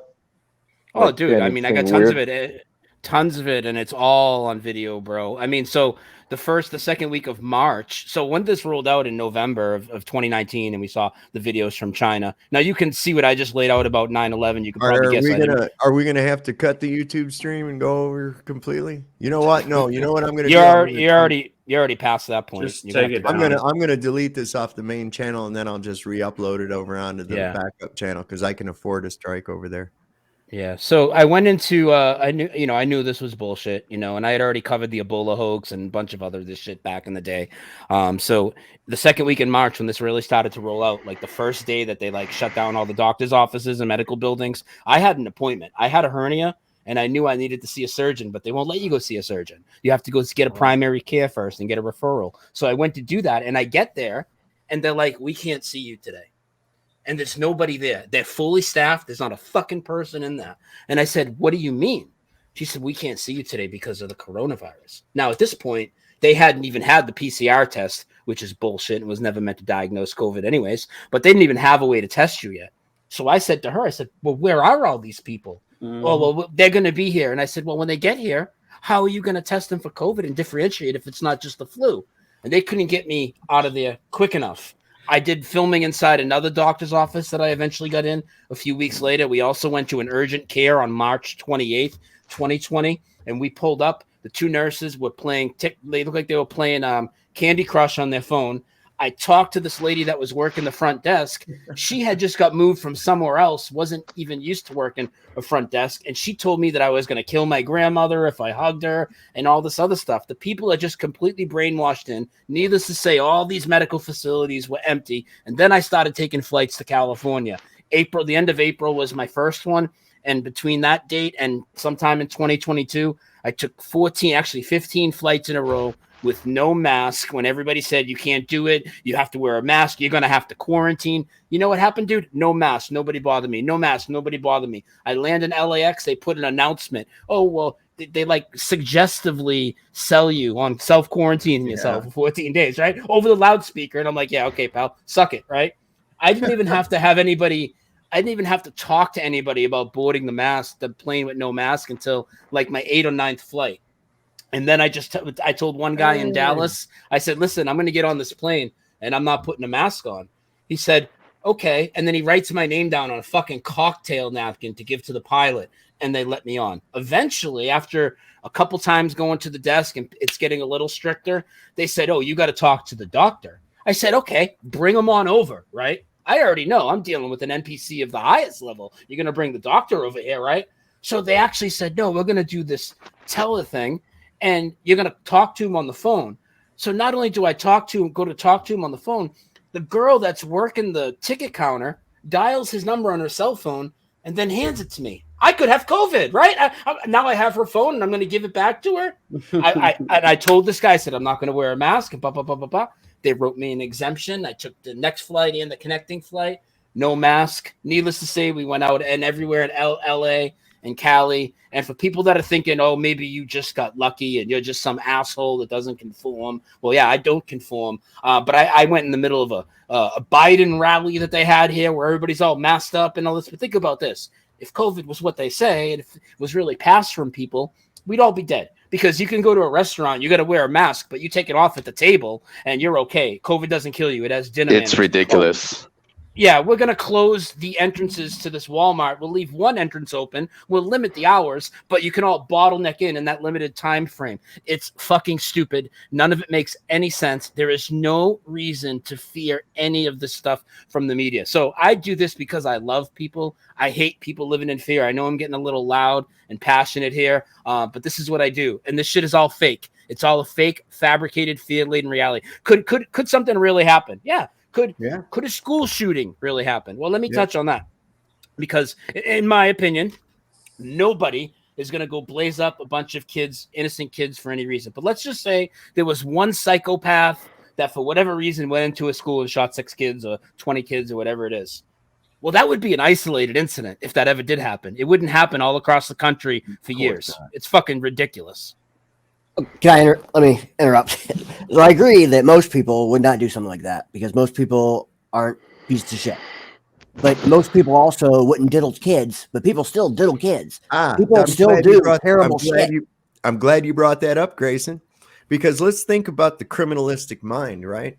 Okay. So those that do like you were saying with the kids, right? They're not wanting to shoot them. They're wanting to do other things. Okay. So that being said, people who harm children, right, are looked upon by other criminals and even in the penal system. Okay. This is just like there's their own hierarchy even there. They will kill someone who harms children. Your most biggest, baddest fucking mass murderingest motherfucker in the world will kill a fucking pedo or somebody who hurts kids. And that's the reality of it. So this thing, like you hear that, like when they tried to run that shit. Do you remember when the girl came out and testified that the Iraqis had come into the hospital there in Kuwait and were throwing incubator babies? Throwing the babies out of the incubators and shit. Well, that was horse shit. And that woman was actually the daughter of the Saudi ambassador. She wasn't a nurse in any hospital. They made that up. Why? Because when people harm children, it enrages you. It enrages you. It enrages everybody. This is just a natural thing. It's an enraging thing. This is why they use it in propaganda. In World War II, we were told that the Japanese were using Chinese babies for bayonet practice in Nanking. And we were told the Germans were using English or, whatever babies, doing it. It's always to women and children. They were telling, in fact, the Japanese were telling their people that the Marines, if they captured them, would kill them and eat their babies. This is what they were told. And it was so bad that when the Marines came into Saipan, women were holding their babies and jumping to their deaths off of cliffs rather than be eaten by the Marines. That's how heavy that propaganda can get through to people. And it's the best way to control, okay? Because when you're operating from a place of pathos, it's at the expense of logos. You've lost the balance because now you're working from an emotional standpoint. And hell or high water, when that parental type of thing comes in where you want to protect the children, all bets are off. And you're willing to go along with some shit that under a normal circumstances, you'd go, hey, wait a minute. You see? So immediately they went right to the, oh, we've got to do something about these weapons of war and all this other bullshit. You see? And people are like, yes, this is so tragic. And they always, come on. You got to know they're playing your fucking mind day in and day out. But I'm still not anti-gun. All the shit I'm they've been pro-ban. Look what happened here recently. Okay, so I showed that thing earlier. I don't know if you were here about those cops that they got caught on tape conspiring to murder and hide the bodies of reporters they didn't agree with. I don't know if they were serious, but they were definitely assholes. And lamenting that it was a day and age where you couldn't just hang black people. I mean, I heard the recording. It was reprehensible. And no, I believe that they would go through with something like that. Absolutely. Okay. But their response to it is to charge the person that recorded them doing this reprehensible conversation. That's their response to it. Not that, oh, look at what we condone and what we were talking about doing. And it sounded pretty damn serious to me, like they were actually talking it over. But in any case, that's this is the type of shit. So they want to prosecute the person who recorded it, right? And they're always going after the wrong target. So here recently, this young airman from the Air National Guard leaked out some documents. Now, whether or not this is all true or not, whatever, what it did was it totally blows apart the story that's coming out of Washington that, yes, we indeed do have troops in Ukraine right now. And that the stories about the Ukrainians being so victorious over the Russians is completely ass backwards. It's not happening at all. In fact, there's speculation they won't even last up through May. So what do? They say, oh, you bastard, you told the American people the truth. So we're going to punish you for that. I mean, why is that information classified? The guy came right out and said, this is the kind of information that's too dangerous to be in the public sphere. What? You don't think states should have secrets? Well, not like that. Not where they're sending our soldiers into a foreign land and not telling us about it. When they're propagandizing us with absolute false information while sending billions of our tax dollars to support that whatever's going on over there in weaponry and funds. I mean, come on. Again, I think states have to have secrets. I agree that some of the secrets are a little too far and probably shouldn't be there, but you can't operate a state without having secrets. They do criminal shit and then they say that's national security. No, you don't get to do that. They shouldn't do that, but well, that's what they do.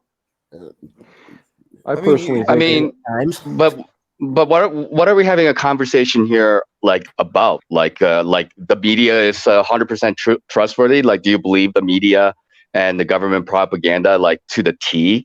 Like, no. Absolutely like the people not. Who are like no, like the people who've been like in the truther community. I mean, that's a big field, and people are all over the place.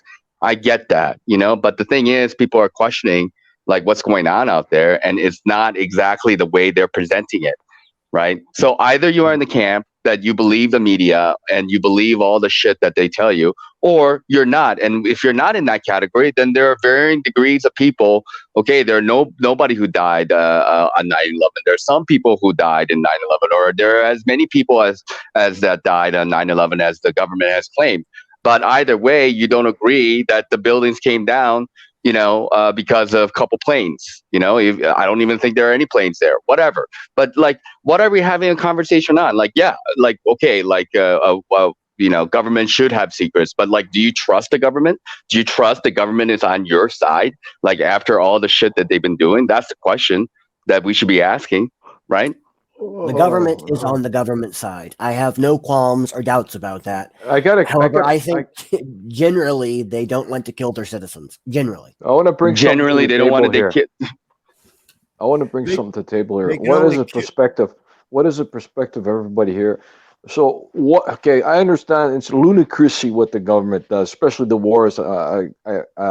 Human game, basically a monopoly game with human lives, because I obviously know all the government heads gather into one room when they're under war and discuss things. Okay, so what is the government's true agenda behind all this? What are your perceptions about that? I'd like to hear from everybody if possible.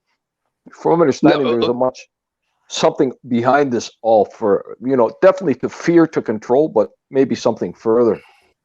Okay, 1 minute. Just like if you say like the government don't generally have an interest, like what about the wars? And what about the wars that are fought because of lies? 9/11 was a lie in itself, and then so we sent troops and we killed like 2 million people in the Middle East plus, and how many tens of thousands of Americans who also died. That's America's doing, and other governments though too. What about World War I and II and Vietnam War? People died. A lot of Americans died. They killed a lot of other people who are, also innocent as well. So like governments don't give a fuck about you, at all. What are you talking about? I disagree. But I mean, I don't disagree. Lots of people died. I'm not disagreeing there. I think governments don't want to rally this or to fuck up the citizens so much that they overthrow them or they outvote them or don't vote for them. But okay, I agree. Wars based on lies are not good. I don't think that 9/11 was a lie. However, if it were, it's not good to go to war for a lie. I agree. Well, I think that we learned in the last election, Grayson, that they don't really give a fuck, and it doesn't matter whether you vote for them or not. Okay, because it's going to go how they want it, regardless. We learned this. Okay, and they're getting ready to do it again because the last I've heard, nobody's addressed the issue of those voting machines yet or any of the other. In fact, our court said, nope, we're not even going to look at it. Get out of here. Okay. So this is where you're at.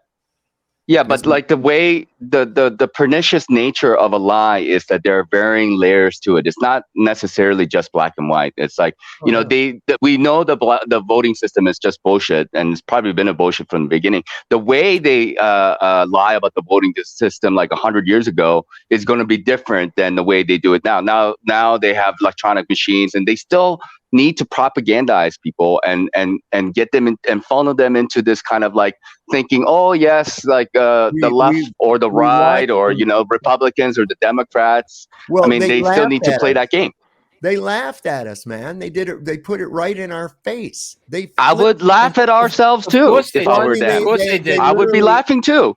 They literally flipped the numbers while everybody was watching. And what does that do? It doesn't matter because all that does is get people arguing about the fake politics again, and to get them arguing that, well, next time we're not going to let them steal it, and we're going to get the real guy in next time. When meanwhile, all they do is they take the left and the right and they play them off each other, and it's just like anything else. You get two choices when there's just the left and the right. There's no middle ground. There's no critical thought, and you hero worship these politicians are all paid liars. That's what they are. And people worship them and they throw aside their morals and go punch a vote for somebody who has nothing to do with them at all. It's all a charade. In my opinion, the whole political system is a charade to give you the illusion of choice and the illusion of freedom. There's no fucking freedom here. And people talk about, like the voting was never legit. It's part of the system. There was never a legit president, in my opinion, and the media was never on your side. I don't give a fuck about the Smith-Mundt Act and,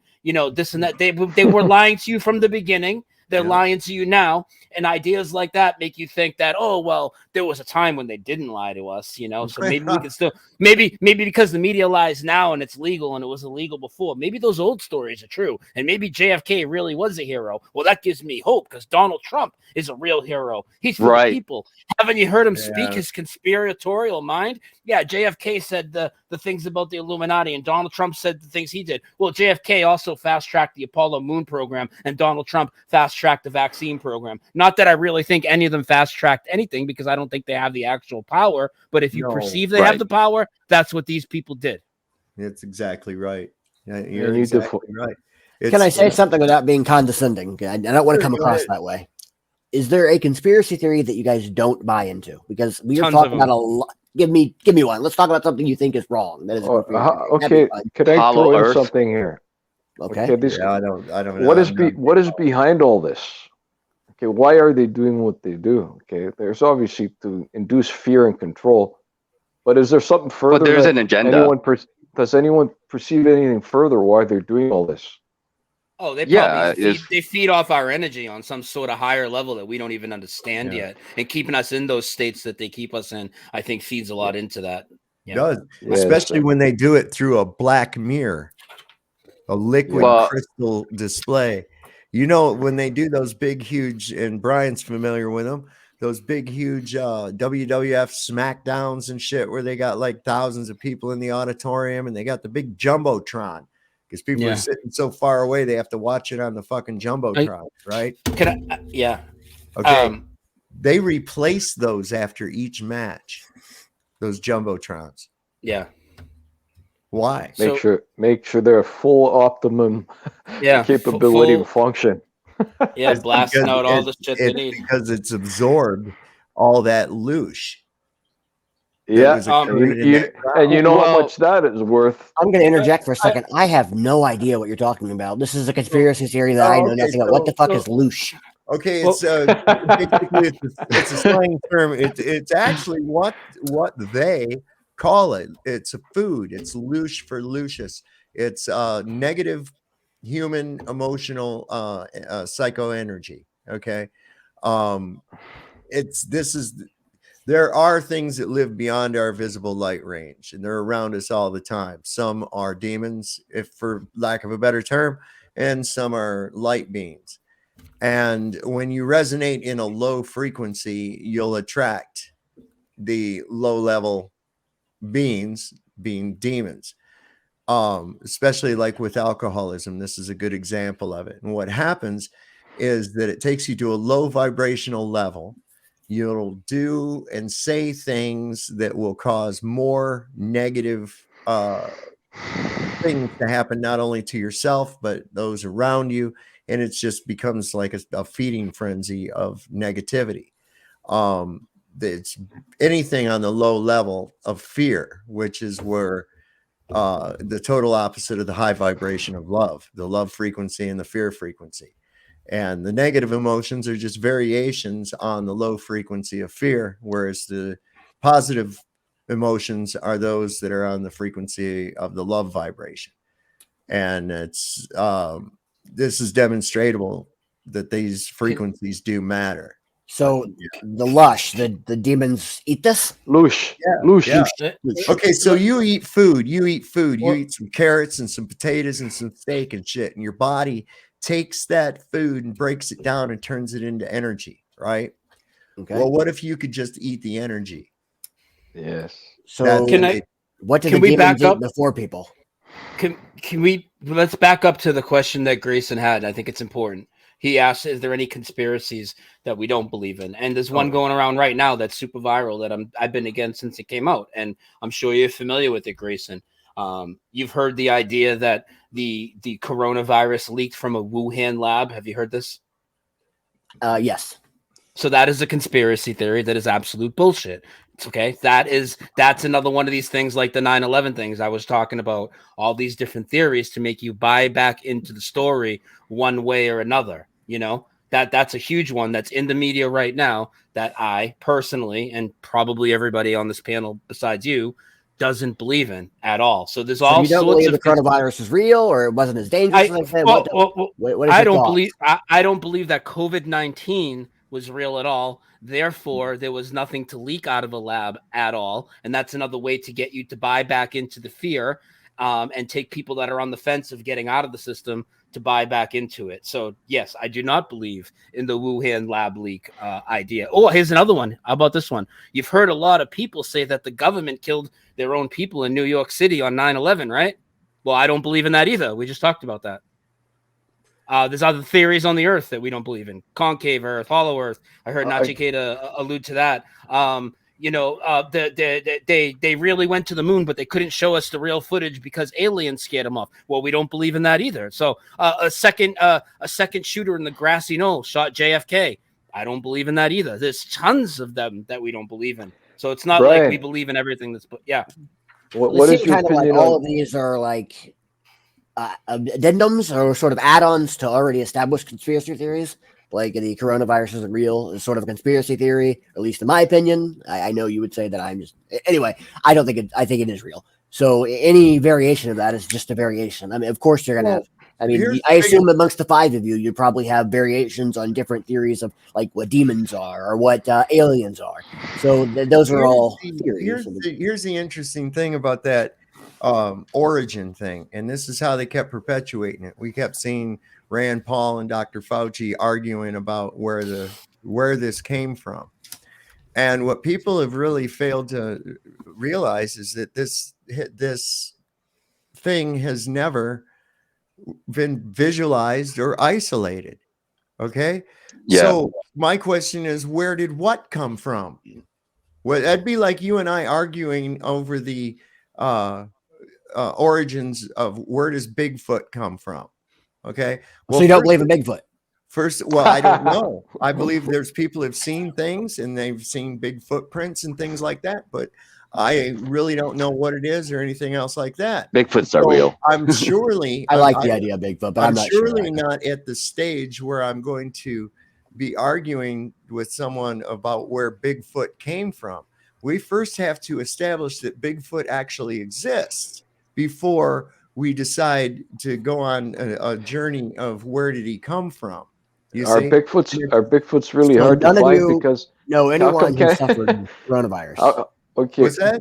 None of you know anyone who got sick or died from the coronavirus. I don't know anybody that died. I know some people. I know someone who died from being given that remdesivir. I know a couple of other people. I don't know them well, but they died because they were put on a ventilator. Other than that, anybody that got sick was normal. It was just like every other year when the seasonal flu comes through. They just called it something different. And to add to that, not only did I, do as much as I could to seek out the biggest crowds during all this and show that it was bullshit. And I told you we had 400 under one roof, 4 times the whole thing. Here's another thing. We haven't had to pick any of our friends up off the floor, but many of us, including myself, have had to pick up recently vaccinated people literally up off the floor because they fucking collapsed. Those are the only people getting sick. And as far as people being labeled as coronavirus deaths, well, first off, the PCR test was never meant to diagnose something like that. They gave it all the exact same symptoms as the flu, and there was monetary incentives for these hospitals to put on the death certificates for anything that they could to say that these people died of coronavirus. To tell you the truth, during this whole thing, I kept asking, there's this pandemic going on, right? And I'm 45 years old right now, and I have all my original friends on my Facebook, like we talked about and all that. Where's all the people I know in my personal life that all of a sudden got sick and died? It's nothing but old people that were dying anyways. Did some of them get labeled COVID? You bet your ass they did, because there's a psyop going on. But I saw nothing out in the real world. And not only did I take these flights, other friends of mine like Mac in Canada going in the hospital showing that they were empty. They told us there were refrigerator trucks full of bodies in New York outside this one specific hospital. My friend Rachel went there. The fucking trucks weren't even on, never mind full of bodies. And by the way, all these things I tell you are all documented on video. All of it. I have all of it. I believe you. So let me ask you this. I had COVID. Hold on, Grayson. They were padding those numbers so bad that the way they were doing it was they were like, if somebody died, then they would test them. If they tested positive for corona, then it was listed as a COVID death. Yeah, we actually had COVID gunshot deaths. I don't disagree that you died of a car accident. You died of COVID. Yeah, I think that they inflated the number of COVID deaths. I don't disagree with that. because of financial incentives, because of human greed, not because of some. But I had coronavirus. There's a number of people that die every year from the seasonal. So flu. you hold on. You had I've had coronavirus. You're I've not also dead. had many flus. But you're not dead. You're still here. And how did you determine you had coronavirus? You took a PCR test. Hold on, guys. How did you determine you had coronavirus? I took a PCR test. Okay, so the guy, Kerry Mullis, that invented that test, even told everybody that it was never meant to diagnose anything. All it does is multiply different levels of everything that's already in your body. It doesn't mean you have COVID-19. I've heard this, but just because a test or a procedure isn't developed for a particular thing, but it works for that thing, doesn't mean that it's not effective. No, it doesn't work for it. Doesn't work for that. You are medical professionals. You were a chemist, trained chemist. No, but I do know enough about the RT-PCR test to tell you. Are you a chemist? Amplify. No, but I'm not the one saying the chemists are wrong. You are. Hold on, wait a second. Listen, the RT-PCR test, all it does is amplify the cycles at which replication takes place in RNA. That's all. And where'd you learn this? Kerry Mullis also said it's dependent. The guy that designed the test. You keep saying we think the chemists are lying. We're talking about the guy that designed the damn thing. He said that it's dependent upon the amount of cycles that it's set at too. So you can actually, he said, set the cycle up high enough that it would return the result that it showed that you had. If you were trying to use that it would show that you had every fucking disease known to man and every other animal too. You'd show you had carbo, for crying out loud. We agree here. It's just a simple flu test. Well, I'm doing again. I know you guys don't like to hear this, but I'm doing a simple Google search, and it is contradicting what you were saying and giving me different medical information. So that's a simple Google search. Do you think if what we're saying is true and the world's lying to us about this stuff, you're just going to do a simple Google search? That's why I asked where you got your information. I would like to read the source that is saying that the test is wrong. Okay, we told you the guy Kerry Mullis is his name. He's the guy that came up with the test. And by the way, he died. He's dead. He died just before COVID. Well, you need to look past the first page of search results, my friend. You have to dig a little bit into these things. It seems like you're looking for confirmation of what you already believe. No. I have to look to find what you want me to believe because you don't like what the first thing says. Do you know why, Grayson? Do you know why you have to look for what we're telling you? Because rather than you would figure the inventor of the fucking RT-PCR test would be top result, right? But no, because Google is a disinformation platform. Okay. They're going to hit you with all of the shit that's not, it's all debunking any of that shit. COVID has never been proven to exist. They have never sequenced it. There's no sequence of it. There's no proof of it, and any variants thereof of COVID. And just because some people did get sick based on, they couldn't smell or they couldn't taste and stuff like that. There could be other factors going on. Maybe the chemtrails, maybe the high millimeter wave frequency of 5G, or they could be putting stuff in your food. I mean, there could be other factors, but the virus thing, that doesn't make a whole lot of sense, especially wearing masks to prevent viruses from entering you. And then this virus, especially back in 2020, it was deadly as hell and everybody should be afraid of it. Nah, none of that was true. Think about this, okay? Everybody got it. This thing's so deadly, a droplet of your spit can decimate a village, right? But did you notice that there was no hazmat bins? No hazardous waste bins for the masks? No, they were just blowing around the street, laying out in parking lots, on the floor of the store, all over the place. Nobody even concerned about that. I agree that in the beginning, they definitely did a fear-mongering tactic and blew it way out of proportion. I agree that the death rate from COVID is only 1 or 2%. It is low, but there's still a lot of people potentially dying. Less than. Regardless, let's say 1%. I don't know. I'm remembering. I'm not reading. Season. It's about the same as any other flu season. Sure, but great. But we still don't want these people to die, right? No. But see, what I'm getting at is those people, those numbers, as they were there for this thing, right? What you'll look at is that the flu deaths went away. Yeah, for 2 years. Yeah. And it couldn't be because people were isolating and wearing masks. No, of course not. Because if that was working, how the fuck else were they getting COVID?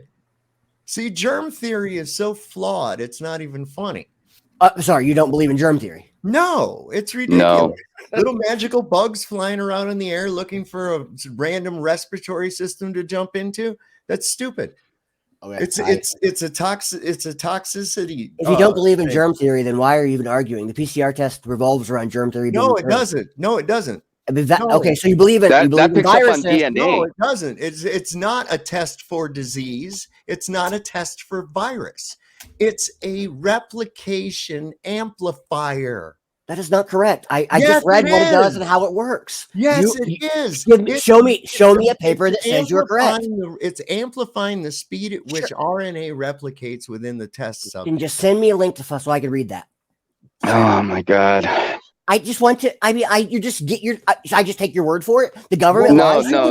Look. But Grayson, you're not. I'm telling you, I don't have any reason to lie about anything. I don't lie. But you could just. If I have to make a lie, listen. This is what NASA hasn't understood, right? If I have to make a lie to make my point, then I don't have a fucking point. You understand? I don't mean to accuse you of lying, but you could just be wrong. No, I'm not. I have actually watched the entire interview with Carrie Mullis, the inventor of the RT-PCR test. Can I see this interview? Because I've heard what I just read is fake, that he never gave such an interview. So I would like to. Can you link me the video of the interview? Where did you read that he never gave an interview?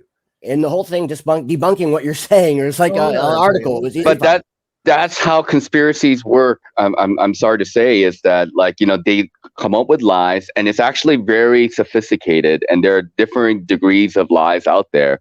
But they have control over Google and what Google says as well.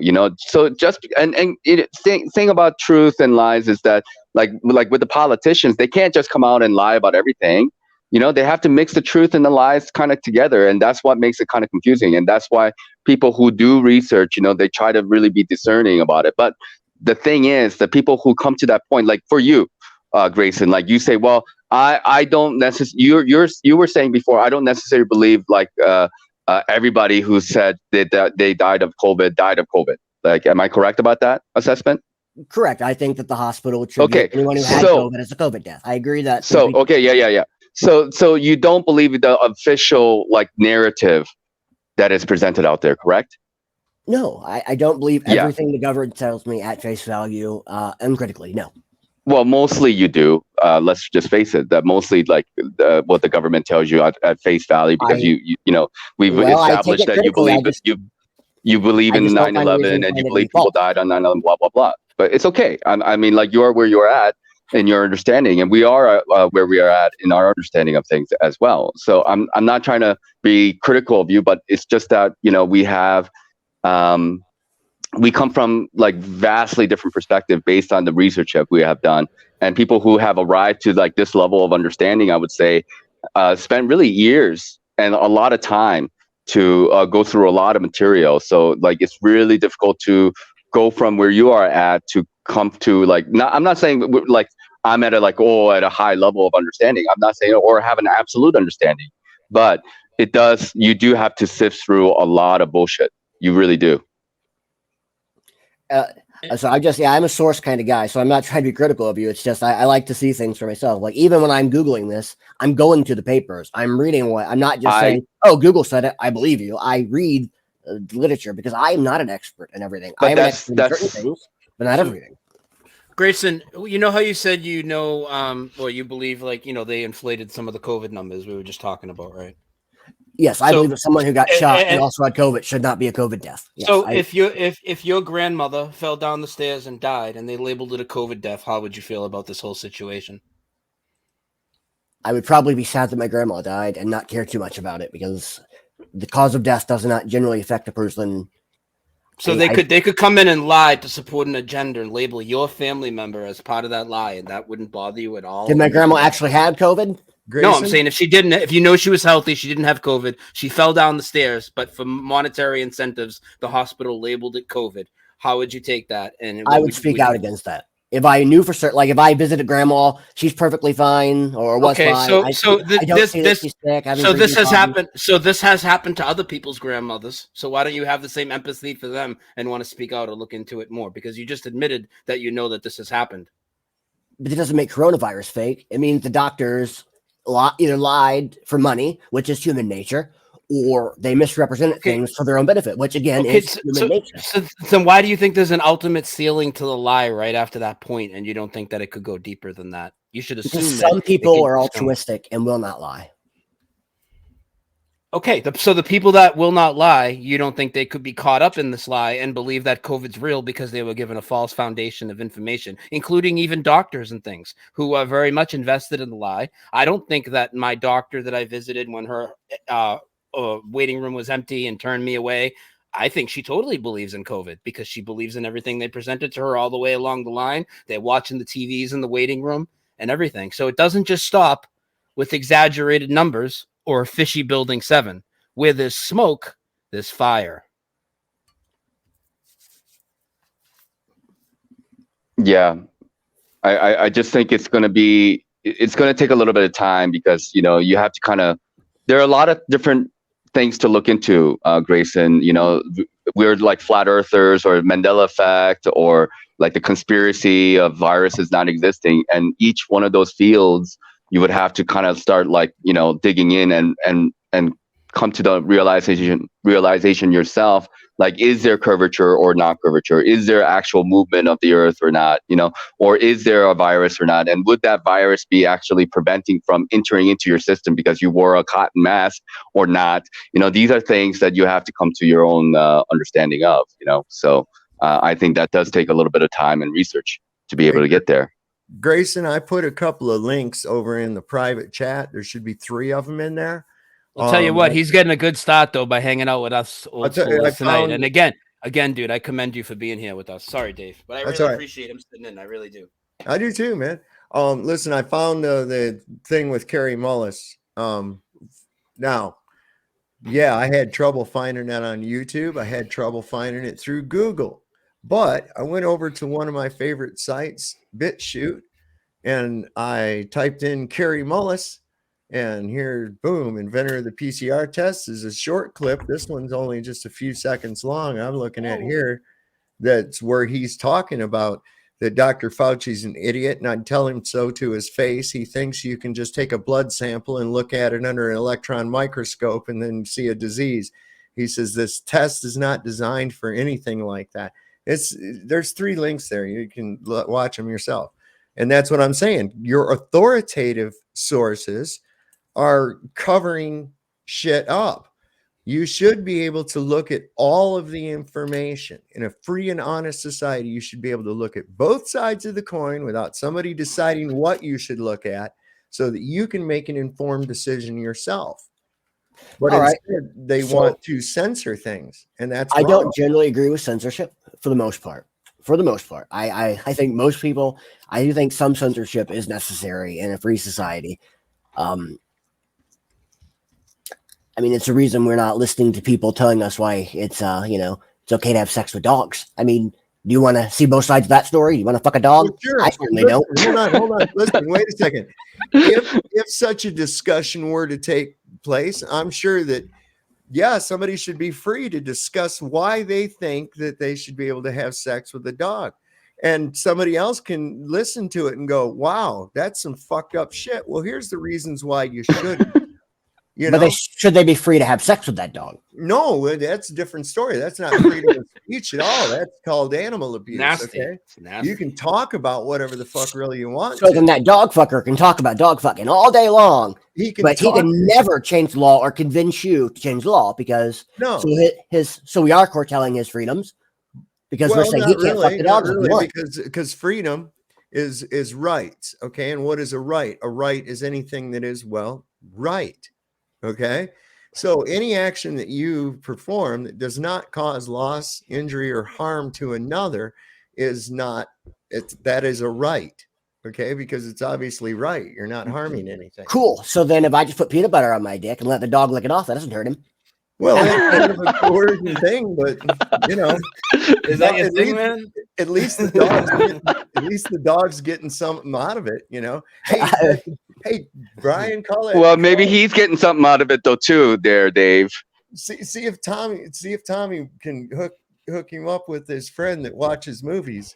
They could get the dog Oh, and the peanut butter and then God. watch the movies. Oh my Oh, God, I man. couldn't believe that, dude. No, I just think of this because I watched there was a video, you guys, there's a few years back, there was that the Zoo Gate where they leaked all the documents. I don't know if you watched that side of YouTube, but these furries got caught in a pro contact Is it zoo thing, you know? is it like a pedophile thing but with animals? Like that sounds like some bestiality type ring thing. Is that what we're going? Yes, it is a pro contact with animal That is group. now that's a dark topic. I do not want to go down that road. My point is, you just have to curtail certain liberties for the sake of decency and to have a functioning society. Well, I seen a donkey show in Tijuana one time. You think the donkey liked it just because he was making weird noises and ejaculating? No, that donkey was great. I don't know what the fuck I was watching, man. I was like, holy shit, this is the weirdest place I've ever been. Is that a real thing? I've heard about this. Yeah, it is. Because I always thought it was just people bullshitting. No, that's for real. Oh my bro. gosh. Yeah. What are I we even thought talking about? I thought it was just people talking too, but no, it's they do this. So hey, let's ask Grayson. Was there ever a media story or an event that grabbed your attention that you started to dive into, maybe from an alternative view, and then maybe even if you turned around and said, "No, you know, Red, the media's right. There's nothing here." Is there anything that piqued your interest enough to like say, "Hey, I kind of question this"? Has there been anything that you want to bring up? Maybe. There was a brief period of time where I was flirting with the idea of, I forget what it was called. It's not racial superiority, but it's the idea that certain races are genetically predisposed to certain intelligence levels, certain racial. God, there's a name for it. I just can't remember it. But over time, I discovered that this was. I mean, it's not a news media thing, but it was something I was wrong about. I can't think of a news story that recently, but I don't watch a lot of news. Yeah. That's a good thing, probably. No, that's definitely a good thing. But at least you, after tonight, come away with this, and I think you do feel this way. It's okay to question things, right? It's okay to question. Just don't limit yourself on what you can question. You can question everything from death set events to the shape of the earth, what this reality is, and everything in between. It's okay to question, and it doesn't mean you're insulting or disrespecting the alleged dead or anything like that. You can question things because, you know, even if you disagree on everything we said tonight, there's some things out there that you're going to find and not what you were told. And if you would have questioned them earlier, you would have known. Yeah, and I'll say one thing that, like, you know, this world, there are so many different like ways to think and so many different people. So like not everybody's going to be on the same page. And even people who are like, we may all agree, like most of us here, about the Mandela effect and the flat earth and, you know, like no viruses and whatnot, but still there are like, we can never come to like 100% agreement of like our perception of reality. So I think it's good to just be, you know, open-minded and come to an understanding like, hey, I've gone through a lot in life, you know, and I thought something was like for sure real. Then I come to the realization it's not. And then once you go through this like process, like a lot, then you become more like, you know, grounded in the things that you feel like, you know, like the earth is flat for me as an example. But then other things that you don't know of, then you're just kind of like constantly looking for some answers for. But there are things that I feel like, you know, maybe I will never come to any conclusions on, you know, so like the mysteries of life or what God is and how we relate to everything. You know, these are very lofty questions that, you know, maybe we can ponder about, but, you know, maybe we will never really come to any kind of answer to. So I don't know, you know. So yeah, you guys caught me off guard with the you don't believe in virus thing. Brian, do you also not believe in viruses? No, I do not. All right, so a couple of questions. Before I ask any about this, I assume you guys don't believe that AIDS is a real thing? No. I believe, honestly, they use the very same system to do AIDS. I did a video on what I call the AIDS hoax. So there's your answer in 2018. And they were doing basically the same type of thing with same type of very similar PCR testing, get your levels elevated, test you with this stuff. And then it's actually the medication that they put you on. Right. That AZT becomes the downfall of you. I mean, look at, you know, so no, I don't believe in AIDS in the way in which it's presented. That was Fauci too. Yeah. Yep. Yep. Oh, Fauci, that bastard. What happened to polio then? Okay, so I mean, virus. I'll tell you something about polio. Why does no one get polio? They renamed it Guillain-Barré syndrome. Well, and then they did a bunch of experiments in Africa, and here I live in India, and Bill Gates came to India, and he promoted the whole he did the whole fear mongering thing about polio, and there were some fabricated cases, just same pattern with COVID, and then they start to inject children and people with it, and then people actually start to die from it, and then they're blaming it on polio, so that they were like giving out more injections and more people were dying, and hundreds of thousands of lives were messed up because of that. So that's the story of polio. Here in India alone, hundreds of thousands of people died of it, and then in Africa too, hundreds of thousands, if not millions, also died of so-called polio because of Bill Gates. So there you have it. Yeah. I had not heard this. Polio was never eradicated. They renamed it Guillain-Barré syndrome. I read that quite a while ago.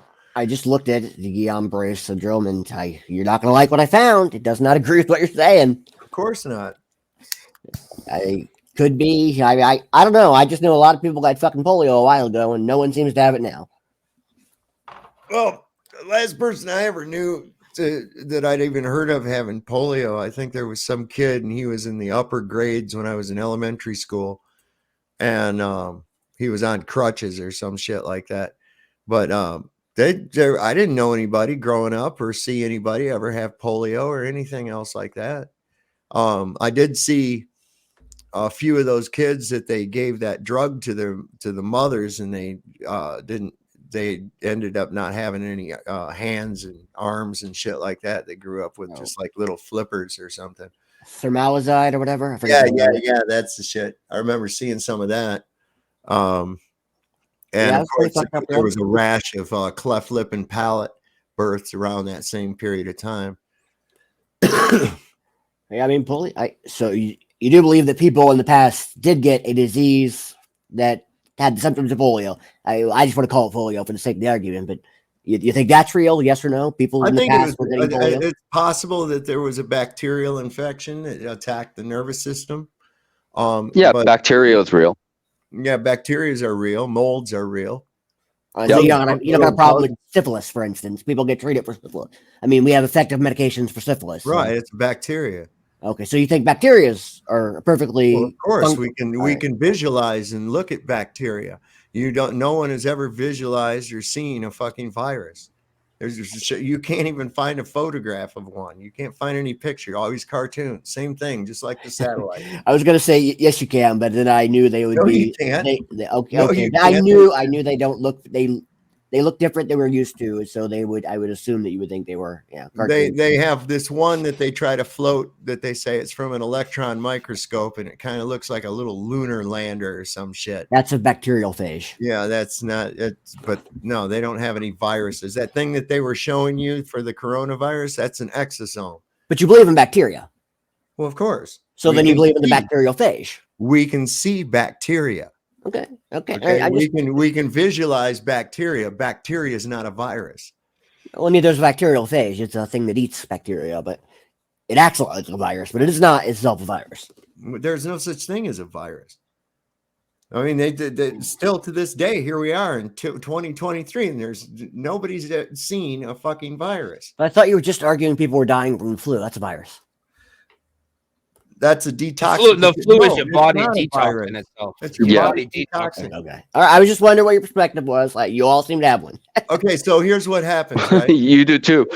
I do. I thought mine is the normal narrative. Okay. Well, but we get it. Yep. Let me put it better. That was clear. Let me reword it. Yours is the common narrative. Okay. Normal? No. Because that's fucking. Well, when I say normal, I just mean that most people believe it. Right, I don't need to say that. Right. That's why I changed it to more common, because it's really kind of silly when you think about it. Okay. When in reality, the idea that when we detox, okay, our cells purge all the toxins that we've taken in. Now, the more shit you eat, the more unhealthy your lifestyle, Okay. In addition to stuff that's in our water, in our food, in our air, our bodies detox that shit out of the system. Well, how does it get it out of the system? Well, it expresses itself through the lungs, primarily through the mucus system, the nasal, the mouth, and our shit and piss. That's how we expel it. This is why you get diarrhea. This is why you get snotty. This is why you have coughs. Okay. And this is a thing that occurs in every human being on a cycle. This is why we call it flu season. There isn't some magical condition or weather pattern that allows this to take place at all for, oh, this is perfect weather for this virus. No, it's not. It's that time of year again. That's all it is. Because if you look, people living in all different climates all get flu at the flu season. Okay. Now, we also communicate on a level that most people are unaware of through our electromagnetic heart field. There's a lot of communication takes place there, including how we can infect one another with moods.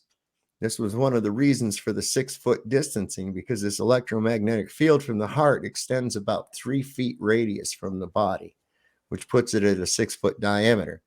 So if your radius is outside of my radius, we're not communicating on that level. But on that level, we also send messages to one another like, oh, it's time to detox. Or we might even get the same idea at the same time for some inexplicable reason. Women that cohabitate together will soon find themselves on the same menstrual cycle for this very reason, because they start resonating with one another. It's a natural thing, and it's as easy as looking at this. If you've got a fish in a dirty environment, what do? Do you isolate that fish, or do you clean the tank? Well, you clean the tank, of course. I isolate the fish. Yeah. No, you don't isolate the fish. I raise fish. I mean, you're going to leave the Yes, tank I take out the dirty. sick fish. Yeah, but Then I treat the whole tank. Right, but you're going to clean the tank for the fish. You're not going to put the fish in a baggie of fresh water and let it float around in the dirty tank. Yeah, that's called terrain theory, right? Right. I'm going to, okay, so let's say one of my fish is looking real fucked up. I take it out, I put it in a quarantine tank, and I see what happens. And if other fish in the tank start also looking fucked up, I remove all of them, and then I start treating the tank, because I know this fish passed. It's not just something wrong with it physically. It has some sort of sickness, and now my other fish are going to get sick. I mean, I raise and sell fish. So now as something in the water, I have to clean this water. I have to clean this tank. Yeah, like a virus. Right. That's fucking weird. You're not going to sit there and fuck with each one of those fish. But the point is, the fish got it from being in the dirty water, right? Not from passing it to each other, right, Grayson? Right. Exactly. Right. No, they got that's some what sort we're of talking disease or about. virus, and they passed it to each other. No, you clean the water, and then it went away when you put them back in it. No, I had to also give them medicine. Yeah, because they had already gained the sickness that they had gotten from the dirty water. Do you guys know what the Wallstead method is? It's a way of raising fish. It's where you put them in dirty water, and they don't get sick. It's very good for them. Right. Well, that's not the point. The point's not how to raise fish. Have you ever heard of Koch's postulates? Yes, but I can't remember. The term sounds familiar. Let me look. Sounds real familiar. So yeah, the point is not really how to raise fish. It was just an analogy to put it into. I did go kind of down the fish angle. You didn't know I was a fish keeper. No, what I'm getting at is that you have to clean the tank. You have to make sure the environment for the fish is healthy. If the fish is in an unhealthy environment and there's toxins and shit building up in the water, then what's going to happen is the fish is going to get sick, right? So it wasn't because of some little magical swimming bug that goes around, because apparently, I guess if there's viruses in the water, then no place is safe, right? Viruses are in the air, right? And get in the water. Yes. Yeah. Well, no place is safe from viruses. I agree with you. Yeah. Well, that's because you can say anything about made up shit that you want. Really, I mean, these viruses. Yep. They can say whatever they want, but in reality, if you really look into it, Grayson, look into terrain theory, and in fact, going back to the father of vaccinations, Louis Pasteur, said on his deathbed that the germ is nothing, the terrain is everything. He admitted terrain theory won out over germ theory. I'm going to Invisible Rainbow you is a good book to look into. You're either misquoting that or you're just wrong. No, I'll look it up, but I almost it just doesn't sound right. Plus, I'm used to people misquoting Einstein. Let me tell you what, Einstein didn't really quote Einstein. Okay, if you ever watch, Einstein never says shit, and when he does, he only reads it. Okay, I don't think he was really smart at all. I think that he was just some kind of a kooky front man that they put out there, man. The guy wore women's shoes. He married his cousin twice. He married 2 different cousins. He'd stand there with his stupid hair, and the only time you ever heard him talk was when he read something. And it's like, wait a minute, that's just a script. Kind of like Bill Nye the Science Guy. He ain't no science guy. He's a failed stand-up comic. They give him a script and put him in a fucking shop coat, and all of a sudden he's a science guy now. They're actors. They're actors. Well, they're all actors. Yeah. One thing for perspective, I think would help all of us a little bit is Grayson. I have no idea how old you are. How old are you? I'm 40. Oh, cool. All right, cool. That helps. Cool. Would you say? I'm around your age. I'm 45. Yeah, I heard you say that earlier. Yeah, me too. Same general age. Yeah, so there's a lot to be, that you once you start really looking into it and go, does this really make sense? And there's a reason. See, this is the thing. Like, if this video were to stay up on this channel, but it won't, yeah, absolutely not, dude. This one's gotta go. Hitting that fucking private button as soon as this goes off. But I'll probably re-upload it over on. Oh, me too. I'll be putting it up everywhere except YouTube tomorrow. But I missed something spicy at the end. I was reading about what Pasteur said. You may be right. He may have said this, but I'm not certain yet because right. I don't. It's a Reddit. All we know, Grayson. Now I'm going to show you. This is how I even operate. Okay, this is what I'm told. Louis Pasteur said. That is indeed if Louis Pasteur was even really a real person. I don't. You don't believe in history? For a fact. I don't. Well, you can't know anything for a fact. I found a lot of history to be lies. And there again, I don't know that he did exist or didn't exist. It's a cool story. It fits some stuff.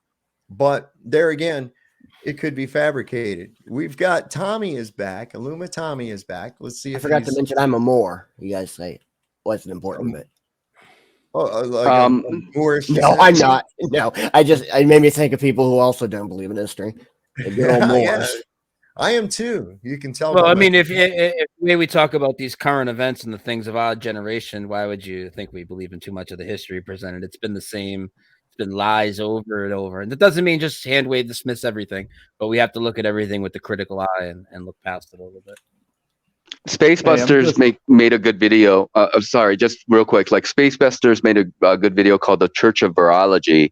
It's up on BitChute. They had to take it down on YouTube, but it's a 2-hour long video. It's pretty good. They talk about viruses or the non-existence of viruses and talk about the history of germ theory, including Louis Pasteur and Koch's postulates and such. So you can go check that out. So I'm just stopping in for a second because we got some Lewinsky blowbangs in the chat with wrenches. I was asking if Grayson has a channel, and they sent me to fucking Brian Staveley's channel, which was a waste of my goddamn time. That's channel on YouTube. I recently started a channel, but it has absolutely nothing to do with any of this stuff. Yeah, Grayson, I wanted to see if you had a channel and what it was about, because I sense the logic and education. And you won't like my channel then? It's esoteric. So, Tommy, did you sub and bell? I can go like esoteric. There's like out there stuff I can get down on. I've never denied Mandela effect. Like, I'm into a lot of this shit, but that's what it is. You have to know what you can know before you get in. Like, you don't argue with a mechanic if you don't know how cars work. I agree with you, but why are you so angry at them for being, just in my opinion, being wrong about the shape of the earth? Why does it make you angry? I mean, I got a little upset when they were talking about some people, the fake shootings. Okay, that frustrated me a little bit, but I'm not angry at them. I'm frustrated by that I can't communicate to make you believe that. Anyway. Oh, I can relieve you of that right now. You heard me earlier. You're never going to change these people's minds because you should be. I am more worried about, once you can prove it to them, stopping them from having a bullet for lunch because they have put their essence into this disbelief. Like, they cannot grasp that they are wrong and will not accept anything. Tommy, you're really unstable. You're really unstable. I want to ask you. No, I'm very stable. I mean, I play games in YouTube, but I want to answer his question because you're going to get a kick out of this. And I'm not being facetious. I mean, you will literally laugh at what I'm about to tell Grace. I want to ask you about this. No, you want to pull me in. I'm not hanging around for this. Do you want to hear what I want to say? I want to ask you about this, where you said in my chat, "Oh, I'm going to be smashing a button on this channel every day till he gets right." Yeah. That's what I was getting to. But I want to answer Grayson's. What the fuck are you talking about? I just said I'd get to that, but I want to answer Grayson's question because he's got this idea that I'm only mad at you because of this little debate debacle, you know. Well, and I want to give you an example. I'd like to know where your fucking anger comes from, because I ain't trying to tell a goddamn thing to you, Tommy. This is it, Grayson. This is why even his friends are not his friends anymore. But he is going to get a kick out of this. What are you talking about? What the man speak? Why are you mad? Just get to the point, Tommy, because you are on his channel. Why are you mad at him? Why do you hate him? Hold on. Not even with that. Hold on. I just want to get Sovereign Soul laughing at this.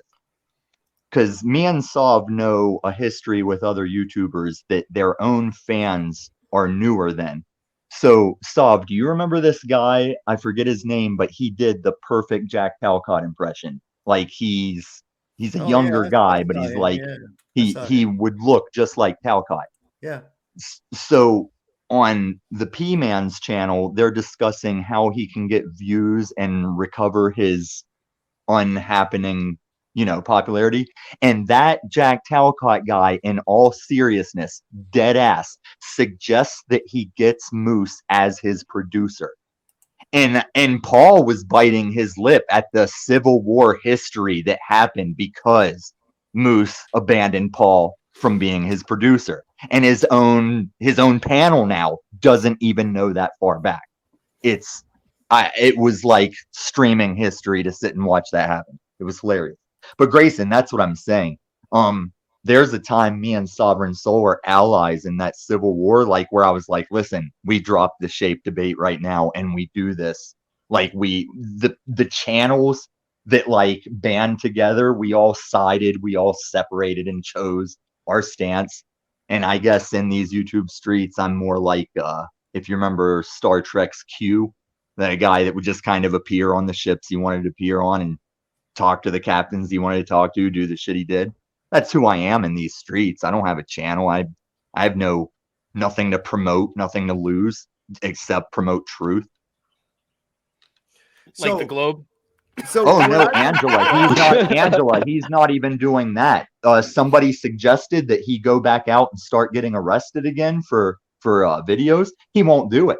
Yeah, he won't do it. He's like, no, I already did that. Nobody cares. I'm like, dude, that's what you base your shit off of, is that you claim you got by with no license, no registration, and now you won't go keep doing it? Come on. Well, and he's telling everybody they should go sit in a cell for their freedoms and rights. Come on. Here's where I'm perplexed at, Tommy. Okay, whether or not you and I had ever engaged in a conversation, you have to remember also I do a lot of streams. I don't remember. It must not have been very remarkable or anything to me that I don't remember talking to you on Moose's channel. If that upsets you, I'm sorry. Okay. No, it doesn't upset me. What I'm talking about. What I'm finding is that, you see, I don't get angry with you But Yeah, you no, I get no. Yeah, you don't even remember that you get angry with me. What Yeah. I get angry about is the fact that you jump in, you start talking over, and you hijack over into another conversation altogether. Okay, so then maybe you should put a vote out and say, should Tommy never be able to go on YouTube again? Maybe you should go ahead and go along with the program, like as we're doing. Okay. So what I'm trying to get at with you is that what is it that I angered you so badly about that you've got some kind of now a vendetta, as we can see by your little chat message over here. Yeah. Okay. So yeah. I'm just going to go ahead and show that again, just so we know we're on the same. Oh, no, you don't have to show it. I'll tell them. It says, oh, I chatted it to them. Button. They were here when I chatted it. All right. Well, why would you even do that? Why would you care that fucking much? The same reason I would go against any channel, and that's outright hypocrisy.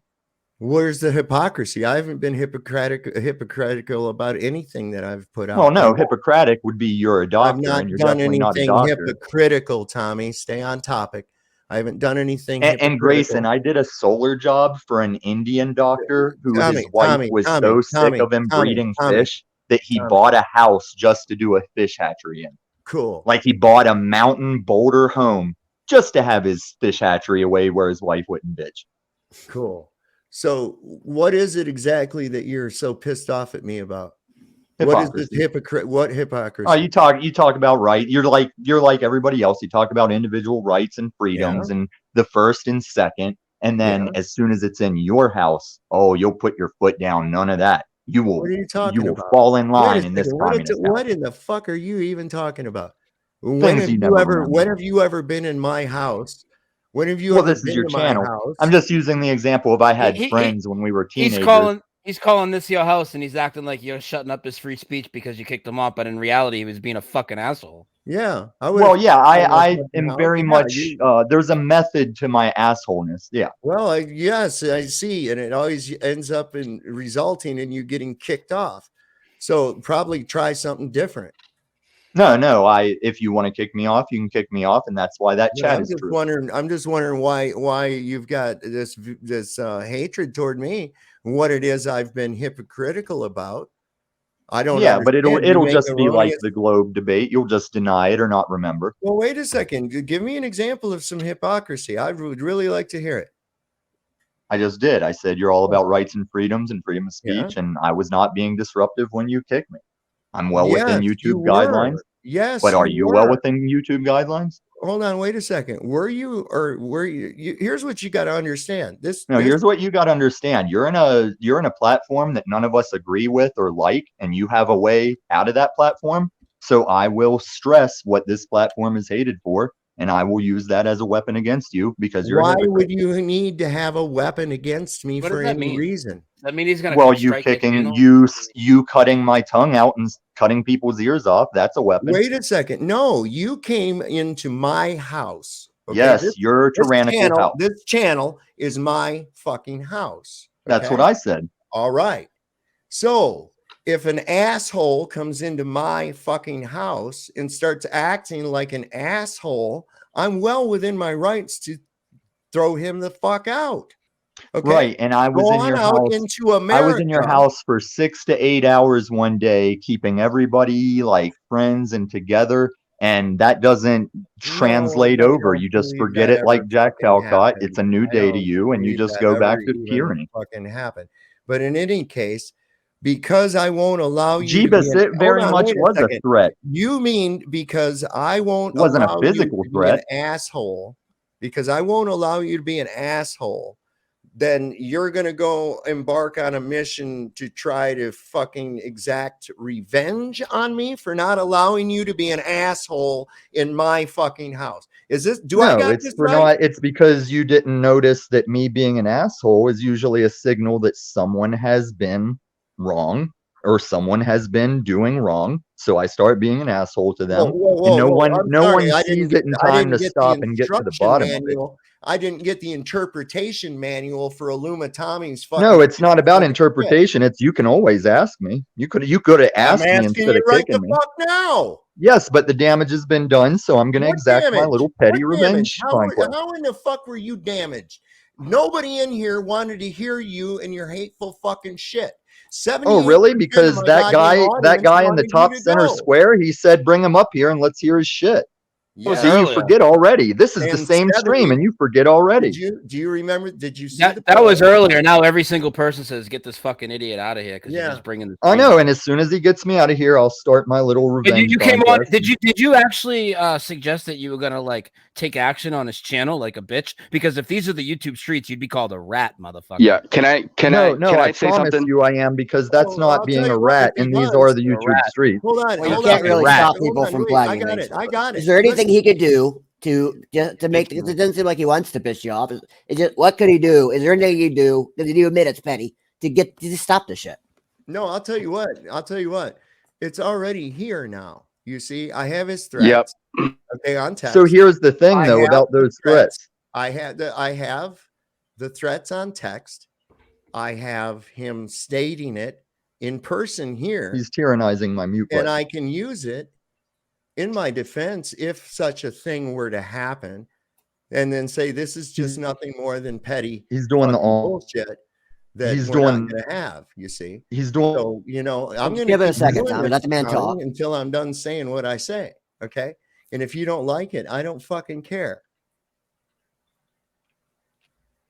So, like, there's a way in which people can communicate with one another, like, obviously, and we're here, and I don't know you, Tommy. I don't even know about this. I just arrived like after I think everything has happened, but like cool. at least from my observation, like, as an example that you were using, like, this channel is Dave's like house, and he can invite whomever he wants, and that's his right. True. And then so if anybody is behaving out of line, and then and you can say, well, you didn't give me enough warnings, or you didn't consider other factors that I brought chips and sodas to the party, and you didn't consider well, whatever, but I don't even know what it is exactly. So like, if you want to speak about it, just ask.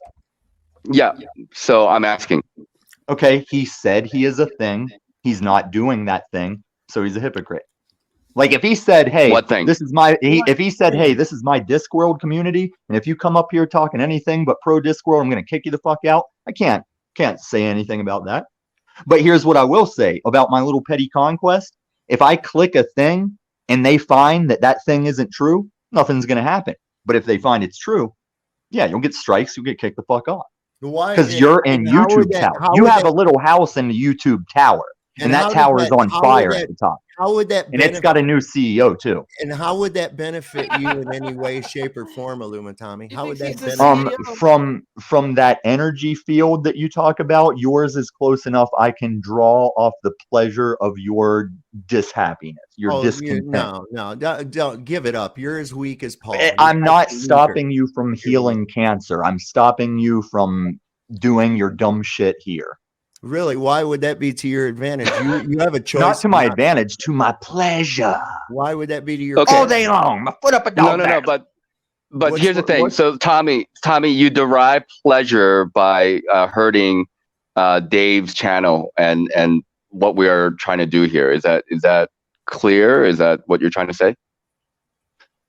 No, I probably wouldn't really get much pleasure, but would he maybe progress? Like, you want to put Dave in his place. Like, he slighted you somehow. Not even that. Somehow. I mean, I get the road you're probing. I'm searching for the correct words as well. Bitch, and that's all it is. You're a little pussy bitch. I hurt See, your little here's peepees. and this is the thing. Peepees, and now you're gonna cry about it. No, we've established on many channels that I'm rocking those Chris Strokes proportions, so that game doesn't work. God. And I'm even celibate. Like, that's the thing about celibacy and pacifism. Like, if I'm sure the bitches are all over him. I bet you they used to be. Choice. Oh yeah, they used to be. When you were a crypto millionaire, or when you were smoking mad meth. I've been celibate and married for years.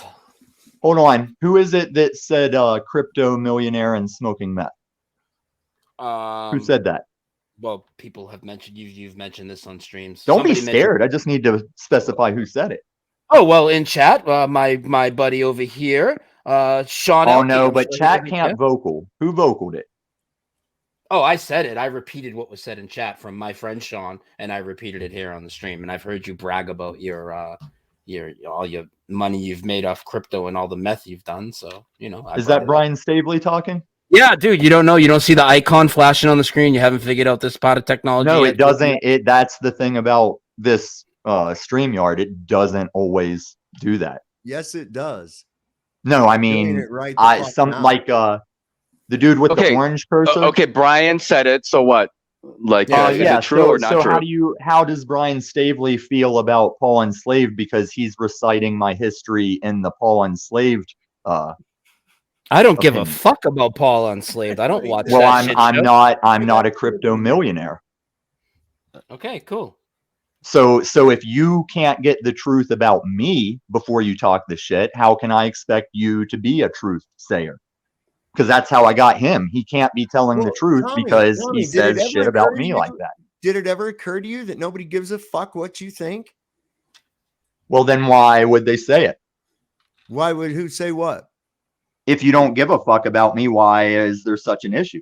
Well, it wasn't an issue. It was a fucking question. All right, what's the question? I was warming up for this other thing I'm about to show you, but what was the question? Well, that was what Brian was saying. He says, is this back when you were a crypto meth head millionaire or whatever the fuck it is that you do? I don't even understand. Okay, so I know everybody likes to focus on the meth thing because the thing they don't focus on is I revealed that so I could tell people that they prescribe it to children as Adderall because I've done all three, Ritalin, Adderall, meth, same show, same thing. Well-known fact, man. No, well, that these streets do not retain it. Millions of dollars. That's fucking crazy. I say we get his one proof of the. I say we get his one proof of the globe, and then we kick him the fuck out because he's just bringing the stream down. Yeah. There's my one proof that I used to be swimming in pussy, just for those shit talkers. Yeah, we believe you, dude. It looks like you got a hold of a dude's arm to me. Yeah, that's because he's saying I'm a fucking winner. So yes.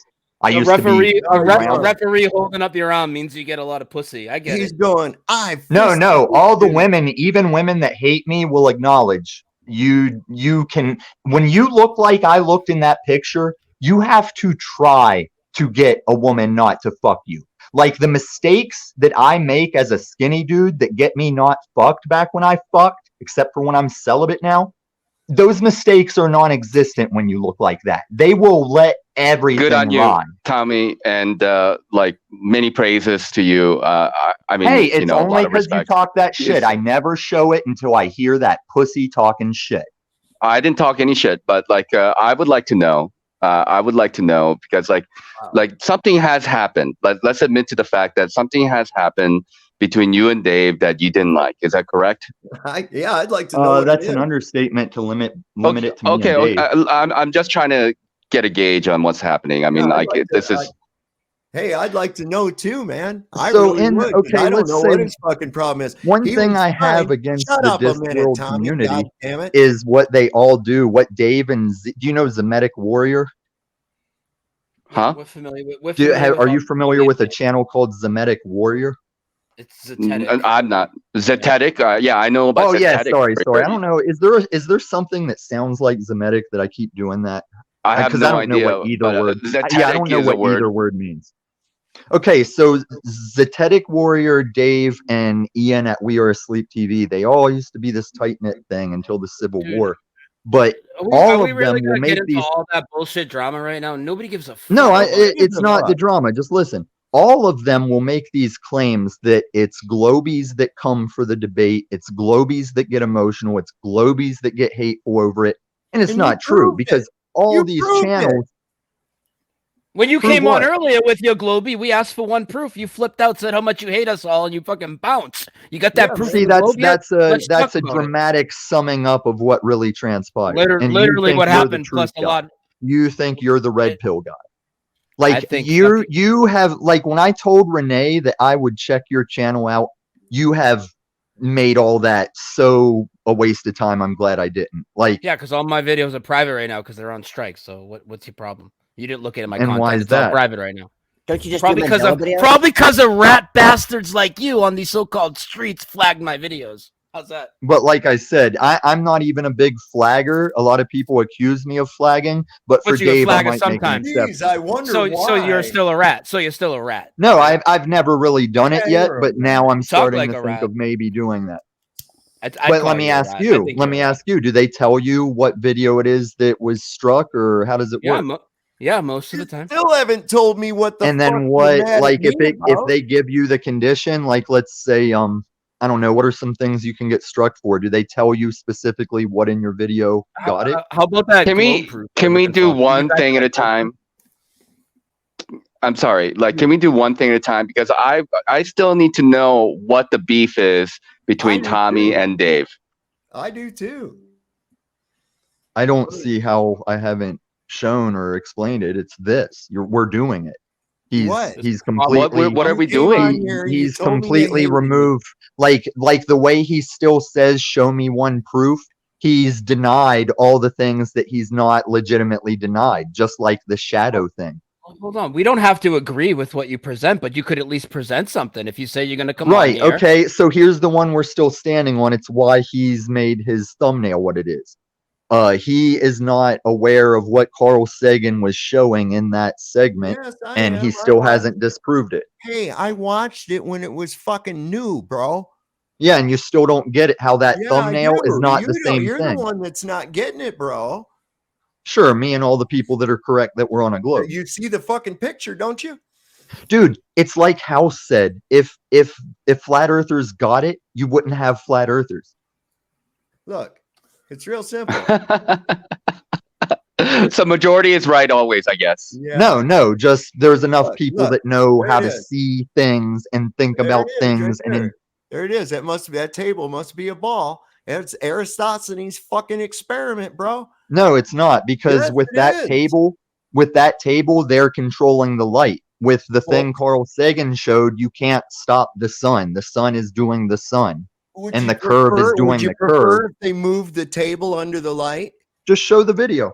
Just show the Carl Sagan video. It's like 2 minutes or 40 come seconds on, or something. There's no need. This is self-explanatory, Tommy. No, And if the you video think is that it counts- self-explanatory. If you think it makes a difference of whether you move the fucking platform or move the light source, then you're It does. retarded. It does, because No, it Hollywood can never move move- the it would platform never- and no, move the no, light no, source, no. but you can't move the sun and you can't move Well, those that's towers why over in Greece. That's why he had to move the platform. That's why he had. No, to he manipulate does the platform. both. He So does the both point as he explains is, it, and you're Tommy, still so sure Tommy, you've seen it and you've got Tommy, it debunked. Tommy, the point. So we're doing it. We're doing this flat Earth thing. You haven't debunked the Carl Sagan video. Go ahead Okay, and play it. this is 1 second. What? This is not my channel. This is not my room. But like, we need to allow everybody to speak their mind. Like, this is Dave's room. Like, Dave. Do I Dave need to should link have. it then? No. Should I But like, get it and Tommy, link like, it in the don't chat? like if you could be like, like polite enough to allow Dave to finish his thought. And I think Dave will allow you to finish your thought as well. I think that's Well, also I very know important. Dave better than you, and you're wrong. Well, I think you said I couldn't disprove it. I just. I think fucking Grayson disproved is learning how much time not to really spend here if we don't get past this Carl Then- Sagan thing. then why So are you let's do spending it for time here? Grayson and let's do it for the globe. Let me find it. You won't be able to But hear my audio. I'll grab that link. Give me 1 second. I mean, I did not come here with any anticipation of changing a man's mind. I've seen in some of his videos. I just wanted to ask questions. But yeah, Grayson, no, you're I fine. knew they I would can just hand tell wave you're deny. smart. Well, Grayson. they would deny with the. I don't know how to say it without being an asshole, so I'm just going to say they would deny it in a standard flat Earth way. Grayson, I gotta say, Are I've you enjoyed- using I've any enjoyed kind of my voice mod? conversation with you. I don't think so. I've Have enjoyed you? my You conversation. need to you need to fine tune that to a Ben Shapiro impression and do like a Ben Yeah. Shapiro shtick. He does kind of sound like Ben Shapiro a little bit. Yeah. I told you, dude. I've never heard that in my life, but okay. Are you saying that sarcastic, or do you? No, I hear really it am all saying the it. I mean, time? I guess most people I talk to probably don't know who Ben Shapiro is, so maybe that's why I've never heard it. I'm trying to I think of a gotta- really funny line he could say that Ben Shapiro says all the time. If he could do that thing for the sheets, those sheets that he sells, I forget what they were. All I Well, he remember did is do a that, good thing about how Mr. Beast is making the wrong choice, because if Chris is his friend, he wouldn't be disrupting his multi-million-dollar YouTube by doing that trans shit. Like, we cannot argue about his family and his kid, but whenever Mr. Beast says, I'm tired of all this trans hate, Chris is my friend, it's like, yeah, Chris was your friend when he was a real tree wearing MAGA dude, and now within months he's like a female and he's ruining your show. Okay, you see Tommy, this do you right have here? a Kiwi Farms account? You see this here, Tommy? Okay, there it is. There's the globe. Okay, the ball and the sticks. Okay, the sun with parallel rays, which they never come in at, but assuming that they do. No, this is proving it, dude. You're showing this diagram. There again. Okay, so this right here with a local sun gives you the exact same fucking shit. Gives you the same. But that's a math and picture. Let everything. me. I said I'd grab the link. Let me grab the link. Wait, but how far apart are the sticks and the flat Earth model? You could put them the same far apart as you do with as they were here, because it was actually done on a flat Earth. The point being is that you can actually recreate that aspect right here on the floor, just like we did in this photograph right here. It needs to be a certain distance to do the Eratosthenes experiment. I would need to know what was the point? Hold on, wait a second. The distance only referred to what he used as a calculation to figure the spherosity, the size of the Earth. Okay, the point of it's still the same thing. It's still the same thing. The fact of the matter is that the shadow over the pole or the stick when it was at noon there meant that the one over here had a shadow on it. It doesn't matter how far you have it. It's still going to have a shadow as opposed to this one not having a shadow. Can I explain how I understand the Eratosthenes experiment? And you tell me why it's wrong. I got the short linked in the panel chat. It's a short. Let's let him talk. Let's watch it. Let's see what he's talking about and watch as he goes the flat Earth. He does it both. He does it with the flat and he curves it. It's spelled out. Yeah, because he's using the same distance. Just play it. Just play it. Second. He's using the sun. Tommy, give me a fucking minute. Shut your fucking mouth. God damn, do you ever shut up? Fuck. So polite. Polite host. Well, god damn, dude. You never fucking quit. Give me a goddamn minute. I quit when you kick me.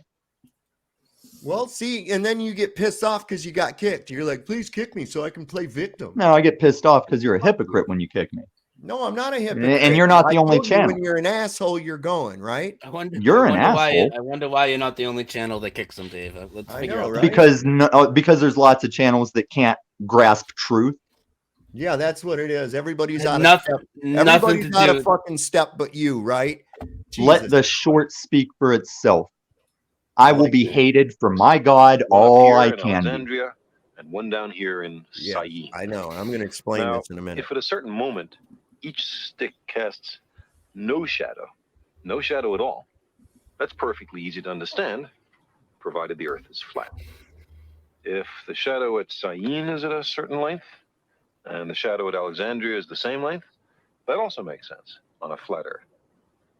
But how could it be, Eratosthenes asked, that at the same instant there was no shadow at Syene and a very substantial shadow at Alexandria? The only answer was that the surface of the Earth is curved. Wrong. The answer is the sun is smaller and closer than they fucking presumed it to be. Yeah, So exactly. ridiculous. We even have to go over this. Like we said, we've been looking at this for 9 years, and you're coming with Aristophanes and beating your fucking chest. You didn't disprove it. You didn't disprove it just now. When you said that, what you said is like bullshit. No, Tommy. The situation is you can have both phenomenons, right? Like you have the globe Earth, and then you have the towers, and then you have a sun that is 93 million miles away with parallel rays coming down, and that effect can be also explainable on a flat surface with the same distance pillars or whatever, right? But localized sun, the sun is much closer, like a lamp, right? Not right. What do you mean not? Well, you keep saying right, and you're wrong. Like, okay, so where am I wrong? The sun is millions of miles away, and when the light gets here, it's not about like flashlight measure parallel rays. It's just a wash. The light is a washing. No, how do you know it's millions of miles away? So you're making that assumption to start. It doesn't matter where the sun is. That's what I'm saying. Our God is so immaculate that with the distance of the sun and the distance of the moon, they both line up in size according to distance to do these immaculate things we see as phenomena, like solar eclipses. Tommy, wait a second. How do you know, though, how far away the sun is? Doesn't matter. It doesn't matter because you're trying to get past the fact that that short is not disproved. You are wrong. The earth is round, and I don't care what you believe. Okay. Because I know. There's nothing to talk about. Why are we even having any conversation at all then? Because it's not about the winning of the shape debate. It's my own fascination with like how much you people will stack in between and just fight tooth and nail to deny what we know, that we have footage of people going up into the outer atmosphere and just showing it from their plane. Do we? Yes. You don't believe that Blue Origin took Guy Perfect or Dude Perfect? You don't believe Dude Perfect went up with Blue Origin? Yeah. So Captain Kirk, who's been faking space his whole life. No, Blue Origin and Dude Perfect. I'm talking about Dude Perfect too. So Captain Kirk, who's been faking space his whole life, and Dude Perfect, who's been faking videos on YouTube his whole life. That's what he does. Yep. Now when they go to space, it's legit on both ends. Are you fucking kidding me, dude? No, I'm just saying Dude Perfect did a video where they took a Blue Origin trip up into space. Do you believe that's fake? You just said yes. Yes, I believe it is fake. Yes, I believe it is fake. Blue Origin is the competitor to the guy that made me 2 years and counting worth of like cash to sit on. And I'm not bragging. I'm saying Elon Musk has re-landing rockets. We know what Blue Origin that is. solved a problem that we've spent millions of dollars on every trip to space for decades. And then Blue Origin is his competition. And they took Dude Perfect into space. They showed from that trip, they were live, weightless in the thing, looking out the window, and you're telling me that's fake. Cool. And David Copperfield made the Statue of Liberty disappear. That's real too. Right, but David Copperfield didn't have like a ground zero pad of a bunch of guys on computers that went to their deathbeds without saying it was all a hoax. You want me to believe there are that? NASA people. There are NASA people who do that too. That's what I'm talking about. NASA people have died, and they didn't on their deathbed say, "Hey." So that it must be thing, true. It was a joke. Just because they were. You're looking at a computer screen. How would they fucking know? Oh, don't they do simulations? Because they are controlling things in the ship that they are communicating with. Sure they are. Sure they are. Yeah, just like that phone call from the moon to Nixon's office without any kind of delay. I mean, that was all real you just go, sure they are. Sure they are. Hey, are any of you guys virgins? Hold on a second. Are any of you guys virgins? Oh, sure you're not. Sure. Let me I believe it. Now, when these NASA, hold on a second. I'm just you see what I'm saying though? When these NASA guys, hold on a second. When they don't just go in there and on the first day start controlling a spaceship from their computer screens, like of course not. Right? Oh, okay, right. So are you saying they're conditioned to lie to their deathbed? How do they practice for that? Do they have some kind of a simulation they use?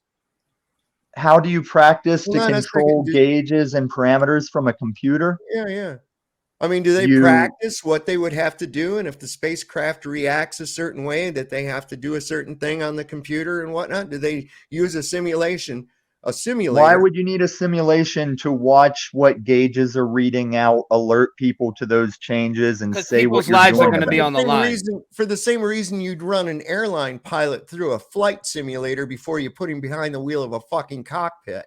But that's for people that are going to be experiencing G's and actually flying. These computer guys are always on the ground in that computer. So they're not in the ship, right? Not the guys at ground zero that are monitoring. So what are you talking about, dude? I don't think you're following me. What he's talking about is you don't think those people at the computers could be presented a fucking simulation to think that they're really dealing with the spacecraft? Do you have evidence of that extraordinary claim? And that's not an extraordinary claim. Yes, you are making an extraordinary claim that you are saying that an event that is presented as true is not true. So you must have evidence that it's not true. No, wait a second. Thank you, Ben Shapiro. All that was asked was, all right, what's in question is the people on ground zero with the computers are not a credible enough witness. I'll tell you. And I got to quit. I know I said ground zero, but what is that called? Ground control. Yes, ground control. All right, whatever. Okay. So if they're only looking at numbers on a fucking computer screen and reacting to what these numbers and gauges and graphs and shit are telling them, they're not really in space. And for all they really know, they could still be just in a simulation. Yeah, that is extraordinary because they are making a pay grade. There is a pay grade of our tax dollars involved that is ridiculous to do that. Is that possible? Is it possible that these people will also come out to see the returning pod that boosts into a parachute over the ocean, and then a boat goes out to get to this pod and crack the seal open and get these astronauts out? They go through all those motions just to fool us. No one ever sees that. Yes, yeah, they but do. It's on. It's a very elaborate hoax, Tommy. That's yeah, where... a very elaborate hoax that is more worthless and expensive than actually just going to space. Not really, because it's a lot cheaper to fake space. So what is it that is ingrained in you guys to refuse ever believing that we go to space? How about there are multiple things. I could stop. Oh, we know because we've given you multiple proofs that, like I said before you kicked me earlier, no matter what we say, you'll already know why we're wrong.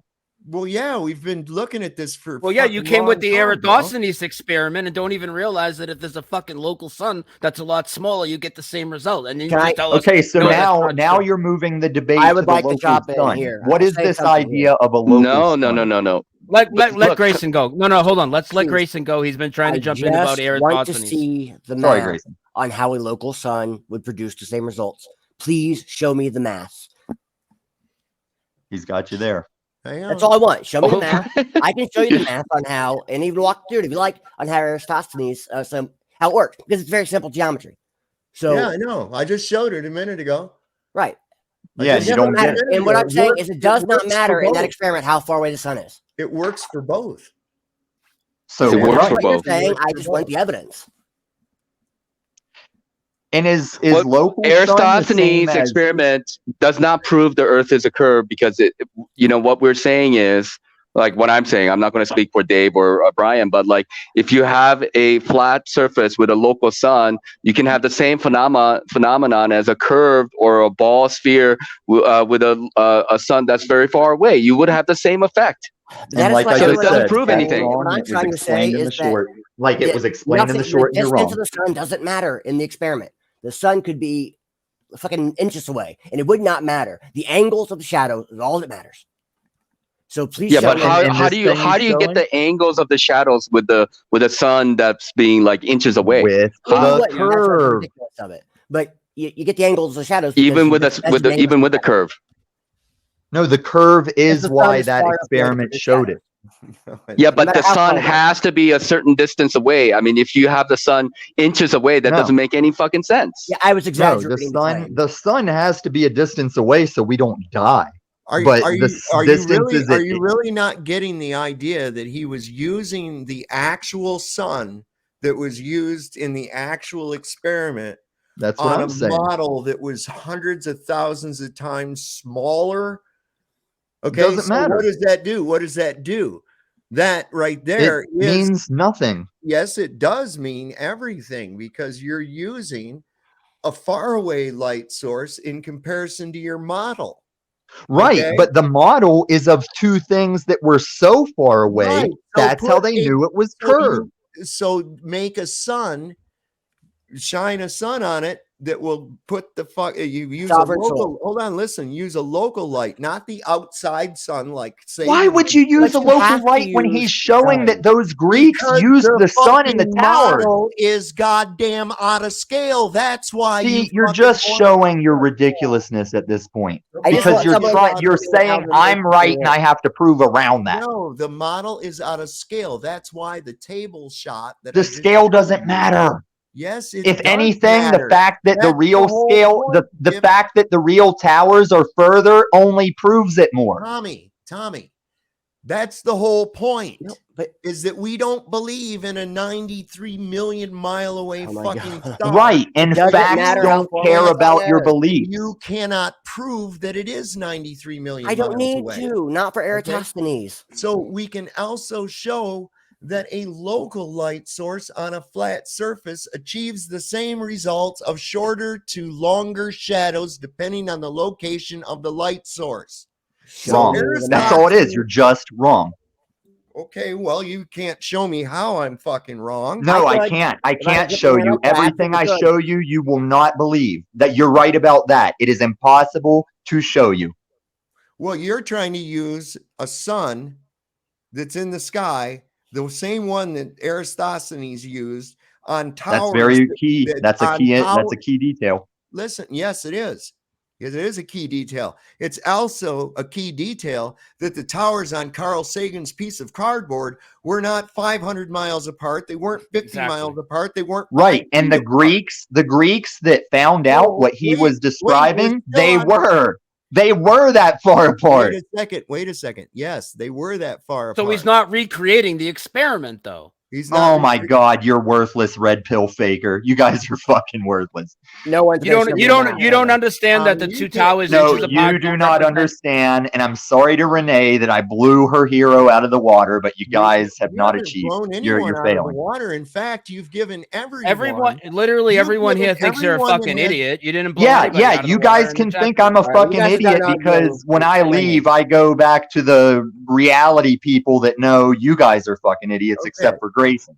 So, see, the only thing that you've done here tonight, Tommy, is you said you had this degree in applied science. Is that right? Yes, I do. With a major in renewable energies and electricity. Now, whenever I designed and installed solar systems of various sizes that took all of you just showed that your degree isn't worth fucking spit.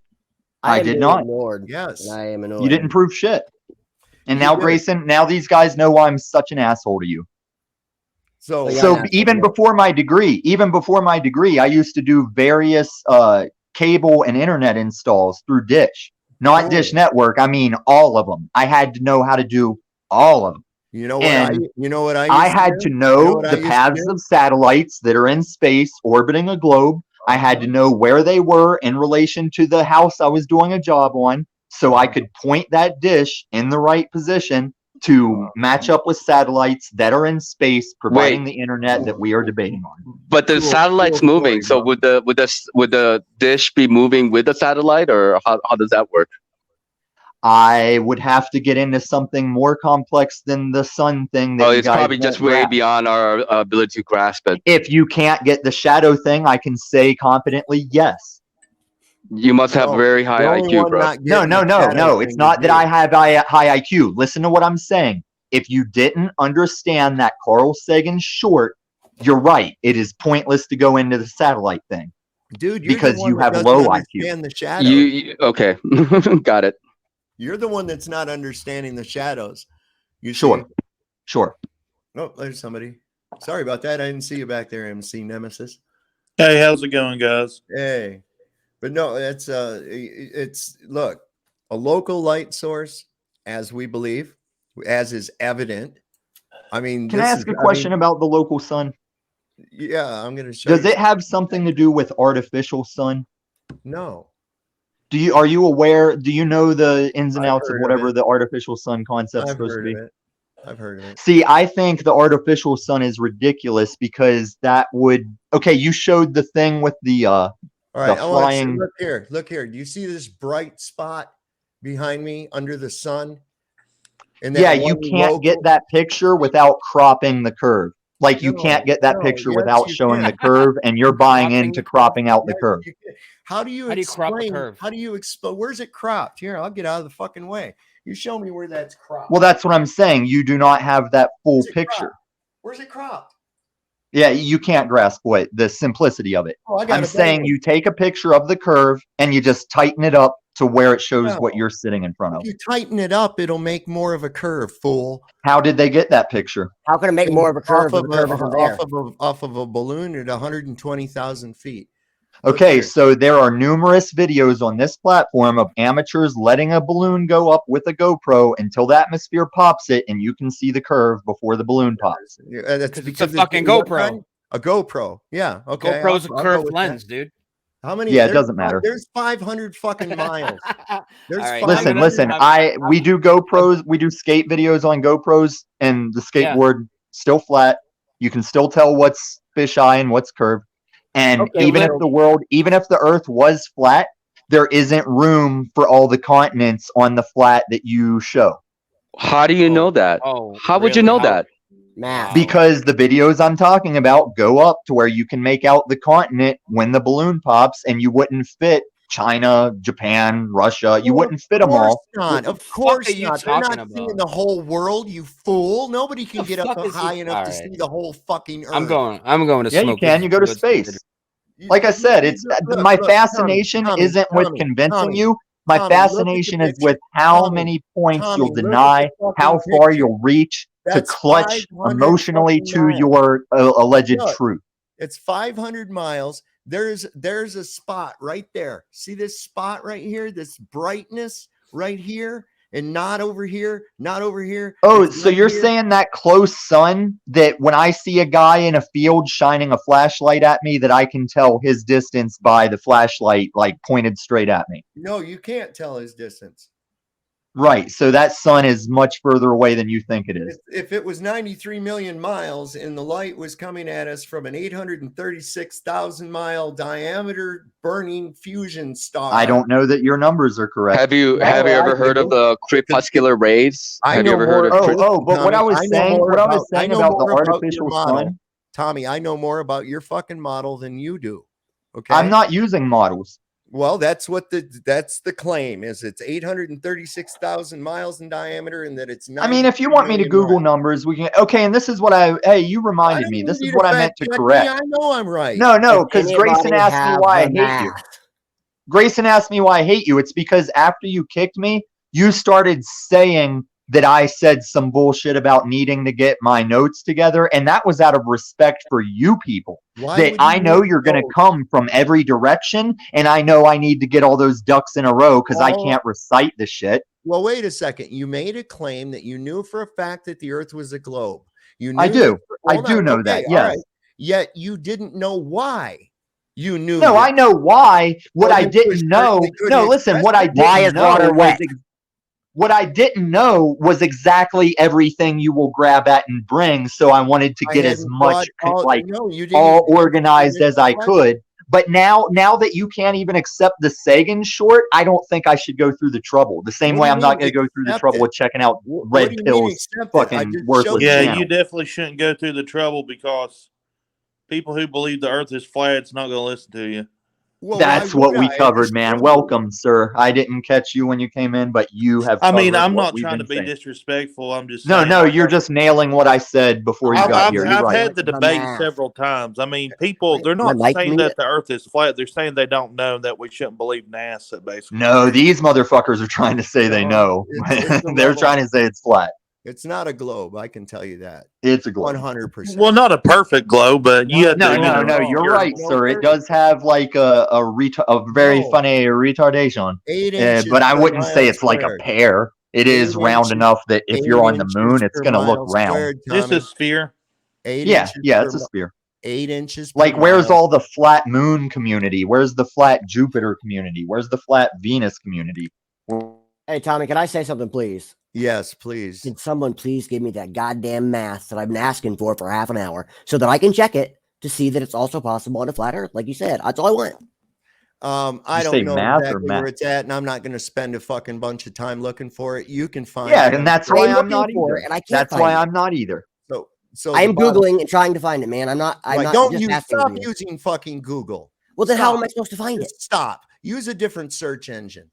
So the engine bringing you to the same website will make a difference. It's not going to bring you to the same website, Tommy. Shut the fuck up. And I know the tyranny of Google, but if you're saying find this, it doesn't matter what site he finds it through. Yes, it does. Absolutely, it does. Because I can find shit on other search engines that you cannot find on Google. They will. You got two options, guys. You either use Google or use the library. Which one? No, library's closed on my hours right now, but time zones is a globe thing. Because everything on the internet, Google. MC Nemesis. So I think I have an experiment that would be cool, shit. but it's going to be hard Tommy, to pull off. Tommy, did you not hear words coming out of my fucking mouth? Not rational, educated I ones. don't give No. a fuck of what your interpretation of them are. When my mouth is working, yours stops. Okay, you dig? See, that's that tyranny bullshit that I don't respect very much. Here's some fucking tyranny. I'm about to throw your dumb ass out again if you keep. Yeah, and then I'll start clicking. I'll I click don't every give a day. fuck. Click everything you need to click. All right, have fun on Rumble. I'll see you will. there. I will. Now, are you ready to See, on Rumble, I won't report you on Rumble. I'll just make a it wouldn't challenging matter if video you that did. disrupts It wouldn't yours. matter if you did, Tommy. No one's listening. No, to nothing you. matters except what is invading your personal space at any given Well, time. that's okay. Whatever. Okay, so now are you going to act civilized, or do I have to toss you? I'm just gauging toward my opposition.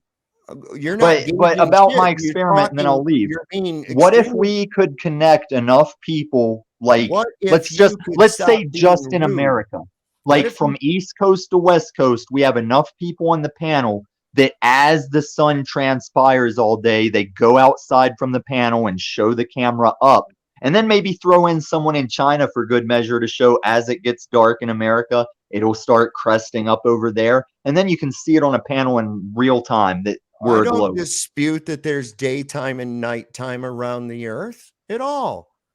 I And don't that's dispute. how I Carl don't Sagan did dispute. that short. I don't dispute that the sun travels over you throughout. No, the we day. travel around the sun. No, you don't. You don't have any proof of that. Okay, I'll Did you ever find out probably what not area- see you guys later Did on you this ever channel, but if you find see out me what- anywhere did else, you ever I'll see you find then. out? Did you ever find out what Aries' failure is? No, you didn't. Because see, he can't do it without emotion. Hopefully, MC Nemesis can stay out of his emotions. And I'd like to know, what's your number one proof that you live on a globe? I pretty much just like NASA, the videos. I believe the videos are real.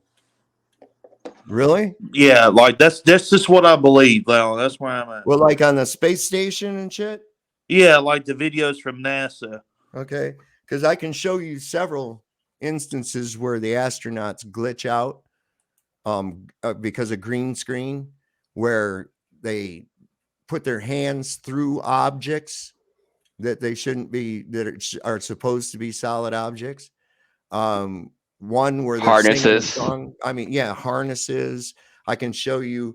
Where's that one? Puppets on a String. If it wasn't so late, I'd get into it a little more. We can go on back again tomorrow night and do it again. I'm coming up on But over 5.5. were you intending to get people who are like not really fully on board with the flat Earth, cosmology, and to try to educate them, or was this more of like a debate thing? Like I feel like this is more going in that debate direction. It turned into that. It looks like, and it's pretty cool. Grayson's been really cool about it up here and stuff, and I think we've given him some food for thought Still with want it that as to math. what we believe. And like I said, you got to stay away from Google. I mean, Well, I for still real. can't find it, man. It does not appear to exist. All right, All right, so well, I'll you have either to got to dig it use out. Google or you got to use like the library. Well, that's not true at all. There's other search engines. They're kind of obscure that you can get into, that you can get exact search results. It's really What about cool. specific websites? What do you mean? That would be better than just Googling something, just specific websites where you're sourcing the data. Oh, well, there's some there's some really good ones right now. I get a lot of information off of this app that I have that takes me right to videos that are shadow banned. And that's a good there again, there's another instance of what I'm talking about right there. So some of these videos are so shadow banned on YouTube that you can actually put in the exact name of the fucking video and it won't show up until like 7 or 8 fucking results down or further. I'm not shitting you. And Google does the same thing. I've gone on Google, put something in the search engine and go into another search engine and put the same search term in it. And you get a completely different list. Now, like for instance, most people when they're trying to get in and find out what are these flat earther people, what do they believe, right? They'll type in flat earth in Google. Well, the first thing it brings up is the Flat Earth Society. Well, the Flat Earth Society is a government psyop site. Okay, there's all kinds of ridiculous shit that they believe, and it's not really real. Okay. Yeah, and YouTube does the same thing. Right. YouTube does the same thing. You try to do that, and all you're going to get is Simon Dan and shit like that. About Professor Dave. Right. So who is not a professor. You have to wonder, why is there so much? Why would anybody be such opposition to something? You know, if you don't think that, then fuck you. Then But here's the thing: like, if people genuinely felt like the flat earthers were like crazy, why would you even want to have any kind of conversation with us? And unless you were kind of curious as to why we think the way we do. And there are so many videos that are out there from like Globebusters and Karen B, you name it. You know, I mean, like, I've been a flat earther for nearly 9 years now, since 2014, and I've seen so much more content that's been created in the last 3 years than like since like 2014 all the way up to probably like 2018, 19-ish. Like, there's so much content out there now, you know, and people can do research on their own, like watching videos and reading books. The last 3 years, right? Well, and you know, another thing too is on YouTube, you're not going to get as much good stuff. Well, you used to be able to. You used to be able to. It's the top. It's the top. It's not about searching. It's about who pays the most money to advertise their channel. Well, it's not just that. No.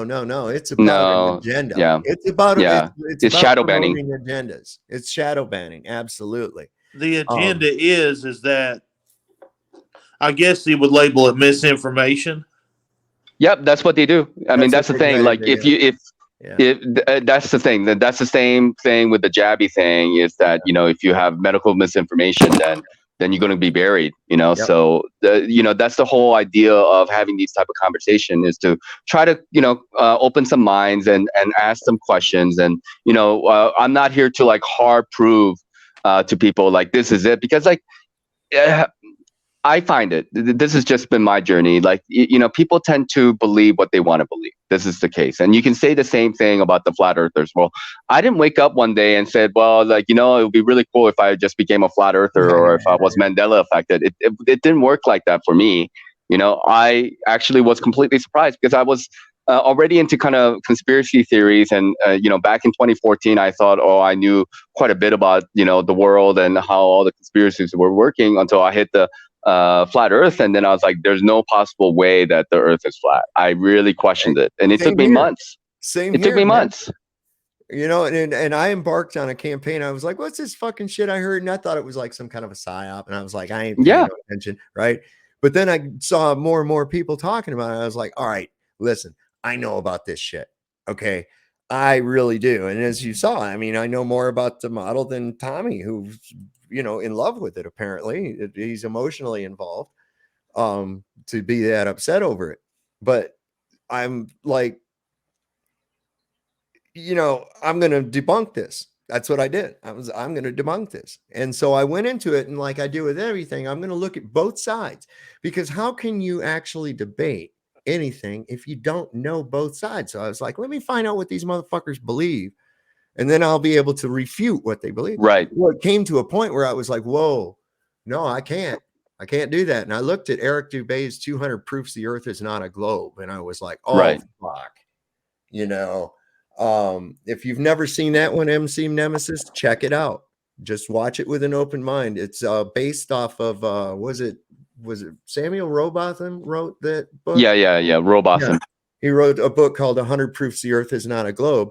Earth Not a Globe, Zetic Astrology, stuff like that. Yeah, he wrote that. Parallax. I mean, it's a take, but honestly, I'm not buying, because the flat Earth community has yet to explain just what, like, they don't supplement. They just say, well, the Earth's not round; it might be flat, but flat as a oval discus. You know what I mean? I go along this line right here. that there's a system involving our sun and our moon that operates between what we call Antarctica and the North Pole. Now, what's beyond that, I have no idea. Okay. It could go on to say more puddles with continents in them, or it could be more ocean with continents on them. I don't know. Okay. I do know that, people say, well, it's not flat. There's mountains and valleys and shit like that. And I'm like, well, yeah, of course. Okay. So I prefer the term level stationary plane, a plane of existence. And when you start getting into that, because people say, well, where's the edge? Who says there is a fucking edge? And that hits people who are like, well, right. And I'm like, wait a second. Don't you believe in an infinite void, an infinite space? What's so hard about an infinite plane? The fact of the matter is we can't go past the 60th parallel south. So at least not till 2040. Okay. We need to get our information, our source data. Who are we going to believe for this information? Like, what do you mean? Like who are we going to? Yeah. No, I understand. Like you want some kind of like scientifically proven, peer reviewed, and that would be something that you would accept as, a plausible truth rather than some guy in his basement, doing some random measurements with his measuring tape and a level. You can do right? it. Yeah, are you guys professionals or what? Well, you can. What define professional? Did I go to some school and pay them to give me a piece of paper, or did I take advantage of information freely available to me? Well, yeah. How many years have you been looking into this? What's that? How many years have you been looking into this? Like, how much experience do you have? I've been a flat earther for 9 years. Yeah, about the same. About the Okay. same. Since 2014. Yeah, about the same. I'm going to treat y'all like you want to be treated because that's how I would want to be treated. So in your 9 years of experience, you've surmised that the Earth is flat as per se, or at least not round. And I know the backstory of the flat Earth theory, so that doesn't need to be explained. My question is, do you also believe in David Icke? No, David Icke is a gatekeeper. Yeah, let's just talk about one thing at a time. I mean, if we want to talk about the flat Earth, I can talk about like some of the more. Talk about David Icke. You want to talk about David Icke? Okay. And the reason I bring him up is I think he was one of the first ones that really delved into the realm of is what we see reality. No, I wouldn't say that because I mean there are people as before a David Icke. Author in the modern day times. Yeah. Look, I read. Go ahead. No, I read several of David Icke's books, and he was a big influence to me when I was in my 20s. But from what I know now, I do kind of lean towards the fact that he could be a gatekeeper. I think he is like Alex Jones. That's just me, where I'm at now. Oh, that's objection. I don't think he's like Alex Jones. Objection, comparison, unfair. No. I'm not saying that they're the same or similar. I'm saying that they're both gatekeepers and they're both shills. So I'm saying that Alex Jones is a shill. No, Alex Jones speaks the truth, whereas David, Alex Jones, I'm saying yes. Does he do theatrics? Sure, but he is the alt-right news guy. Who? Alex Jones? Yeah. Yeah. Okay. David Icke. I too was led down the David Icke road, and he's got good information. You have to understand how a gatekeeper works. They give you enough truth and then lead you down the wrong way. And I've noticed that both with David Icke and Alex Jones. I was quite an Alex Jones listener, fan. And I started doing, as he suggested, my own research and found out that it led to different things than what he claimed. And I found out, I was like, oh, there's obvious. He's either wrong as shit about this and that, or he's a liar. Yeah, but And then I met him in person. And I always look into a person's eyes when I meet them, and I can tell everything I need to know. And I was met with the most deceitful fucking eyes I've ever seen. And this was at Bilderberg when it was in Chantilly. And I saw him there, and I met him, and I got my picture took with him and shit. And when I looked in his eyes and shook his hand, and his hand was clammy. And I was like, this motherfucker, he's a lying son of a bitch. This motherfucker's a lying son of a bitch. Look at that. You know? So but why do you say that? I mean, yeah, he does lie, but he also tells the truth. Well, that's what. Well, that's how it works. Yeah, because if people just came out and spoke lies just all the time, nobody would believe them. But the gatekeeper, they want to speak maybe even about like 90-95% plus truth. But the lies that they speak is like really, going to take people in the wrong direction. It's that's the nature of a. What's the lie that Alex Jones speaks? I'm gonna interrupt just for a second. I'm sorry, I didn't find a good time to. There's no pause. You guys have a conversation. I'm gonna head out. Thanks for letting me. Pleasure meeting you, Grayson. I might come back tomorrow. I would like to find that mask. You guys link me some videos in the chat. It's just basic trig. It's basic trig. But in basic trig, the lines would be. If you had a stationary light, basic trig on a flat plane at two different angles, one light would be straight, one light would not be straight. Right. Okay. So you've got two. It's basic triangulation, right? Okay. So you're going to have your vertical and your horizontal thing, right? You're going to try to triangulate. Here's the sun up here, and here's the tower down here. This is how you're going to be able to tell that, right? Well, now you're running into a problem because you know this distance here on the ground. But you don't know this distance. It's 90 degrees because it's from a 90-degree arc. Right. You know, well, the degrees is fine. The angle. How high is it? Yeah, that has to be answered. Yeah, that has to be answered. Nope. It does. Yeah. No. It does. Tell me how it does. Sure. Walk me through a trigonometric formula and show me where you need the A square plus B square equals C square. It's that simple. Yeah, like that's Pythagorean's triangle, right? Right, like the three. So if you have a 3 and a 4, the angle must be a 5, right? But if that 4 is something different, then that hypotenuse is something different, right? So Eratosthenes knew 6, 8, and 10. 6, he knew 8, the degree and two angles, and then he knew the 3, 4, 5, 6, 8, and 10. Same thing. Because of that, he was able. Because you're on a right angle, two sides will always be the same length. So he knew what the third side was, which is what you're saying he has to account for. He doesn't have to account for that because he knows the distance between one point. The other point of the 90-degree angle will always be the same distance as the point that he knows because it's the two straight lines. You need Grayson.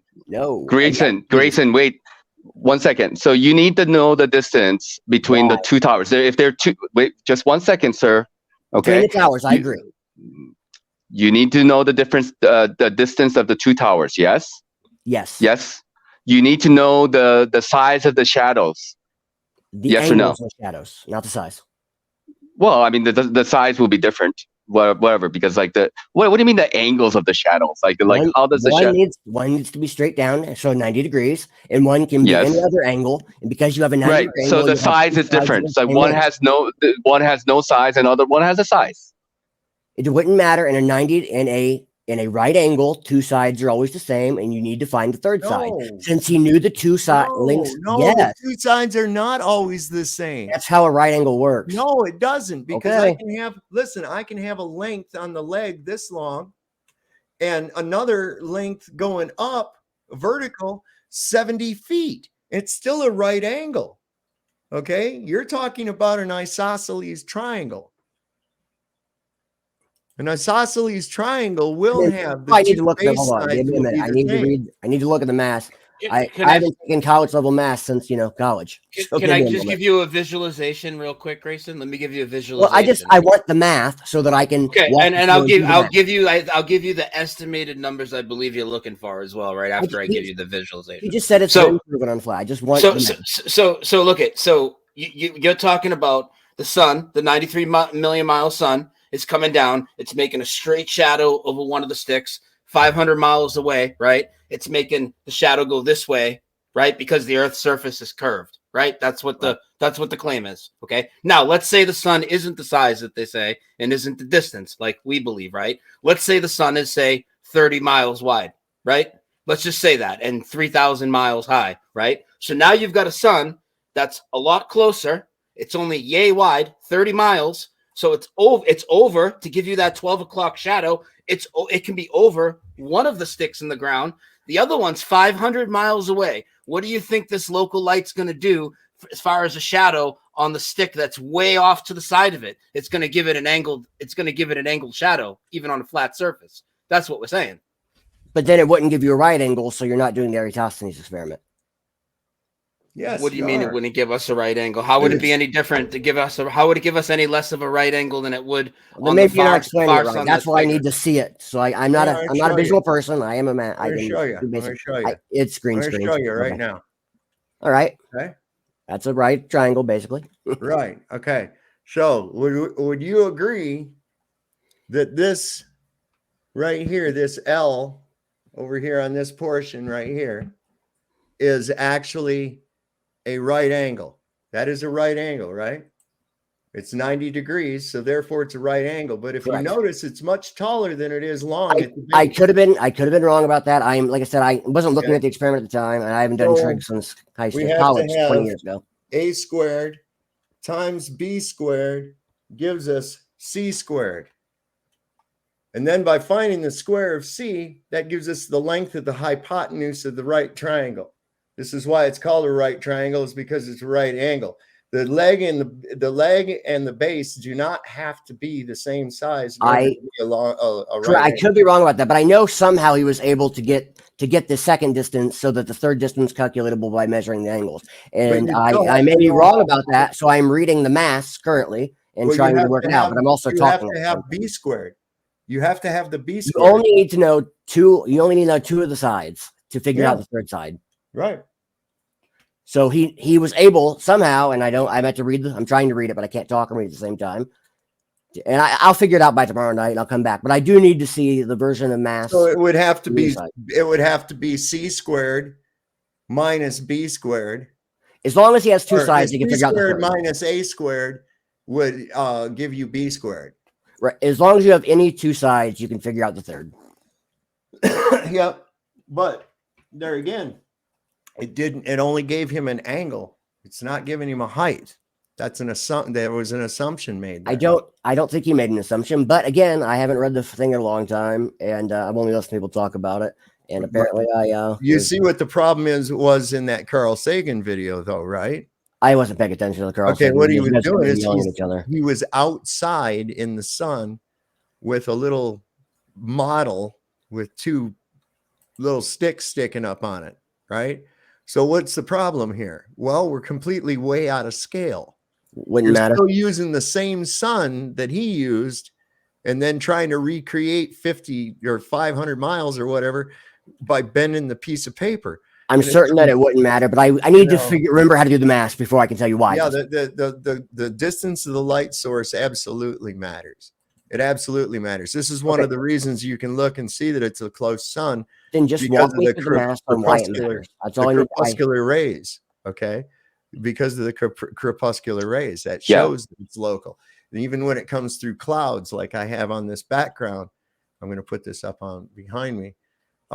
When you see like this, okay, that's because of local light source. Now you can prove that to yourself. Even take a piece of cardboard. I've used one of those things that comes under your frozen pizza, and I cut some holes in it, held it off the floor, and then took a flashlight above it and shone the flashlight down through at the pizza box with the holes in it. Okay, and you pay attention to the rays of light coming down through it. And the closer you get to the pizza box with the light, the further apart those things spread. And the further away you get from it, the closer together they get to where they're almost parallel, but they'll never be exactly parallel. But that's an interesting thing that you can actually check for yourself, you know. But anyway, we're going on 6 hours. I'm going to cut this. Anybody that wants to see this stream is going to have to go over and rewatch it over on Rumble, because I'm going to set it to private over here. Anyone who sees the stream, remember, I did not go to college for math, and I have made some math mistakes, but I will refresh if I come back tomorrow. Yeah, absolutely. It'd be great, Grayson. I've enjoyed having you up here. You asked some good questions. It's been some stimulating conversation. Have a good night. Thanks for having me. So yeah, absolutely. So like I said, anybody that if you checked out, any of y'all, go over to my Rumble side and make sure that you subscribe over there, because this is going to be the only place where that's going to be available. I might put it up on my backup channel, but they'll probably take it down anyway. So anyways, Brian Staveley is going to share it as well. Thank you, Brian. Sorry you popped off like that, but okay. So I'm going to call it a night. It's 6 hours. All right. Thanks for having me here. And it was good conversation. Absolutely. Come back. We'll see you next time, brother. All right. Thanks. So, bye. As we usually say, Lord loves a working man. Don't trust Whitey. See your doctor and get the fuck rid of him. So y'all have a great night, and we'll see you next time.